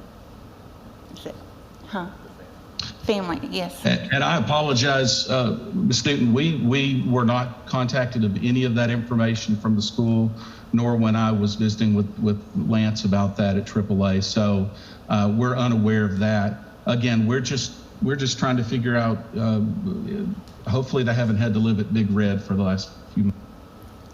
Okay, all right. Okay, we'll hear from the family. I wrote that down. Okay, that's Okay, fine. here's some history that'll clear that up. Grayson homeschooled in the Guy district. He has not attended Guy school since the 4th grade. Weston has never attended Guy school. He has been homeschooled only. We want him to attend Quitman school in the upcoming school year. Quitman and Guy had to agree that Grayson could homeschool in the Quitman district last year to begin taking more rigorous classes. Guy refused. We missed the school choice deadline last year. Sorry. Because my father, who was in the hospital for 9 months from complications from COVID, he then passed away in our home. So we moved. We then moved to Quitman. Sorry. It's okay. Take your time. We enrolled Grayson in 4 periods a day and put the home in the Guy district up for sale. Grayson homeschooled and took 3 courses at Quitman that would prepare him to take AP and concurrent courses in the future. The family home in the Guy district didn't sell, So we did decide to live in it now, in school choice equipment. Now Guy has denied that too. And let me add that our two boys are the only two children of color that were denied. Grayson wants to stay at Quitman because of the more challenging courses to prepare him for college, and he wants to take AP and concurrent courses from teachers on campus, not virtually like Guy has. Quitman has teachers on campus who offer concurrent algebra, college English, college psychology, history, and education classes. He can get over 21 hours of college credit from Quitman teachers. They only offer those virtually at Guy. We also don't want Grayson uprooted by not seeing the friends that he's made and the teachers that he has, and this is forcing him away from these things. We want both boys at Quitman because of the safety measures that are in place at Quitman. My husband, Bill, is a retired state police officer, and safety was the winning factor for him. Quitman has a full-time resource officer on duty all day, every day. There are safe shelters in place in every single classroom that protect from tornadoes and shooters. Guy has a safe shelter in their hallway only. And that's Okay. what I have. Thank you. All right, thank you. Do you have any questions from the board? Okay, are we ready for a motion? Motion to approve the appeal. Okay, we have a motion by Mr. Sutton to approve the appeal. Do we have a second? Second. Seconded by Mr. Henderson. All in favor? Aye. Any opposed? Congratulations. Okay. Swinson family.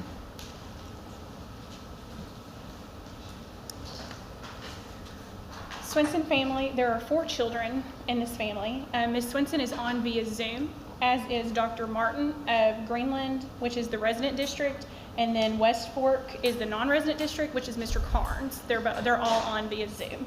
They were denied based on the 3% cap, and I will let all of them discuss that with you. Okay. All right. We'll begin with West Fork. Yes, ma'am. Mr. Carnes, Yes, ma'am. go ahead. Do you have anything that you'd like to say? No, if the board chooses to accept the appeal, West Fork will accept the kids into our district. Okay. All right. Greenland. Yes, good afternoon, Madam Chair and Board. Thank you. This denial happened based off of the 3% cap. I reached out when I received the appeal to Ms. Swinson about the information in there. I know that you saw that in the packet. I did offer her a board-to-board transfer based off of the information shared.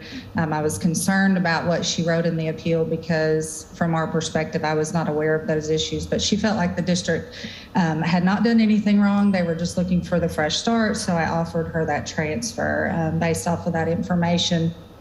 She was concerned about that transfer because of athletic reasons, and I never heard back from her. I did forward that information to the department, which is also in your packet, I believe. And so at this point, we have offered the board-to-board transfer, and we're also looking at those choice offerings that are not taken advantage of and reconsidering those that were denied.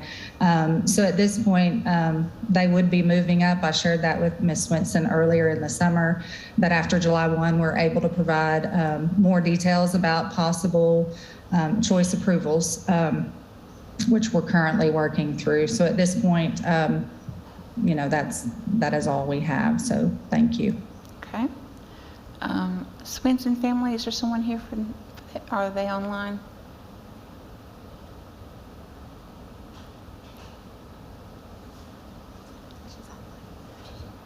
Okay.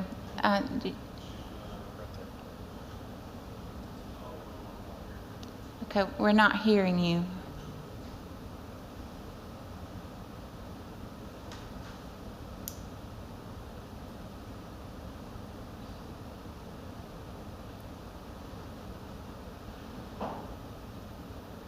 No, cannot hear you. No, not hearing you at all. Why don't you try hanging up and reconnecting, and we'll come back to you in just a few minutes.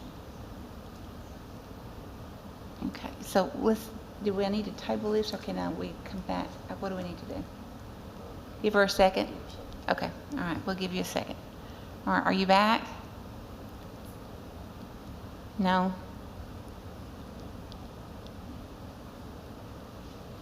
We're not hearing anything. Our tech guy says you need to disconnect and rejoin.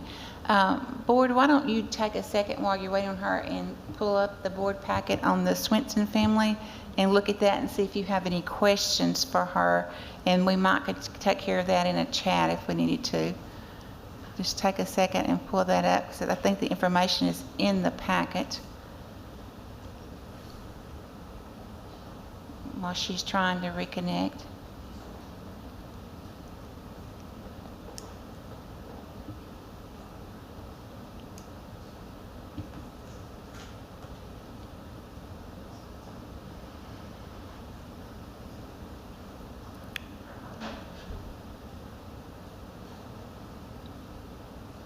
Were you able to read and get a picture?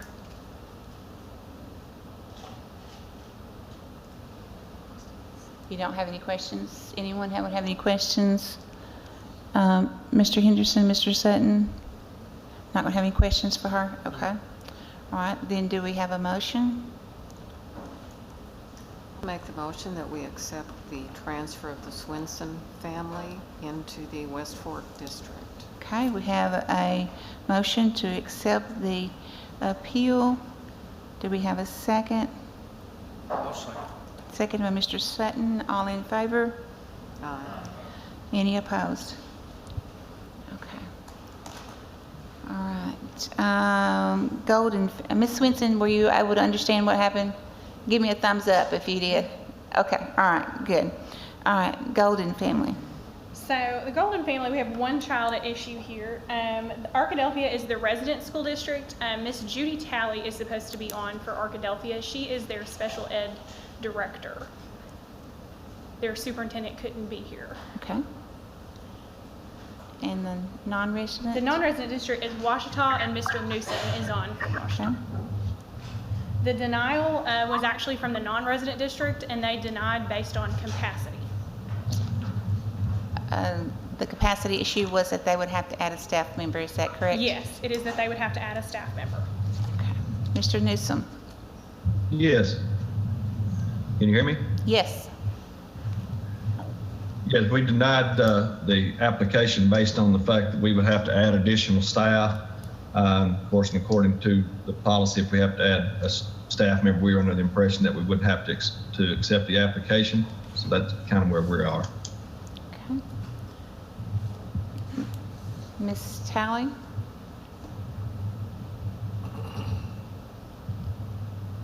Is there someone from Arkadelphia on?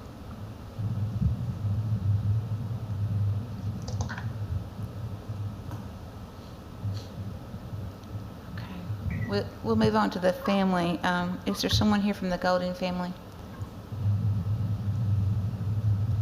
Jamie Golden, Jace's mother. I'm here today to present the fact that my 5-year-old disabled child was rejected from the school district his older brother will be starting his 5th year at, and whose twin sister was accepted the same day he was rejected. I believe that this comes down to which carries more weight, the law protecting the disabled from discrimination, or a rule that says a school district is not obligated to take on a child who will require a new hire. Thank you. So, Ms. Golden, could you come back for just a second and let's make sure that the board understands your child has a disability, and because of that disability, the non-resident district is saying they would have to hire someone to help with that disability, and that's the reason that they rejected your appeal. Yes, he has total assisted care, and so he would need an aide with him throughout the whole day. Okay. All right.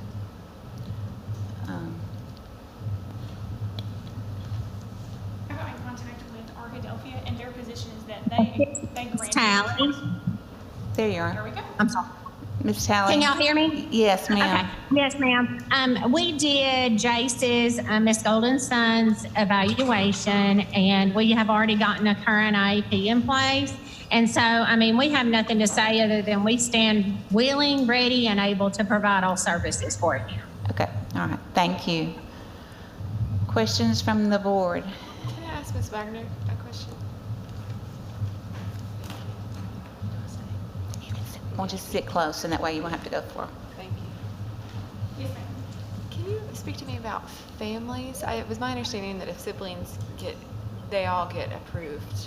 So How does that work? what the law says is that if you have a sibling that is already choiced into the district and then you apply for school choice for your, say you have a 5th grader, as in this instance, and then kindergartners who apply, unless the school district does not have capacity, they are supposed to accept the children. Okay, so that's the only. Yes. And in this case, how do they know? I mean, is there a provision that you disclose special education and needs? So provided in your packet, Mr. Newsom provided a policy that they have that if it is their school board has, that if they have to add staff, then they reject school choice applications. So that is their policy. And that's a legal policy that they can have. What does the state statute say? So the state statute, our law says that you cannot discriminate on the basis of disability. And under the IDEA, a one-to-one aid is considered a related service. So therefore, you cannot discriminate on that basis. And these are twins that are both going into kindergarten. One got accepted and one got denied because that child needed an aid. Yes, ma'am. Any other questions from the board? All right.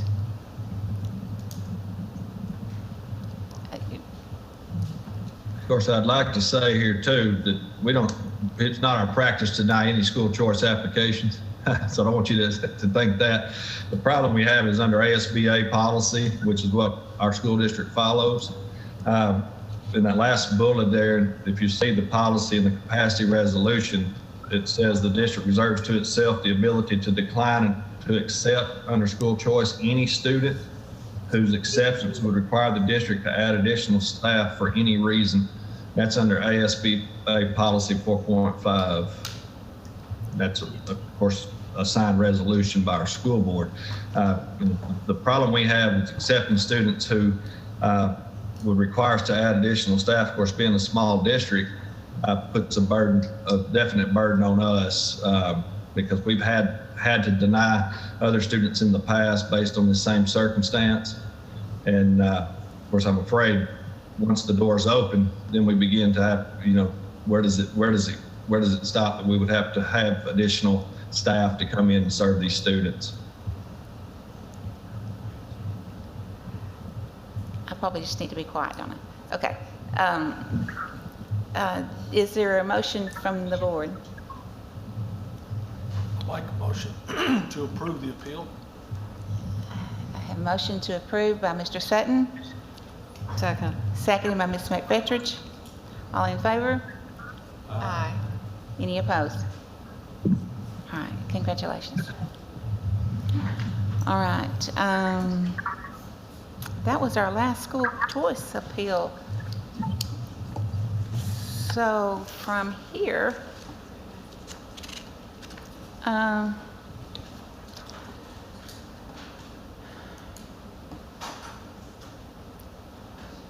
you want to go back to what Helena was telling, and then we'll just see how we go after that? That work for y'all? Okay, all right, let's just go back then. So we did good. Board, do you need a break, or are you okay? Because we're moving into Helena, West Helena. Any reason not to go on then? Okay, all right, so we're good. So we're going to go back to item 3 on the agenda. So Stacy Smith, Deputy Commissioner. And I do believe we have Mr. Simpson on Zoom. He's on the school board there he is right there, Helena, West Helena. So I just wanted you to make sure you were aware that he was on here. Today we are seeking to ask the board to approve classifying Helena, West Helena in level 5 support. And I kind of want to give you some background on this and why we're requesting this. We've been working with the district now for about a year and a half. In December of 2020, the then superintendent had reached out for additional assistance from the Office of Coordinated Support and Service. And so at that time, we started sending in one of our assistant state superintendents to work with the superintendent herself. That work continued for that semester into the summer. School started then this last school year, and it became first week of school, we started getting calls here at the department that high school students did not have schedules and were basically just sitting in classes. So we got several calls about this, actually sent a team out then to see what was going on, and that was absolutely the case, that high school schedules were not made. Students were just basically being held into classrooms. They made some kind of temporary schedules, but students did not have assigned classes. We asked then for, I sent in a much larger team that included special education and our standards team with Ms. Kaufman to go out there. So I sent first a few people from my team to go and say, yes, this is going on. Then I turned around and sent another team back, and they came back to say, yes, students did not have schedules. They were not in the schedules made. We had folks from our special education department walk through the school, visit classrooms, and most of the special education classrooms did not have any students assigned to them, with the exception of a self-contained class. You just saw, it was fourth day of school with only 4 students, and the teacher didn't even know the students' names. So there was just some big concerns. Lack of access to equipment. Had a student who needed a wheelchair that was just laying on the floor that did not have a wheelchair.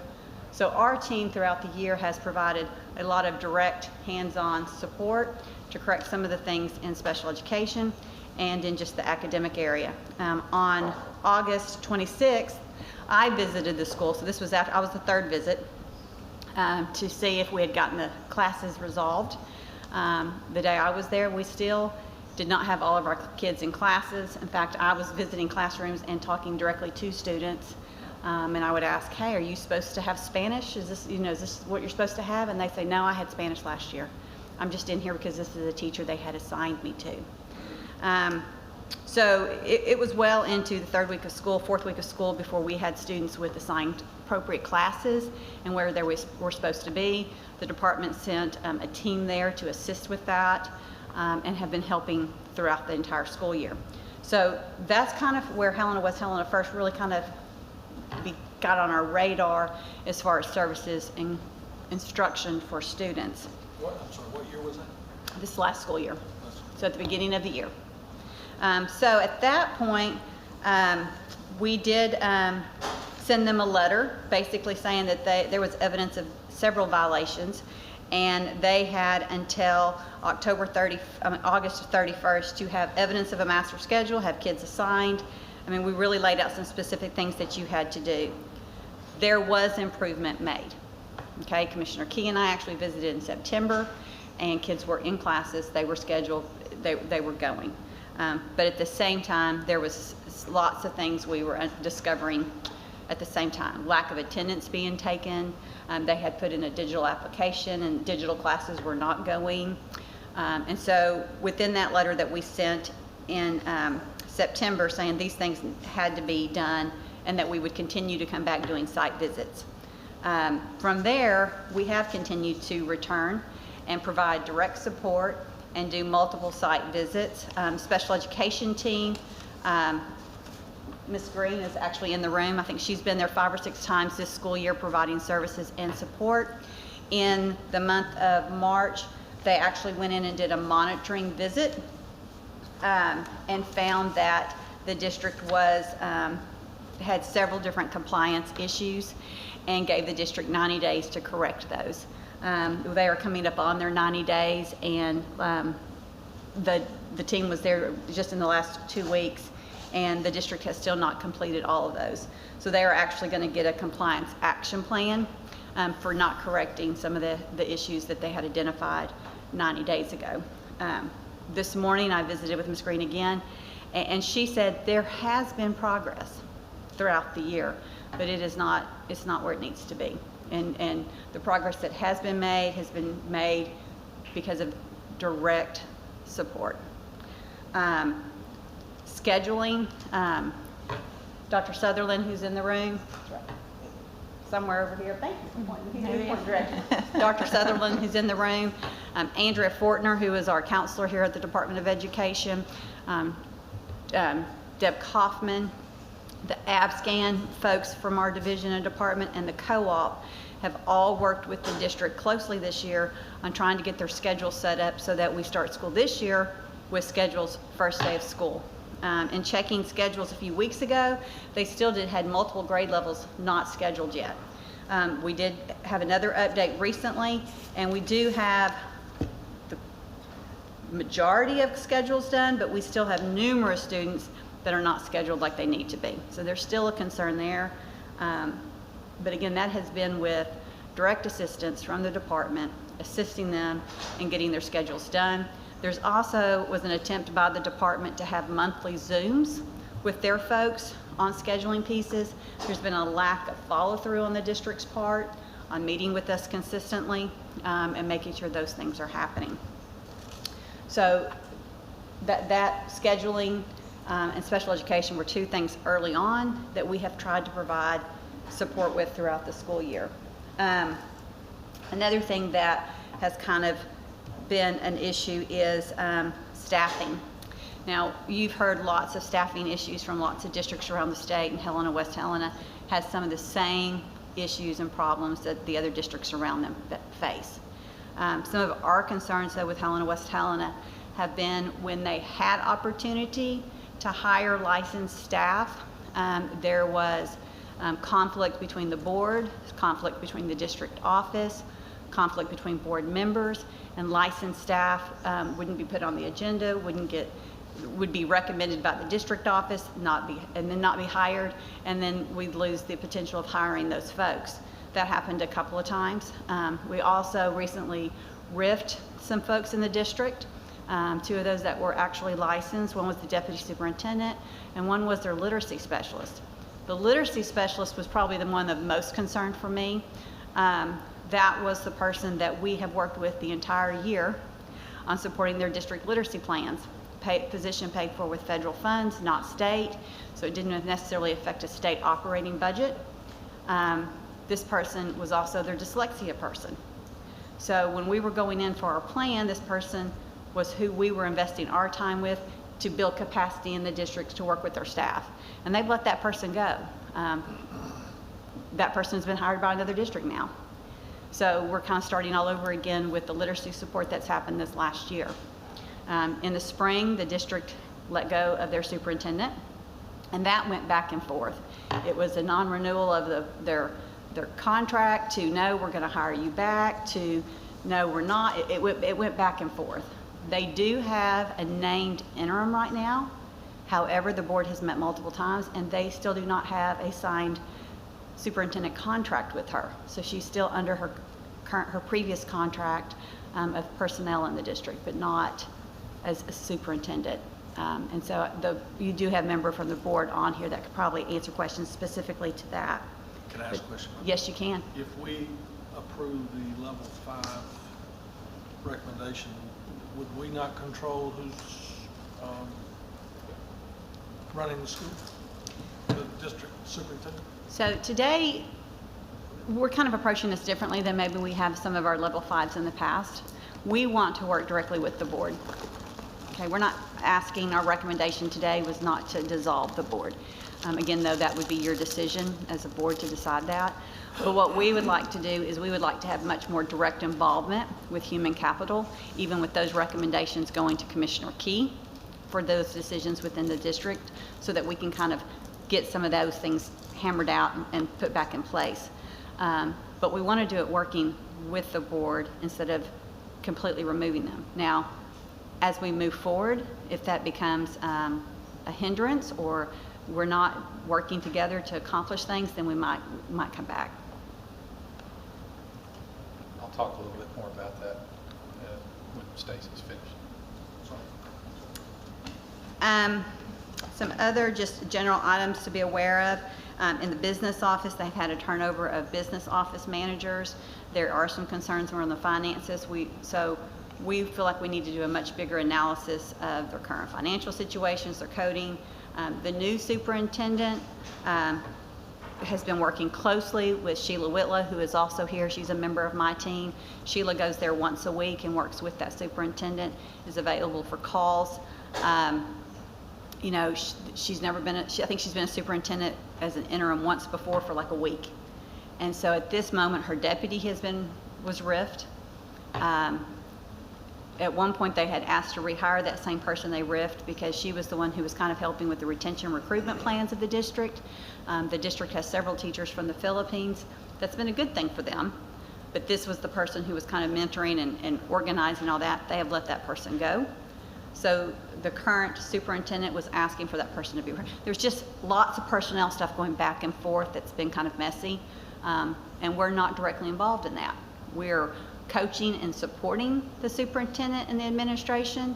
And while we're giving directions on what we think should happen, some of those things are not being followed through with, or they're just completely where we've invested our time, it's just gone now. So I'll kind of stop there for a minute, see if anybody has any questions. And again, I want to remind you that Mr. Simpson is on the Zoom. Any questions? Stacy, how big are they now? How long? What's the enrollment number for? Will you look back? Will you think it's what? A little over 1,000? She'll look the number up exactly. So they have a new bookkeeper, or will have, because they have a new bookkeeper. They're going to have a new LEA supervisor. They're going to have, Yeah, they currently do not have an LEA supervisor. The one they had has left. and they're going to have a new superintendent of some sort.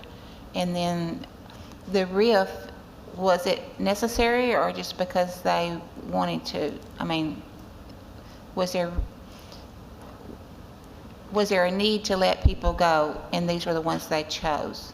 I'll probably let Mr. Simpson kind of address that from a specific board, from their viewpoint, what they saw. From our viewpoint and where we were at, we felt like the two positions they did let go were didn't make sense. They did do some restructuring within the district as well. But again, there was conflict around those RIFs from the previous superintendent possibly disagreeing with it and then being removed, then those happening. And, you know, just this, when are we approving our personnel, when are we not? The reasons behind letting people go, some things where it was just not clear. Any other questions from the board? Yes, and I hesitate to bring this up, but from what I've read, the district was taken over in 2005 and then again in 2010. When was it released? When was it last? Was it When was it returned? Last returned? Commissioner, I do not know that. Do you know? I believe it was 2016. I think Lori is trying to ascertain that. That sounds about right, because it was early in my report. I believe it was 2016 when they had, at that point, had elected a board and were released. Okay, and so what's the department's relationship been with the district since that point in time? I'm sorry, say that again. Since it was last returned, like in 2016, what's been y'all's relationship with them? What level were they in? So last year they moved into level 4 due to their literacy scores and had a literacy support plan. While we were working with them on literacy, their then Superintendent English, reached out specifically to our team and said, can I have received some more help? I need some assistance. We're struggling, which we said, yeah, absolutely, we'll come in, we'll help you. We started sending someone there monthly. And even then, when we were going in monthly to support, we were seeing other things that we knew needed to be addressed, but we felt like it was a great opportunity that we were being asked for support. And so we wanted to support, we wanted to be able to go in. This last year, I mean, in August when we went in because of complaints about students not having schedules, there were lots and lots of issues. They would have had standards of accreditation violations this year without a standards waiver. They would have had standards for accreditation waivers without our direct support and helping clean that up. I will say there still are issues that we're aware of. For example, both the assistant principal at the high school and the high school principal, both are listed as teaching classes, full loads of classes, which we know that's not the case. They're listed as teaching everything from math classes to credit recovery to Title I math classes, a visual arts class, and they're licensed, so it doesn't flag in our system here at the department. But we recognize their names when we're looking at schedules and have asked them to clean that up. And here we ended the school year, and we still had both of their administrators at the high school listed as teaching courses. So there are things like that that we know are happening that we want to get in there and get elbow to elbow and really be able to clean that up in a very direct way. But we want to work with folks. So when you ask what has our relationship been, this last year we've been there every week. We're visiting someone. We are trying to establish some relationships, but there is a lack of follow through on some pieces, and there is a lack of where we spend our time and effort, and then the person's gone. And I think our frustration is the person's gone not because they had to be gone. When you say gone, you mean?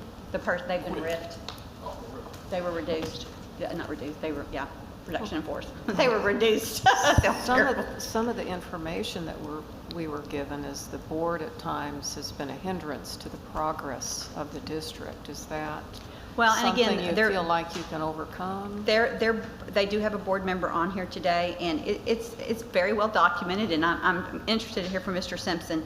But they've had very heated board meetings. They if you follow the newspaper, there's articles in the newspaper. There's recordings out there of things that have happened in board meetings where folks don't agree and we're not coming to an agreement. And I think an example of that is their current superintendent, who was named superintendent, and the board has met 2 or 3 times trying to agree upon what her contract should be. And last night, I think they were supposed to have a board meeting and didn't have a quorum. And so she still at this point doesn't have a thing. So again, will they be a hindrance? I hope not. I hope that this is an opportunity for us to come in and say, we want to work with you. A lot of folks out there will talk about the state coming to take over. We don't want to take over anybody. We don't want to absolve anybody. We really want districts to stand up on their own, and we want the best for kids across the state. And will the board willingly work with us? I would hope so. If they choose not to, that's why we have the State Board of Education. I think one of the big concerns to me was when I read, and you stated, was they had opportunities to hire certified teachers and chose not to, and then placed 1240, which was not the intent of what we gave 1240 waivers for. And so that's very, very concerning to us, I think. And it's very messy. For example, we know licensed teachers that were being recommended, but then we were told, one board member blocked it from being on the agenda. And then it was brought up at the board meeting anyway. And so it's just, again, it's not clean. It's very messy, especially around human capital. And so this is the opportunity for us to be able to work directly with them to try to strengthen some of that. But it's late in the year, and school's about to start. Yeah. Ms. Newton, this board took action in March 2016 to return the district to local control upon election of a local board, and I believe it was election and training was if I remember that motion. Yes, and that occurred in the November 2016 election. And then after that, and upon their training, then they assumed authority as a local board. So it seems like we're in a Mr. Boyd was still the superintendent at that time. So he had been the superintendent under the state authority and then continued that for some time. I don't remember how long, but for quite a while after. Then he continued there until he retired and resigned. I'm not sure which one. It seems like we're in a 5 or 6 year cycle, which is not good. Yeah. So Mr. Sutton, you had asked, and this is probably as good a time to mention this. you know, y'all have dealt, this board has dealt with twice taking over districts, Ottaway being one, Helena West Helena being another. And I don't know if, Ms. Newton, if you remember, or Dr. Moore, I think you might have been there maybe before you were appointed, but in the meeting where we went to Helena West Helena, and we talked about returning local control. And I reminded the community, and it was a pretty big community meeting, there was a lot of excitement and energy about getting their board back and getting control of their district back. They've done some good things. They've had a building project. Since then, they've built a new high school. A beautiful high school. Beautiful high school. I don't want to paint the picture that that everything going on there is bad, because there have been some very positive steps for that community. But I said then that, and I gave caution that if we had to come and do this a third time, it would look very different. Now, the law has changed.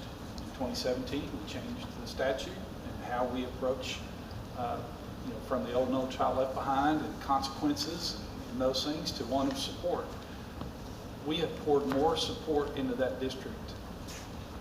Talking about the relationship, I think we have had more support going into that district, especially in the last couple of years, especially in the last year specifically, than what under the old system the old school improvement system that we had, and that model, because we are looking at the entirety of a school district and the systems that are necessary in those in districts. But it has to look different if it gets to the point where I have to come back to you, and I will not hesitate to come back to you and say, this isn't working, and we need you to take additional action. I will not hesitate, because we've got too many kids there that, you know, when Stacy and I visited last year, in September, beginning of the school, September, we saw students that were just like every other student in the state. They want to be at school and they want to learn and they want something positive because they understand that they are there to learn. And what and we saw people trying really hard, but we also saw evidence that more could be done. And then in the last year, especially probably the last 6 months or so, not everyone is working together, and that's what we have to get back to.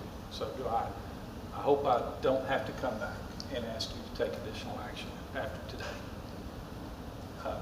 But I'll say again, if it becomes necessary, then I won't hesitate to come back and say, look, we need you to do more. What's their fiscal status?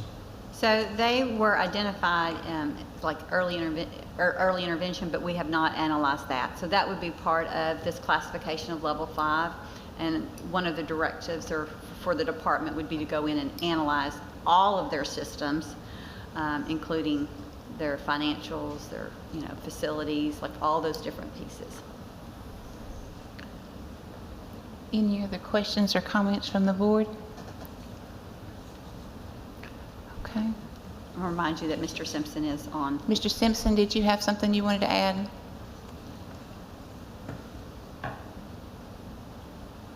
We're not hearing you, Mr. Simpson.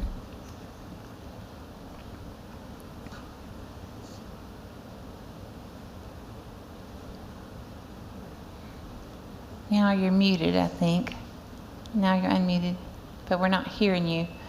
Our tech guy, when it's happened once before, said to go out and come back in.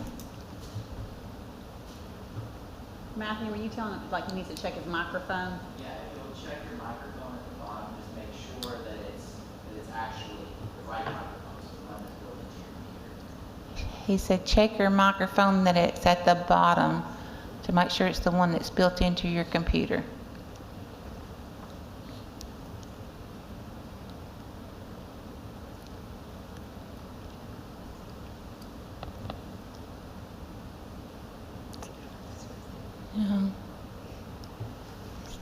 Is there a way for him to phone in, maybe? I don't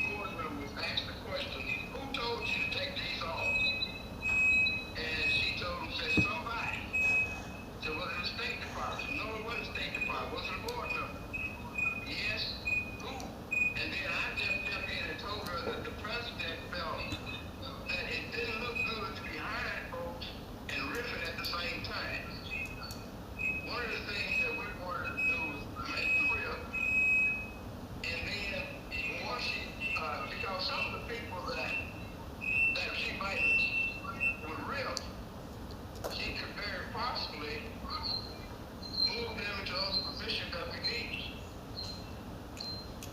So, she didn't do that. When the superintendent had made recommendations for us to hire someone, we had done that for the exception of that one time. So, when she did recommend the counselor to us, she moved the elementary counselor over to the high school. And this elementary counselor had no experience at all in scheduling high school classes. She was elementary. So that was some of the reasons why the schedules weren't done. Because the counselor that left wanted to come back, and she would not put her on the agenda to be hired back. We were supportive of her when we told her to rip. One of the persons that was to be ripped was the superintendent. We didn't feel that, not the superintendent, the deputy superintendent.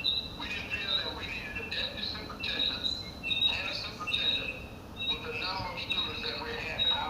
Our student population is declining, and we didn't feel that we needed a superintendent and a deputy superintendent at the same time.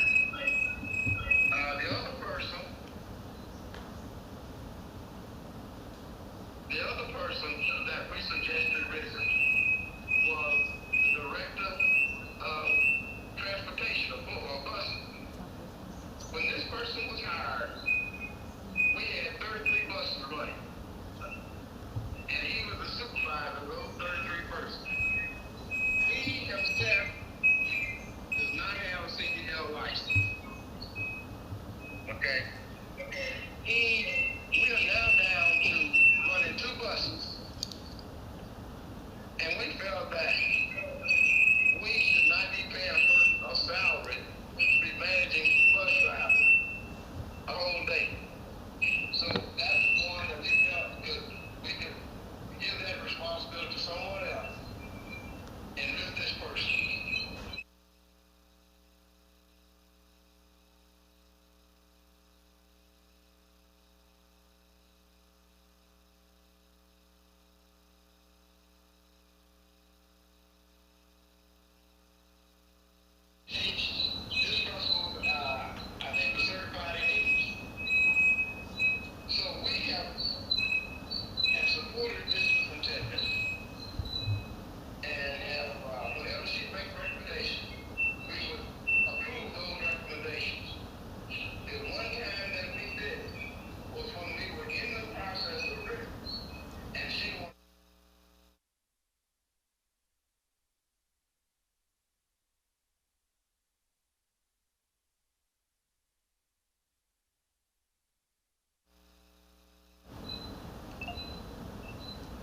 Thank you, Mr. Simpson. Anyone on the board have a question for Mr. Simpson while we have him on? Okay. Thank you, Mr. Simpson, for joining us.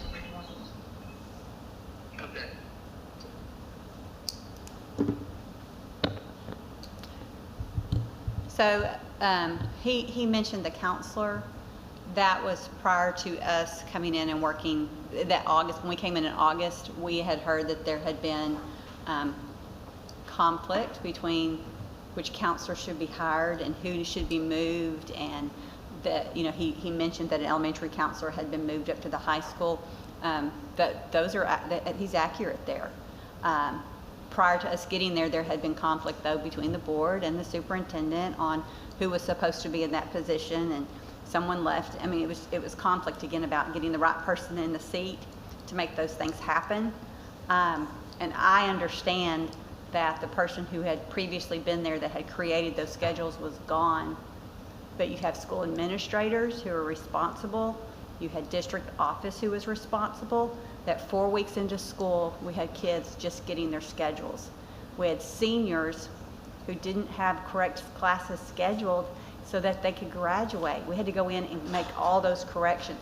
Matthew went through every student at the high school and identified courses and what they were lacking. and notified the school, these are the courses these kids need. If we wouldn't have gone in, we would have had kids who wouldn't have had their courses to graduate this year. And stayed up on it, re-looked at them every month in the semester. So he's accurate when he says they were having counselor problems, but again, it goes back to conflict on people, who's the right person for the job, and was the superintendent making the recommendation, was the board, was the school principal? There was conflict among the adults, and therefore, because there was conflict among the adults, they didn't get someone hired, and we didn't get schedules done. All right, any other comments? You have a motion? Pulling up the data, 5% of ninth grade students already are achieving in English language arts, 18% third grade. Do you have the capacity? Do y'all can y'all do this work? Is there more that we need to do? We are, we don't have a magic wand. No. Okay, and Gina, I don't remember how many times. Yeah, it only blocks so many times or whatever. We don't have a magic wand. Right. And I don't want anybody to think we're going to walk in there and in 2 years and 3 years and 4 years it's going to be perfect, because it's not. And we've seen that with every district that we're going in to support. There are only so many of us that are going in, but what we try to do is we try to strengthen the systems, and we try to start building capacity with the folks who are there. That's the same case with every district we're in. We're trying to build capacity. So do we have the capacity? I don't have capacity to send in and take over the entire, but we do have capacity to send people in to support. And if we have to add people to our team, we'll do what we need to do. We got kids who need courses and classes. Right, I think we're ready for a motion. I have a motion whenever. Okay, go ahead. I move that the West Helena district be classified in need of level 5 intensive support, that the Commissioner of Education provide support to the district to assist in improving its educational systems, including the support in the letter dated June 22nd, 2022. I move that the powers and duties of the local board of directors to make all personnel decisions be removed, and that the Commissioner of Education make personnel decisions in lieu of the local board. And in doing so, I move that the Commissioner conduct an analysis of the school district systems and make recommendations for any additional actions to us.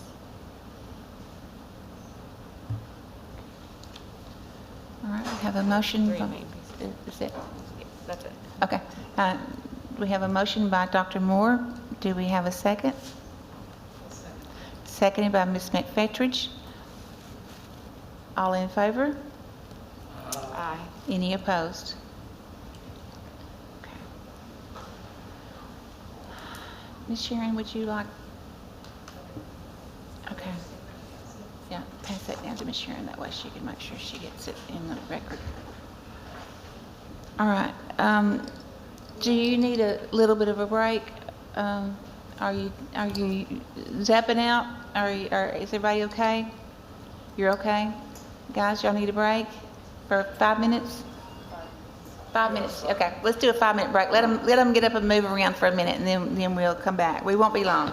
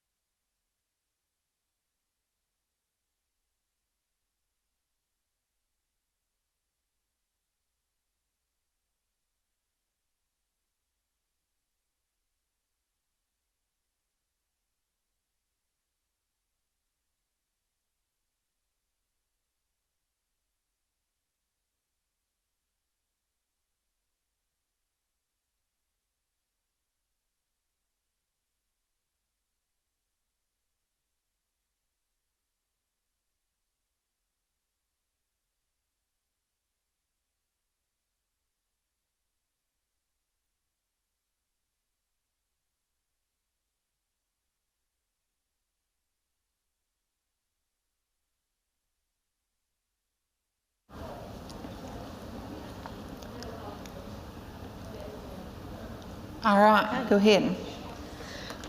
All right, Abby Pfeffer, Deputy Commissioner, and this agenda item is also regarding the West Helena School District, and this is about the district's request for an actual 40 waiver around teacher licensure. So this would be a continuation of the waivers that they've had in place for the last several years. And so we had put together a presentation, and a lot of this conversation was going on as we were learning more about all of the issues that Ms. Smith talked to you about a little bit earlier. And so based on the action that you've just taken, I think that kind of helps the conversation around this waiver request. I'm going to go through the presentation though, because this is also part of what we've been working on in updating our approach to Act 1240 waivers. So a lot of what I'm going to share here also is going to apply as we work with other districts depending on their level of need. So you know, we really look at this whole process as a way that we continue to help support and serve our districts for a student-focused education system. And like Ms. Smith said a minute ago, as we go in, one of the first things we're going to be looking at are systems and what are the processes that need to be put into place to strengthen those systems or to streamline those systems so that we don't have those gaps in terms of providing access to effective teachers, so that we don't have large gaps in our fiscal operations systems or in our academic system, and really looking at what is the impact of the personnel and the human capital system on academics and on some of these other pieces of the whole operating process within a school district. So with the Act 1240 decision making, I wanted just for you to see that we've really gotten very tight and intentional as those applications come in. We look to see, okay, do they meet the Act 1240 criteria, which is, is the district asking for waivers that will either enhance learning opportunities, promote innovation, or increase access to effective teachers?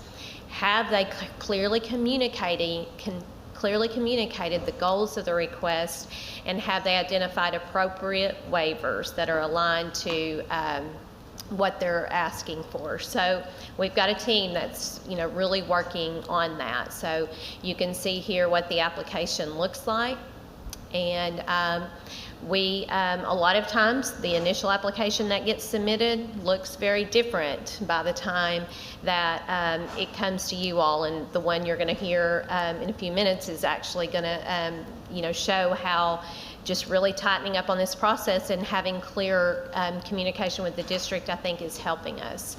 The critical questions that we've really refined, and I think these are probably the most important pieces to share with you. The very first thing we want to look at is the waiver asking to do more or to do less for kids? And I think you would agree, especially those of you who have been on the board for a long time. Over the years, it seemed that we've almost drifted to, we're asking for these waivers because out of desperation, and we've allowed districts to do less in some cases, and we realize that.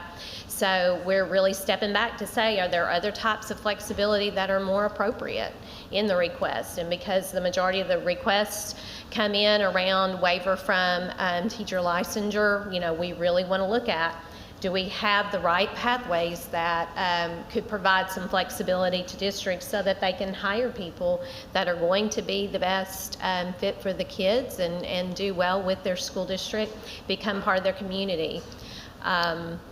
We look at what's going to be the result if we don't grant the waiver. Is the waiver going to mask a problem within the district that's going to negatively impact students? Is the waiver request just an attempt to avoid a possible standard for accreditation violation? We've had some great conversations with some districts that had submitted a request, and they tell us, well, it's just in case. We think we might have too many students and go over, and we've talked to them about, okay, there's a separate process for that, and you'll hear a request in a few minutes where a standards for accreditation waiver is the more appropriate pathway to have the flexibility needed. And then where we really are, I think, today with this particular application is that we're really starting to connect the levels of support to approvals of waivers. And so if you remember several months ago, Dr. Hill asked, okay, so if we say no, then what? And I don't think at that moment we were prepared with the best answer. And just over the last few months, as we've really looked at our process and started working on it, we've realized we have the then what. And the then what comes back to those 6 systems and the levels of support within our education and support and account. AESAA, and Ms. Freno will have to give me all the words for that, but our Education Support and Accountability Act, so our state accountability system. So as we do this, and I remember it easier as Act 930 of 2017, because that's when we went away from ACTAP to AESAA. So we built an accountability system that really was more comprehensive, and from both the state and the federal side, but including all of the components that really are part of that student-focused education system. And we created 5 levels of support for districts. And in this presentation, you have a description of what each of those levels of support look like. And I think probably over the next few months, we're going to spend more time going back to this and talking about those levels of support and how does that look, and how do we move to have that right relationship with districts, because that's really what it's all about. That level 1 general support, that's available for everyone. And there are times when a district may need more involvement from us or with us. And so it doesn't mean that we don't provide the same support that we did before. If we have the right general supports, we really do, but it's more about the change in the relationship, maybe more interaction, maybe whether some of it could be virtual, some of it could be on site, maybe there are some specific criteria that we're going to go in, maybe specific look-fors as we go along. And as we get to the more directed and intensive support, then obviously those relationships change to even the point then maybe where we're in charge of some of the decisions that have to be made. So within that, and particularly around the personnel or human capital system, we want to make sure that we're very clear that public school districts are responsible to recruit, hire, retain, and develop effective teachers. And when we look at what are those systems of support that we have within the state, we have multiple pathways to teaching, focused induction and mentoring, meaningful support and evaluation, and strong teacher leadership with career advancement opportunities.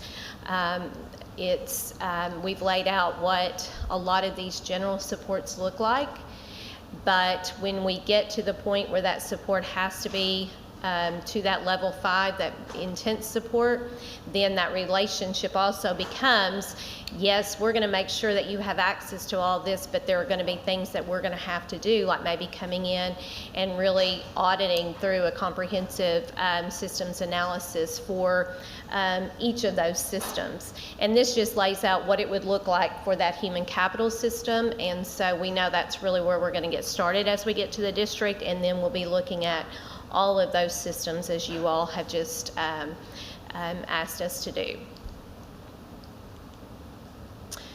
We have templates for each of the system that are part of our district systems analysis, and so we will be coming back and sharing those templates that have been developed. We actually created those a few years ago, have been using those in the past, and this is the time now where I think these really come back into play. These help become the roadmap as far as what we're going to be working with the district on, and they also help to identify what's going to be part of the ADE support plan, and they help us create a kind of a template for what the district plan of support that's going to look like. So in the case with this level 5, the district will be working on a plan.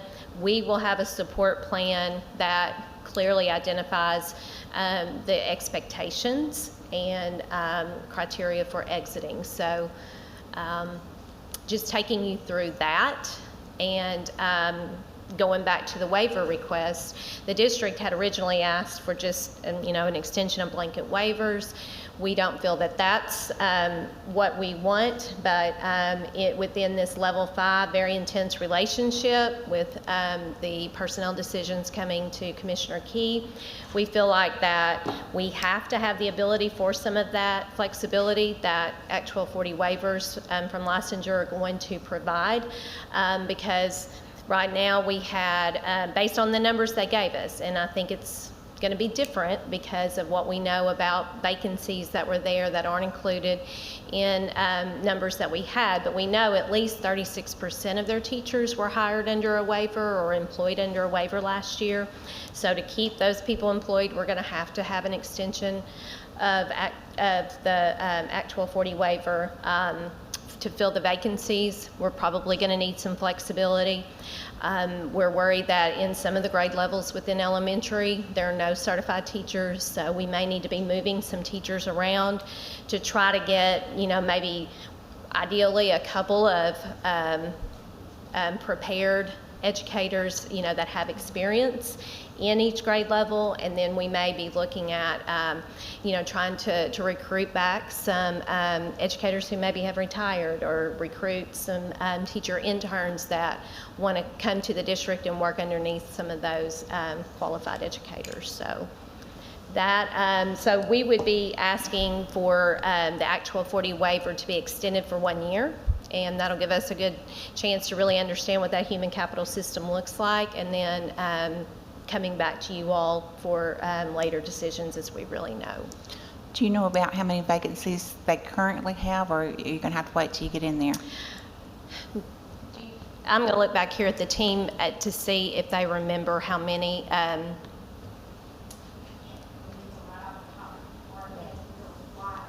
there were a lot, and it just, a constant state of flux would be probably the best way to describe it. One of the actions also around this system has to be going in and limiting who has access to the e-school scheduling, because as Ms. Smith described, when you have principals who are coded as the teachers of record, if you don't know to pay attention to those names, it's going to mask a problem. So we're going to have to really get in there and take a close look. And we may find that there are some people within the district that can fill some of the vacancies, or again, maybe move some folks around. Okay. So even in the application that they submitted, it didn't line up. At one point it said there was 19 waiver teachers, and other places said 23, but in any case, there weren't many that were on a pathway to licensure. Is there a mechanism to require them to be on some sort of pathway to licensure? So that has been the approach that many districts have taken, and I think that would be part of our audit. When we did the audit, there are some who have completed their program, but they've just not passed the assessment, and some of the MAT programs that are not MAT programs are not content-based, they're pedagogy-based. So part of what we would do is look at and see how many of those folks there are that need us to come in and provide some content, either professional development or access to even some courses that would provide them with that content that they need. We could look at options as far as, are there people who do want to go on through a pathway to actually become licensed and stay in the district, and that would be ideal.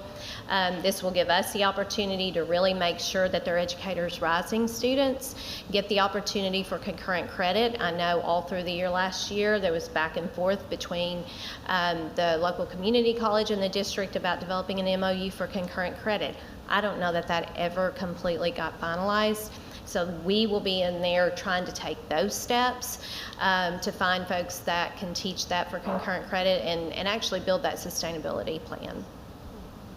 I think it should be that if you are hired under the waiver, you are started on the pathway in some fashion or form, because not only are you getting that license, but you're getting that support from other program you're Yes. doing along the way. And I think that goes back to also when we think about staffing, you know, in a 20th century model, we looked at one teacher for every classroom. Over this next year, we want to look and see, you know, where are those really strong teachers that we have? How do we position them to help grow those other professionals? We may have some staff who come in just to support the teachers, and as we really find out where all of the gaps are and we bring people in, I agree that if you bring in people that have that desire to become a teacher, getting them on the right pathway immediately is going to be very important. I remember it's maybe twice this past year they had an agenda item that was pulled about a kindergarten teacher. Maybe they didn't have a licensed kindergarten teacher, or they had too many students. I don't remember. Do we have? It was a standard waiver for the class size. Okay. Was that resolved, or? Well, they were. Sorry. Get your steps in.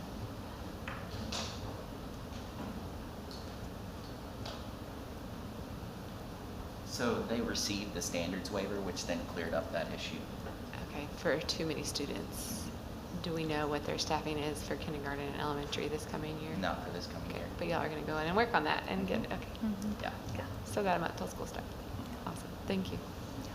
There's just been too many moving parts for us to know with any certainty what's Right. going on. But now, This- because of our action, you all will be able to directly work with them to ensure that that does not happen again this next year. Yes, we will have a much clearer picture very, very soon. Okay, thank you. So I think we're ready for a motion on West Helena 1240 waiver request for 1 year.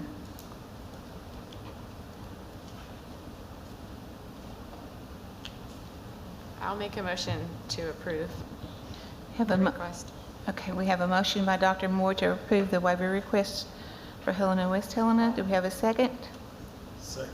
Seconded by Mr. Henderson. All in favor? Aye. Any opposed? This is where our change in the agenda came. We were going to add Camden Fairview. Ms. Pfeffer, Dr. Pfeffer, are you going to do this one also? Yes, I have this one. So this is an example of a waiver request that looks much different today than it did when we first received it.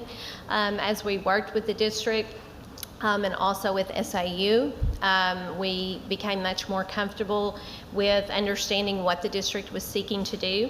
And so just in essence, this district is asking for the waivers for class size so that the district can implement the residency model. I do want to point out and brag on SAU because they have created a rubric actually I saw that, to yeah. identify the criteria that they're going to seek in their candidates in order to recommend them to be placed as residents. The district will have a mentor teacher assigned to the resident, and so the actual class size of the mentor teacher and the class size of the resident will not exceed the limits, but because that mentor teacher will actually be the teacher of record, when you combine those two together, that's where the class size waiver is needed, but that teacher will receive extra compensation. So we feel very comfortable with this waiver, and we're excited about the partnership between the district and SAU. So we would recommend the approval of this. Is there any discussion? Yes. Is this the first time they're doing this program? This is the first time that they're doing it in this way. SAU had worked with the local districts in the past utilizing some of their interns, but it wasn't, they have really taken the steps and the efforts to align it with our residency model that we're launching. And so these will be some of the very first ones that will kind of jump off and start this. And we actually hope, I know the waiver request is for 5 years, we actually hope that between now and the time they would need to renew it, we'll have had time to adjust policies and where these kinds of waivers are not needed to constantly come before you. Is it elementary or high school? K-12, I believe, isn't it? The request is for K-12. I think these two particular teachers might be elementary. Yeah, these two that will start will be elementary, but then we'll be monitoring the program over the next few years to see how often it's being used in elementary versus secondary. And we're going to know that as we update AILS so that teacher residents can be identified in AILS. And then we'll be able to track where they go from, even whether they start in high school or whether it's, while they're in the workforce, but those who actually go into the teaching profession. So a few years we'll have I expect some awesome data. Good. So. Good. Any other questions or comments? Okay, do we have a motion on the 1240 waiver for Camden Fairview? Okay, we have a motion by Ms. McFettridge to approve. Do we have a second? Okay, second by Mr. Henderson. All in favor? Aye. Any opposed? Okay, the next thing is considerations of standard accreditation waiver for Hope Public Schools, and this is Dr. Sutherland.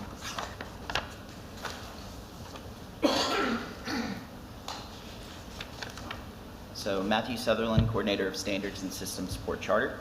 The Hope Public School District requests a one-year waiver for standards for accreditation standard 1A127 for Yerger Middle School. The waiver is requested in order to embed career development for 8th grade into the middle school's enrichment period. And I believe Mr. Mike Radebaugh is here to actually explain what that's going to look like. This is done to ensure the 8th grade students will receive instruction in career development. And as they move, basically they're moving their career development course to the 7th grade, to that rotation. So they're trying to make sure they provide it for all students. Okay, all right. Come ahead.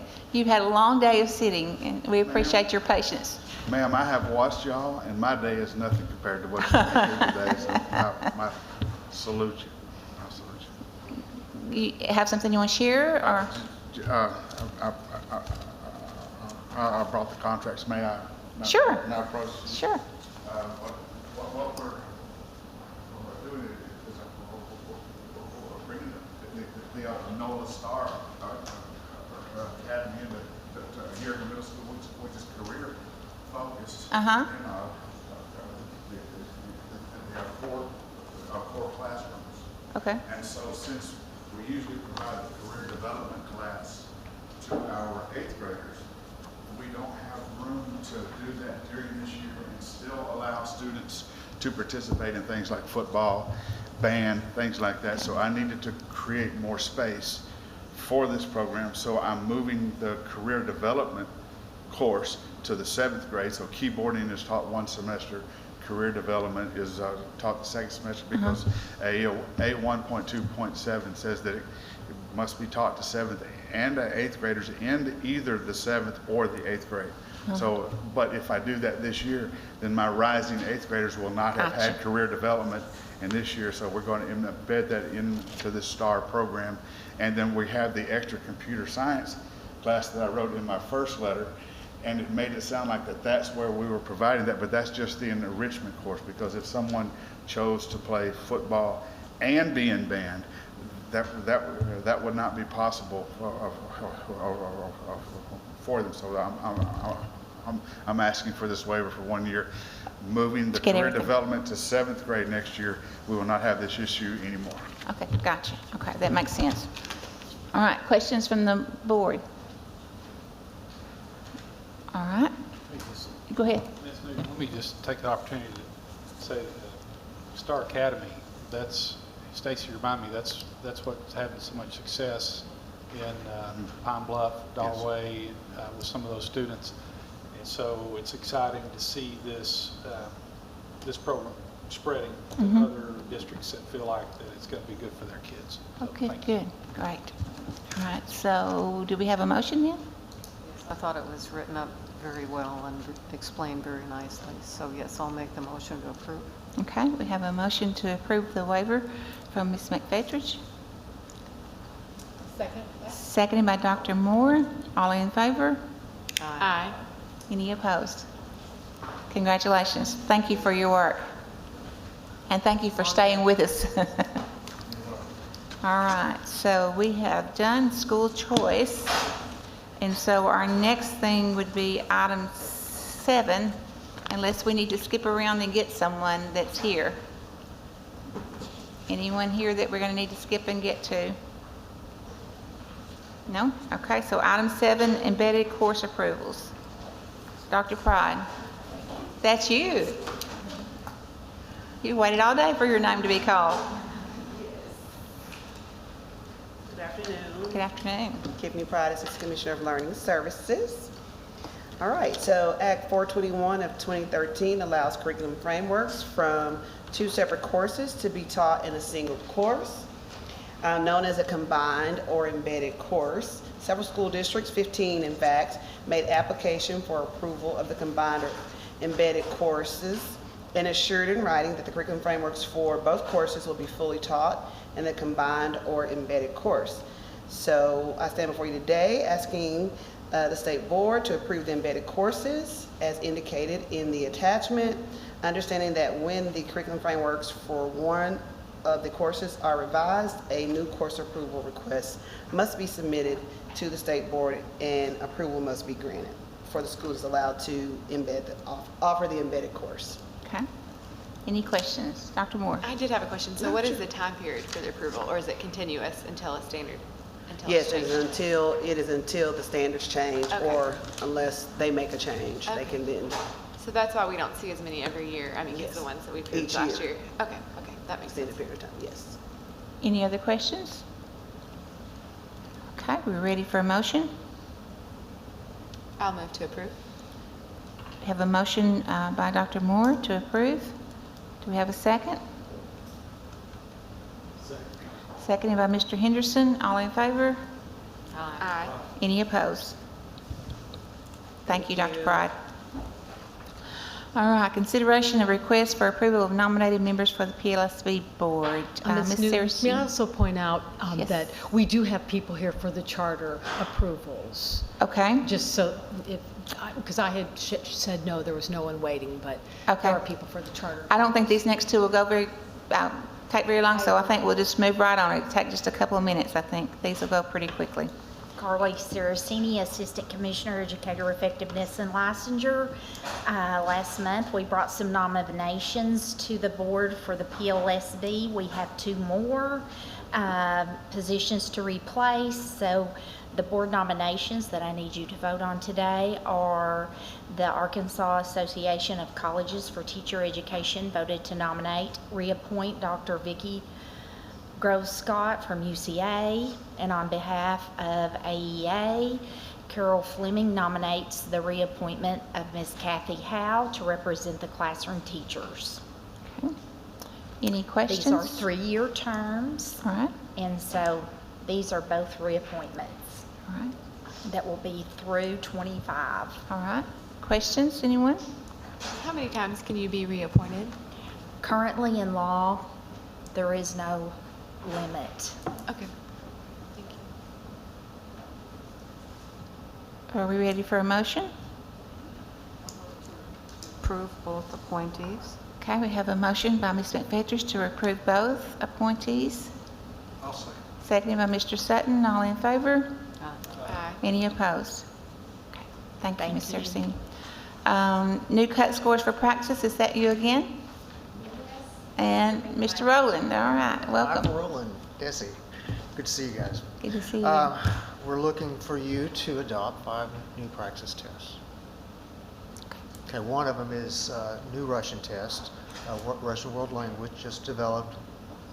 Cut score is -1 SEM. Other 3, we've been in communication with ETS, and they have recommended we look at the Social Studies 712.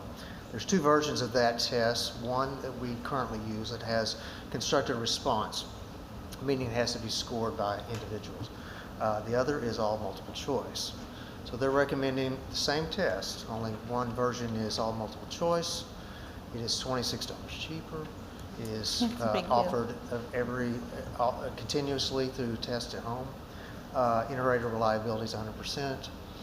And so we got to looking at also the secondary English, same thing, same test, only no constructed response. And then finally we looked at the coaching endorsement test, the physical education test. it has constructive response, it has a content knowledge test as well. So we're asking you to adopt those content knowledge tests over the current ones that we have. Okay. Cheaper sounds good to all teachers. Sure. Okay. All right. Any discussion on the new cut scores and new assessments? No, are there any, with the new assessment and a new cut score, are there any changes? I mean, is it about the same? Exactly the same level? competencies, same test, just one is all multiple choice, one is multiple choice plus a couple of constructive response. So those constructive response questions are now integrated into multiple choice. Okay, and this will be an effective September 1. September 1, so anyone seeking these licenses Sure. can take this. Okay, thank you. Any other questions? Secretary Key? Do we know how many districts offer Russian? Well, I'll tell you, when I was soliciting people to be on this standard setting study, there were no bites, but now in University UA Fayetteville did have a gentleman who spoke Russian, and he was invited to that standard setting study. Talked to David Baca, he said we've never licensed a Russian teacher. But there's But it's always on a the first. books. It's on the There's books. always a Right now, they first. take the PLT to get Yeah. Russian added, so now they'll have their own content test. Okay. All right. I think we're ready for a motion. All right. A motion to approve from Ms. McFetridge. Seconded by Mr. Henderson. All in favor? Aye. Any opposed? Thank you. Thank you. All right, now we're to the charter authorizing decisions, and on these, remember, these are review or not review in your motions. Ms. Summons. Good afternoon. Good afternoon. Dory Summons, DESI Charter Office. Arkansas Military and First Responders Academy is requesting to change the opening date from August 2022 to August 2023. The charter authorizing panel reviewed this amendment and approved it unanimously. Dr. Don Hall, he's on the Zoom in case you have any questions for him. Okay. We'll check and see. Anyone have a question? It's just a pushback of the start date. I think they gave you the reasons in the packet. Okay. All right. Do we have a motion? I'll move to approve. Have a motion by Dr. Moore to not review? To not review. Yes. Thank you. Do we have a second? Second. Seconded by Mr. Sutton. All in favor? Aye. Any opposed? All right. Go ahead, Ms. Summons. Okay, we have another one. The IDEA Public Schools of Arkansas is requesting to change the opening date from 2023 to 2024. The charter authorizing panel reviewed the amendment request and approved it unanimously. Mr. Sam Gosling was on a little bit earlier. I'm not sure if he's still, oh, yes, he's on the Zoom if you have any questions. Okay. All right. We'll see if we have any questions. Anyone have a question? This is also a pushback and start. I did. Are they opening two different campuses? Yes. Okay. And he can explain it a little bit better. They had identified one, but they hadn't identified the second one, and they were also trying to find and train an executive director for the program. Okay, so this would be for all of those campuses? Yes. Okay. Any other questions? All right. We're ready for a motion to review or not review. Have a motion by Mr. Henderson not to review. Second that. Seconded by Dr. Moore. All in favor? Aye. Any opposed?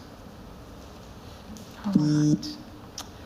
I think that's it. Thank you. All right. So the next thing is our virtual Arkansas digital learning presentation, questions and answers with Mr. Ashworth and Dr. Benton. Yes, at the last board meeting, when we discussed digital learning plans, you requested a brief, quick report, and we have Mr. Ashworth available. All right. Good afternoon. Good afternoon. It's really, really good to be here in front of you all today. I know you've had a long day. I do have a presentation that I think you have access to. I don't know if they're going to pull it up. I am not going to spend a whole lot of time. I know it's getting late in the day, and you don't want to go through a PowerPoint presentation with me. There are some things that I do want to go over with you. just about Virtual Arkansas, so you get a full understanding of who we are and what we do. My name is John Ashworth, as they said, Executive Director and Superintendent of Virtual Arkansas. Dr. Brandy Benton was with me this morning. She had some obligations this afternoon, so I'm sorry she couldn't be here as well. We are the state virtual school for Arkansas. That's what we're classified as. I don't necessarily like that term because it says school. We're not a school. We're not an LEA.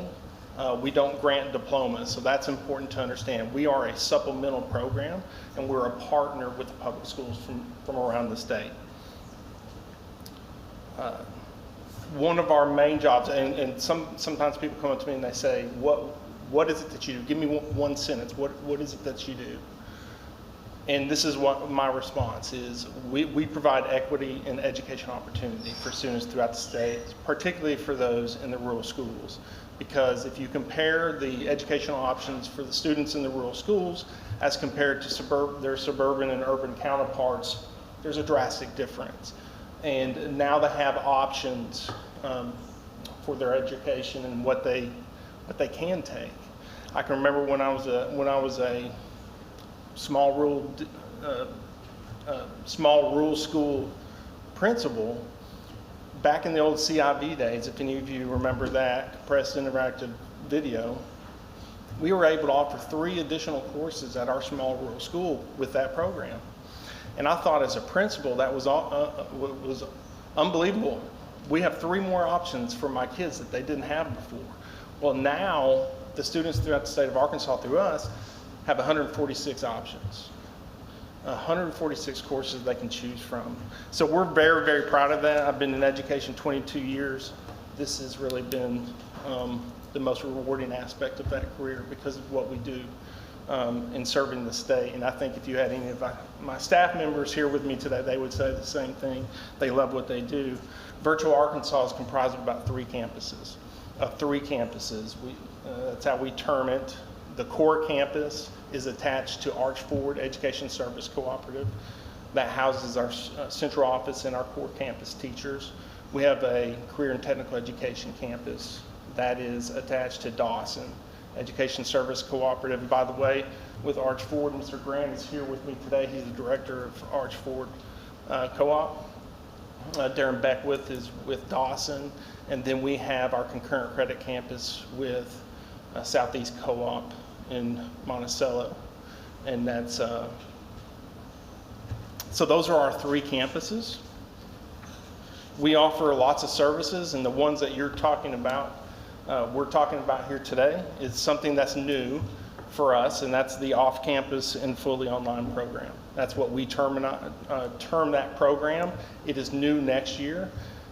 In the previous years, and I'll go back and I do have some data that I can show to you, but as far as pre-pandemic, if you were to ask me how many students do we serve that are off campus, the answer to that question would be almost 0.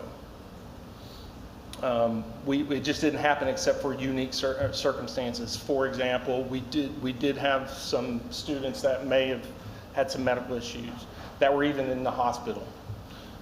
So we had some unique situations, but in general, there were no students off campus. They were all on campus in a digital learning lab. Pandemic hit and everything changed. And everybody had to adapt. We had to adapt. We went from 0 to 20% of our students were off campus. That was a huge shift. We monitored that for the first year. Then for the second year, we didn't know what was going to come the second year. But as it turned out, it maintained. We talked with our partners around the nation who were seeing the same thing. We looked at what they were doing in their programs, and we wanted to do what was best for our students and even better. And so that's what we believe we're doing this next year with our off-campus and fully online program. And you can see on the chart there, if you keep it on that one, yeah, that one's good right there. So that's a projection.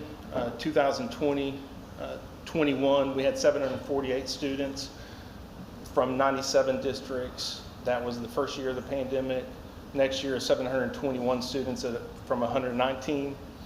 districts and then this projection for next year, which is very hard to project. We do the best we can. A lot of districts are just now getting their request in.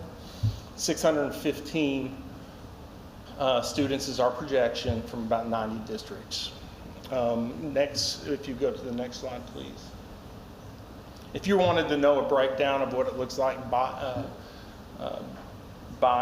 grade level, we serve 7th through 12th grade. The most students are in the 12th grade, and then it's almost an equal distribution, 9th, 10th, and 11th, and then it goes much lower in the 7th and 8th grade. Next slide, please. So if you want to look at our numbers that as far as pass rate and completion rate, our pass rate is 90%. That's one of the highest in the nation for a pass rate for an online program like ours. Completion rate, which means they went through the course and took the final exam, is 95%. Again, that's one of the highest in the nation.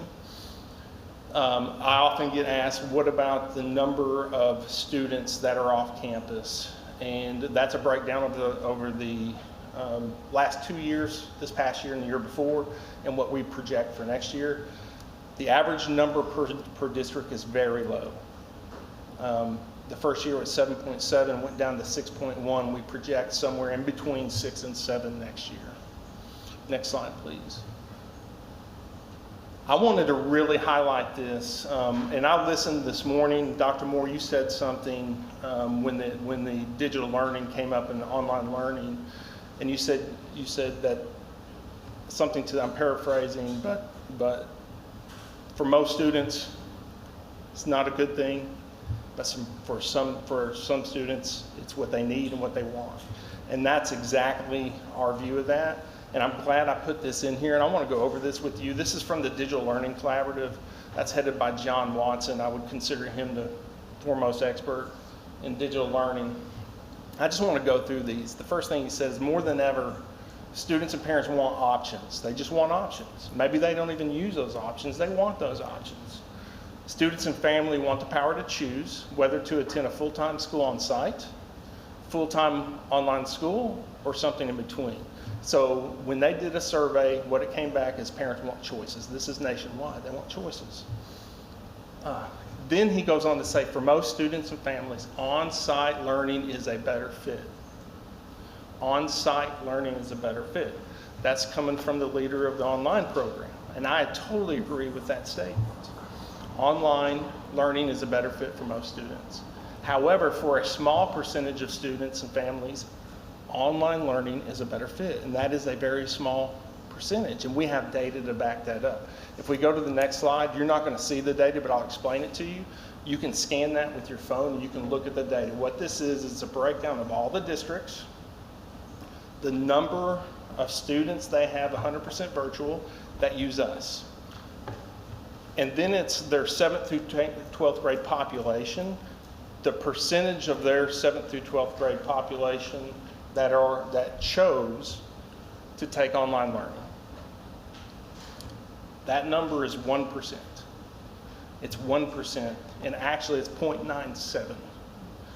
So it's very, very low. Those that are choosing or electing to take online learning. The key word there is they chose it. Okay? We have districts that come to us, and we want to help districts in any way we can because they get in hard situations. Sometimes a district will have a teacher that passes away. We've had that. Unfortunately, that happens almost every year. And they have nowhere to go, and they'll come to us, and we'll say, we'll fill in for you until you can get another teacher. The worst case scenario is where the students are placed with no choice. Some of them will do fine, a lot of them will do fine, some of them will not because they don't want to be there. But when we have choice, we see a lot of success. And so that's going to show you how many choose, at least with us, through their district, and it's 1%. Next slide, please. This is I think my last slide, but here's the challenges and solutions. That's one thing that I knew you were wanting to hear about. One of our challenges is exam proctoring. because we require all of our students for their assessments to be proctored, so an adult watching. That is very hard because we put that requirement on the local districts. That works fine and well with our online supplemental program that we've always operated in the past. When you have a child away from the district, that becomes a challenge. That can be, because that proctoring is placed on the local district. They found that to be extremely challenging. We are taking over the proctoring next year. The other challenge that we saw is supporting and providing interventions and support for students at a distance. Brick and mortar school districts are not built for that. It is a challenge when they're trying to switch over to that. We saw the challenge, they verbalized that challenge with us. As a supplemental program, we didn't have anything in place to provide all the support that we were previously relied on the local district. So what we're going to do is we're going to take over those support structures, not totally, because the student still belongs to the district, but we are going to provide extra support starting next year. And we're really excited about this. We have looked around the nation and looked at the type of structures they have in place, and we feel like this is the best one in the nation. And we're going to have a dedicated principal that's totally focused on offline students. We have dedicated teachers that's totally focused on those students that are off campus and at home. We have a special populations coordinator that's going to coordinate with the districts to anybody, any student that's special education, ELL, 504, or needs extra assistance in any way. We're going to have an ELA student success coach, a math student success coach. We have hired a reading specialist who is also going to be monitoring students that struggle, and it can even test those students. And so those are the supports we're going to have in place. And we're really excited to offer that and for next year, and we're getting a lot of good feedback so far. So I'll take any question that you have. All right, so we'll see what questions we have. Guys over here, y'all have questions? Mr. Henderson, Mr. Sutton? No? Over here? Dr. Moore? Thank you for coming in. I think I might have been the one requesting it because I was concerned about how the fully virtual looks different than the support role that you all played before, where a student would take 1 or 2 courses from you. So I'm glad to hear how y'all have adapted and changed when you have 600 students now that will be doing the fully virtual option. When they're doing that, though, they're still, like you said, they're still getting their degree from their local district. Yes. Is that local district still required to have someone on staff to check in with those students? Yes, we still have we call them facilitator or a point of contact at the local school. It'll look different than what our normal facilitators do because normally our Virtual Arkansas facilitators are at the school with the students in the room. Right. This is just going to be a point of contact that's going to be monitoring the students, and we're going to be helping them monitor those students as well. I mean, we're going to be monitoring attendance and logging in and communicating with them, but they can also pull reports, share that with their counselor and their principal, and say, here's what the students are doing. It's great to see these coaches that you're going to have working with them. In the event that a student is not doing well, you all communicate with that facilitator to have that conversation with the local Absolutely, district. yes. It's a team. We're still a team with the district. We're just taking on some more support roles, but we're still a team with the district. And as far as scheduling goes, are they scheduling with their local school counselor? Yes. Okay. But they can pick from any of your 146 courses in that sense? That's right, they can. They can pick between any of those courses. We do also have a student success counselor that we're hiring. I don't think I mentioned that. That student success counselor will coordinate with all the counselors that we're helping serve. But they're also going to be providing some opportunities. SEL, going to be monitoring that and coordinating with the local districts. Do you all provide AP and concurrent credit? Absolutely. Okay. We have 22 AP choices and I think 17 concurrent credit choices. Awesome. Thank you. Thank you, because I know we have a lot of districts today that we're seeing that are switching to the Virtual Arkansas to give their students those opportunities. So thanks for coming in today. Russian? We are adding, I will say, foreign language, world languages is our top enrollment for Virtual Arkansas. We are not adding Russian. We will look into adding Russian. We are adding Latin for this year. We are adding Latin. So we offer about 5 or 6 now world language courses. Just curiosity, what previously the cost per district is per student, correct? It's per enrollment, not per student, it's per enrollment. Okay, per enrollment or per class that they take. So you're providing extra supports and different things that you're doing. Is your price going to go up? Yes, ma'am. Okay. For that program, it's $350 per half unit.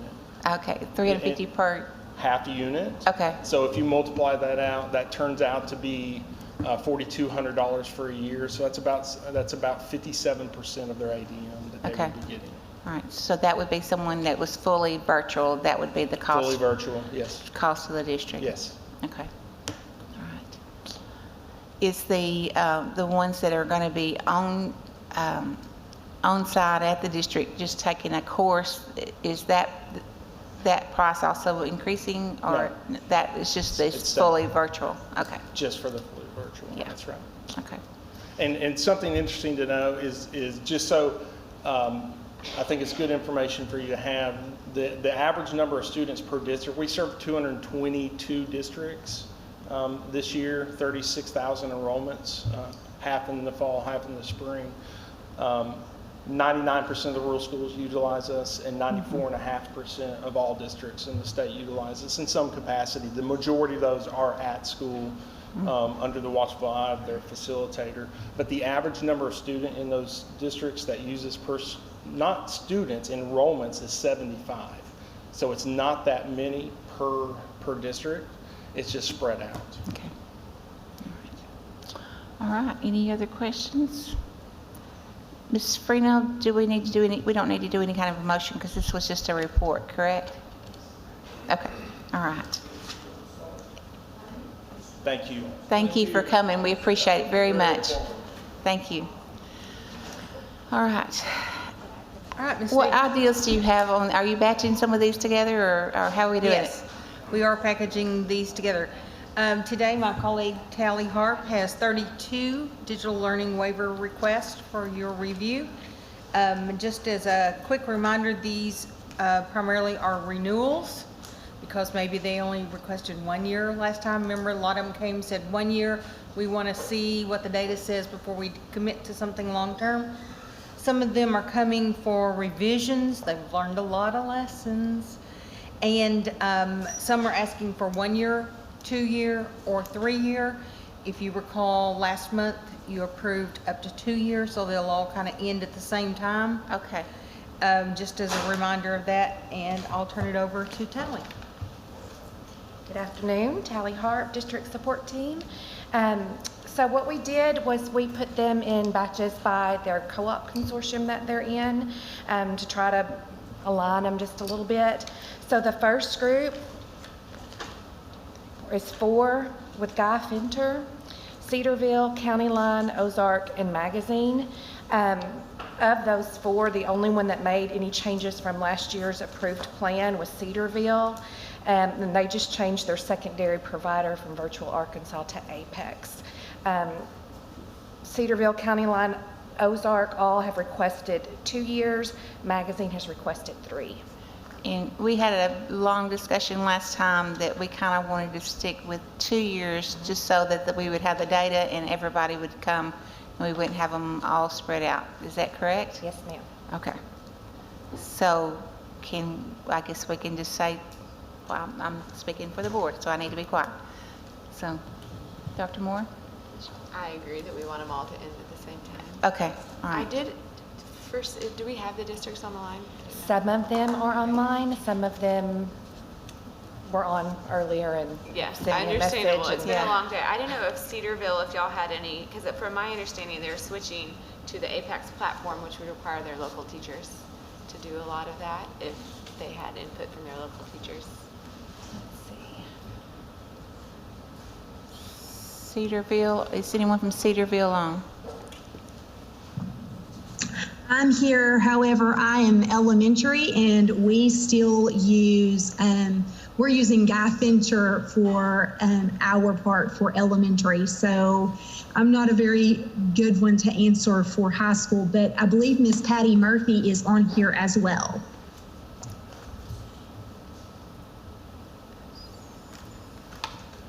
Is there someone from high school from Cedarville?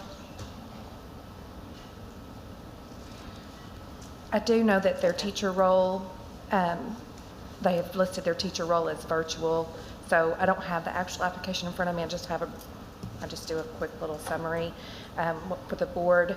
So I know that the teachers that will be providing the courses for them will be virtual only. They won't be serving a dual role. Okay, that makes me feel better. All right, so we need a motion for Cedarville, County Line, Ozark, and Magazine. And this motion would be to approve their digital learning waiver for 2 years.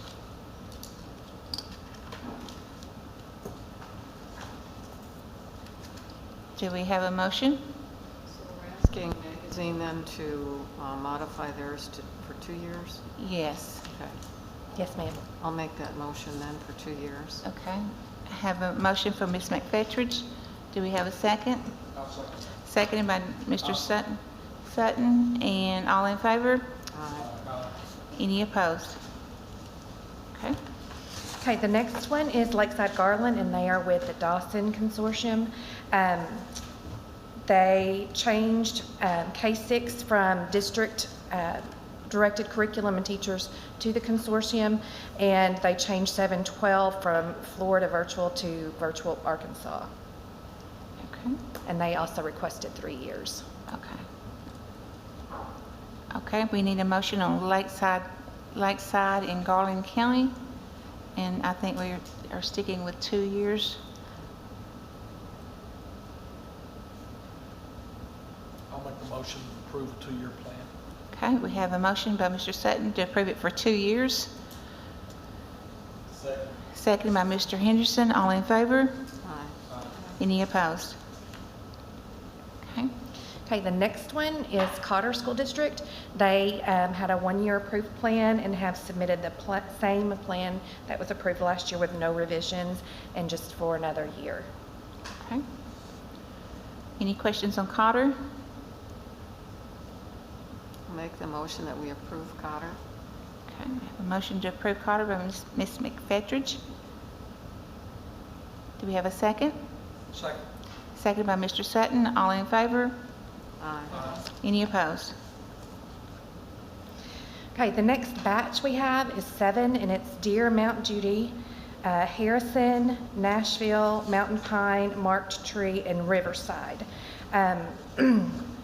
So for example, Deer, Mount Judy changed their 712 to virtual Arkansas. Same thing with Harrison. Nashville, Marked Tree, and Riverside resubmitted the same plan that had already been approved with no revisions. And then Mountain Pine changed from using a provider to doing theirs through the district. They were not tied to any consortium, but their years do vary. So we have 3 years for Deer, Mount Judy, and Harrison, and then Riverside, and then the others have requested 1 year. So I don't know if y'all want to do those together or separate. I don't know. Is Dear Mount Judy on the line? Ma'am. Yeah, Mr. Graham. Yeah, I believe, and I can't find the data right now. I think I saw where y'all had a large number of virtual students. How many do you have for this coming year signed up?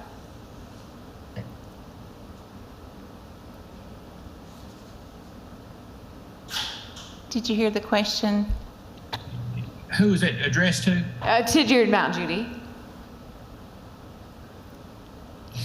Anyone from Deer, Mount Judy on?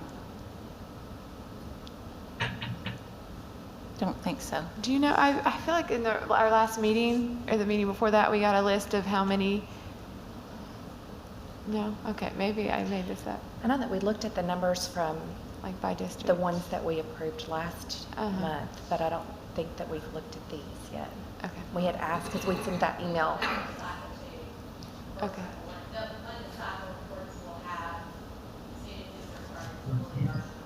Okay. Okay, thank you. Do you know anything about Mountain Pine? Are their teachers going to be fully virtual? Because I saw they're going to go into I can tell you. district. Do you know if they're going to be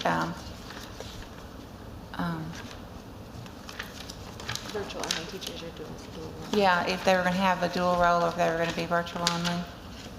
Yes, ma'am, I can tell you. Because I know a lot of the ones that had dual role are moving away from that, and then this district is moving toward district. And So they are planning to have synchronous and asynchronous instruction. They are using their district teachers. Looks like virtual only. okay.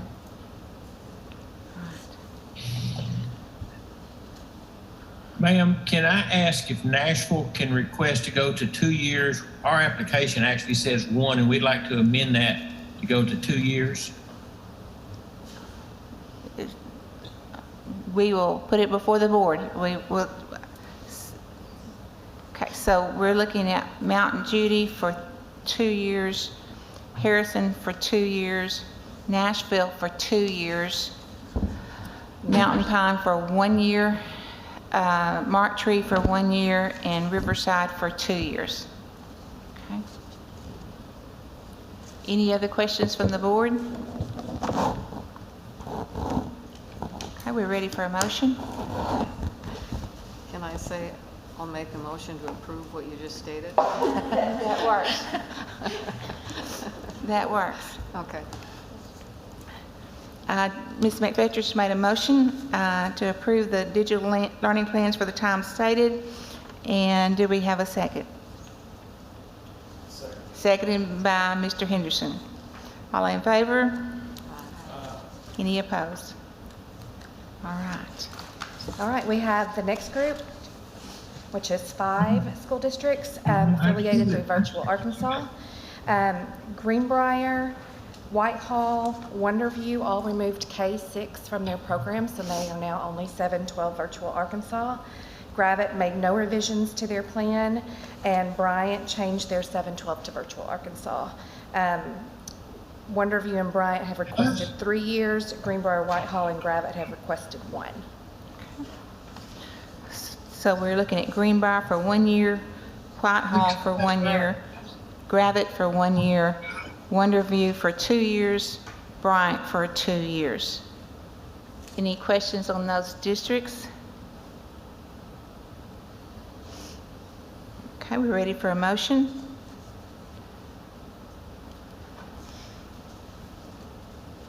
I'll make a motion based on your rereading. All right, we have a motion to approve those districts for the time stated. Do we have, by Mr. Sutton, do we have a second?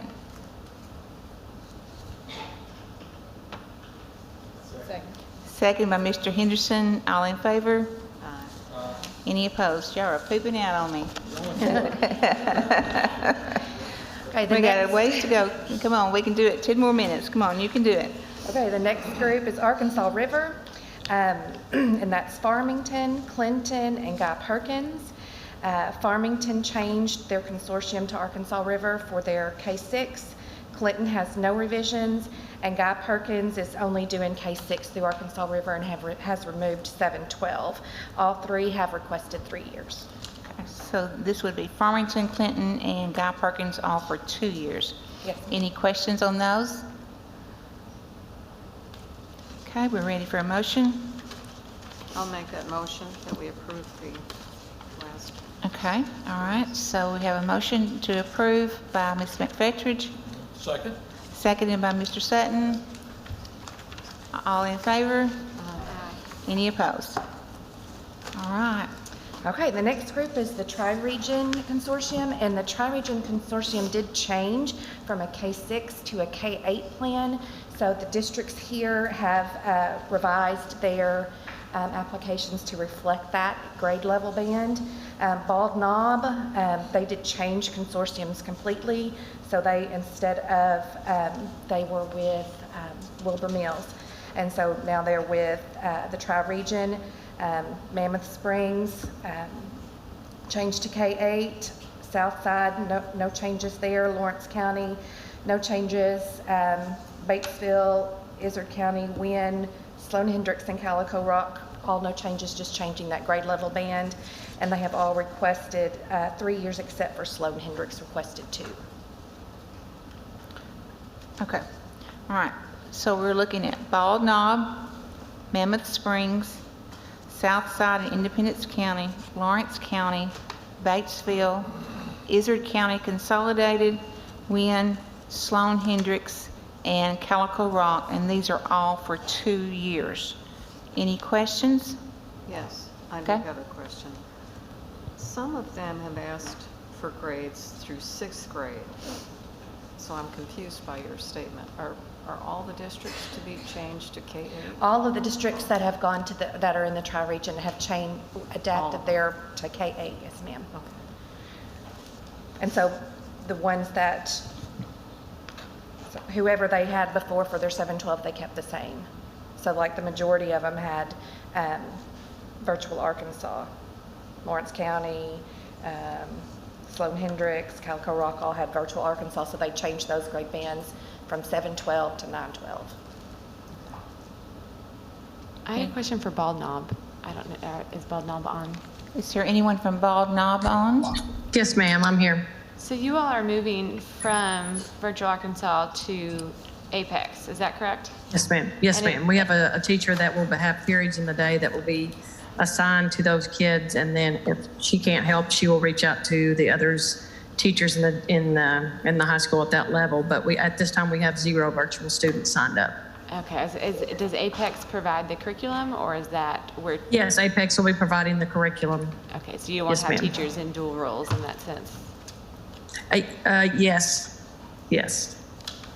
But like I said, at this time, last year we had 4 and they were all seniors, and this year we have 0. Okay, thank you. Any other questions? Okay, we're ready for a motion?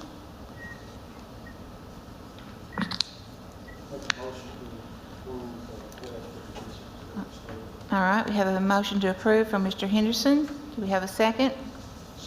Second by Mr. Sutton. All in favor? Any opposed? Okay, we're down to the last 3. All right. And they are secondary programs. So we We're have gonna Fort make it. Smith, Bologna, and El Dorado. Fort Smith changed their program to 912 and took off K-8. Last year it was opposite. Bologna didn't make any revisions. They are 912 still. And then El Dorado changed from Flex Point to the district curriculum. And I did look, and their teacher role is virtual only. So they will have a dedicated teacher for that. And then Fort Smith has requested 3 years, Bologna 1 year, and El Dorado 3 years. Okay. So this would be Fort Smith 2 years, Bologna 1 year, El Dorado 2 years. Anyone have a question about any one of those plans? All right, we're ready for a motion. I'll make the motion as per stated. Okay, we have a motion by Ms. McFetridge. Second. Second by Mr. Sutton. All in favor? Aye. Any opposed? All right, thank you. We did that. All right, guys. I Ms. think. Newton, I have a quick question. Yes, ma'am. I'm from Ozark Mountain School District, and I'm here for a digital learning waiver, and our district was not mentioned. They're not on the list. They're telling me that you're not on the list. We received an email yesterday to be in this Zoom today. Okay, Ms. Talley and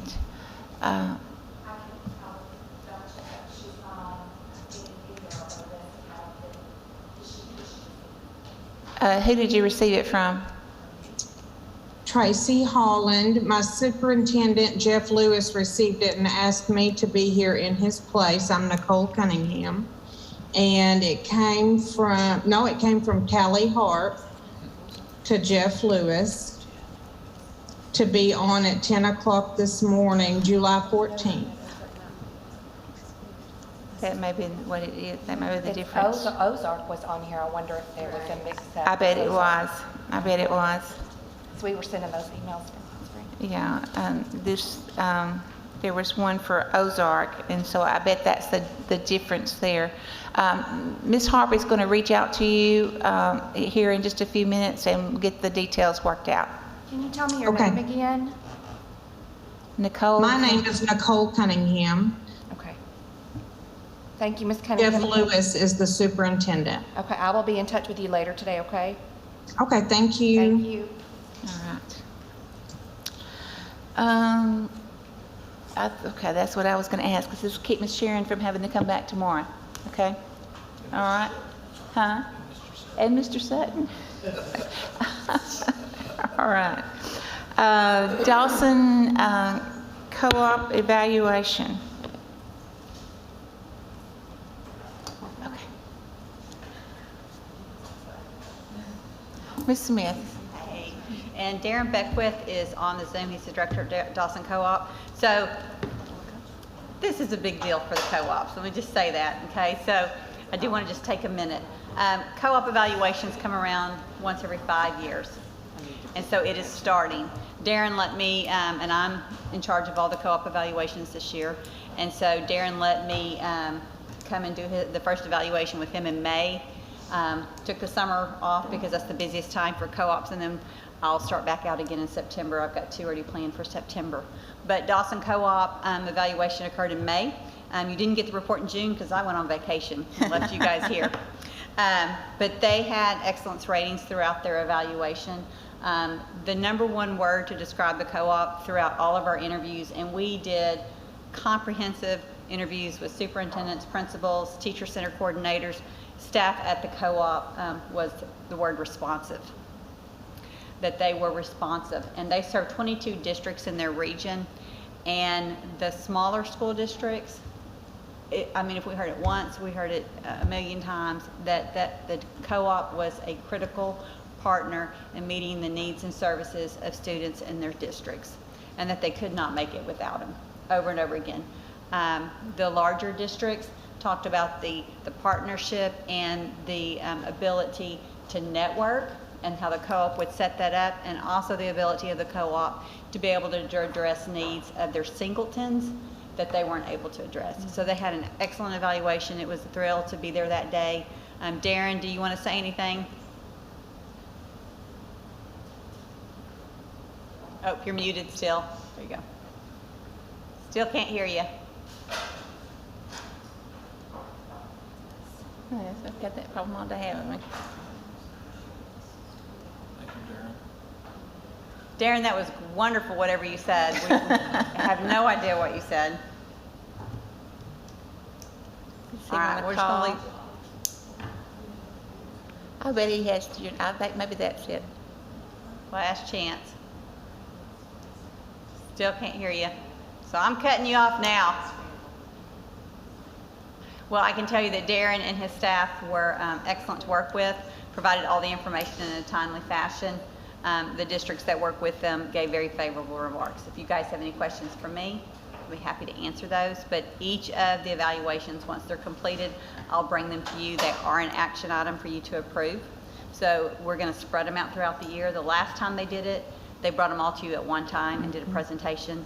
I'm going to load the evaluation sheet each time, and they'll ask them to be on there. So if you have any questions about something, they'll be there for you. Next month, they all submit an annual report, and there will be all 15 annual reports on there, but that is just a regular thing that happens every year. So that will be on the August board meeting, and then we'll come back then later with more evaluations. We have a 96 approval rating. I think They did Yeah. excellent. Yeah. They were excellent. Yeah. It's hard to get 96% of people to agree on anything, so yeah, that was great. And you might have said this, but how often do we do these evaluations? Once every 5 years. The rules state that it has to be done at least once every 5 years. Well, as I was reading through this, I was thinking of how helpful it is for them, to have that needs assessment almost with y'all talking to people to understand where they are and where they can go. And obviously they're doing great, but still have things to work on. Well, as we all do. So, and the thing that was so easy with to work with Mr. Beckwith and his team was when we set up the evaluation day, we set up Zoom interviews for different groups. And one of the questions we asked Darren was, what do you want to know? What do you want to learn from this so that you can grow? And they really said, we feel like we do a good job with our smaller districts, but we really want to hear from our larger districts what we can do. And so we really pose those questions, and we put it out there to the districts on, your co-op wants to know this information. And so Darren's group was receptive to information that we gathered, and it was a great day.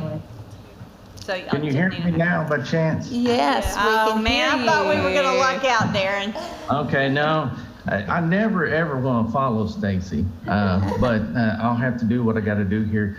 The thing I would say was, compared to the last co-op, I'm going into my 7th year, and compared to how we did it the first time, I felt like it was really a deeper dive than what we did. Just like everybody else, the evaluation system was, at times you've got to grow with the times, and we hadn't done that. And I want to applaud Stacy and her crew for doing that. They went out and totally revamped the process, and it really gave us time to pause and really look at some areas that we feel like and we know we can get better in. And it's always great to have that set of outside eyes on you. And I want to say one more thing before I get off of here. I think it's important for you guys to know that Secretary Key and his crew, they do a fantastic job. I've been in education, this is rolling into year 27, and I just think it's important that you all know how responsive they are. It's been, hadn't always been that way, I'll say it like that, but they do an incredible job. If they say, hey, I'm heading into a meeting, I'll call you back. It may be 8 o'clock at night, but they call us back. And I know y'all get to hear a lot of good things about schools, but I just wanted to make sure that we have the opportunity to tell them they do a great job as well. Thank you. Appreciate you, Darren. Congratulations, Mr. Beckwith. I know from experience that y'all do a great job down there. So thank you for all that you do and all you do to help schools and teachers be effective for students. So thank you. All right, so I think we need a motion to approve this evaluation. Okay, we have a motion by Ms. McFetridge. Second. Seconded by Dr. Moore. All in favor? Aye. All right. We have a couple of rules. Ms. Solis Ford, you had a long day waiting on us. Yeah, but I don't mind at all. And I promise to be quick since these are the last two things keeping you from adjourning for the day. Courtney Solis Ford for the department. The first rules for your consideration for public comment are the rules governing the Succeed Scholarship Program. These were updated to include the provisions of Act 689 and 741 of 2021. So we're asking for approval to release these for public comment pending Governor's Office review. Okay. Any questions on these rules for Succeed Scholarship? Okay, we're ready for a motion then? I'll move to approve the proposed rules for public comment pending Governor's Office approval. We have a motion by Dr. Moore. Seconded by Ms. McFetridge. All in favor? Aye. Any opposed? Okay, one more item. These are Section 10 of the Special Education Rules governing mediations and due process hearings.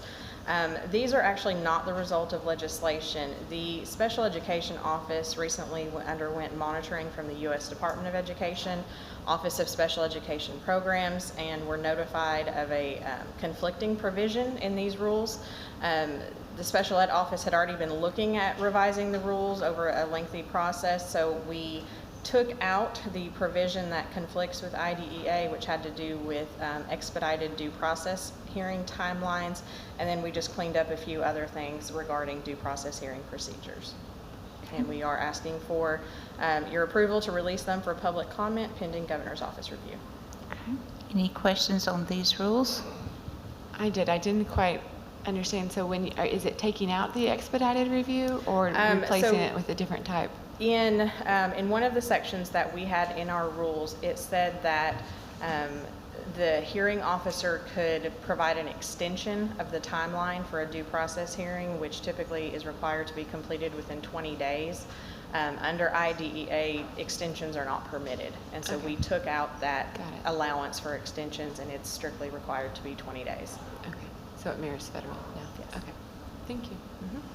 Any other questions? All right, we need a motion. I'll move to approve the proposed rules for public comment release pending governor's office approval. We have a motion by Dr. Moore. Do we have a second? Seconded by Ms. McFetrich. All in favor? Aye. Any opposed? All right, thank you. you.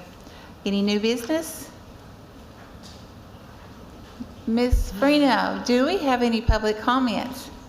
No, there are no public comment. No one is here to make a public comment. I believe there were some on the sheet Yes. earlier, but there's no one here to make a public comment.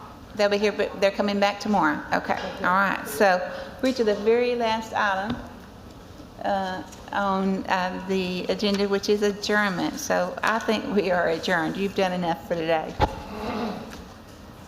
All right. A motion? Yeah. Do I need to make one? I think we just.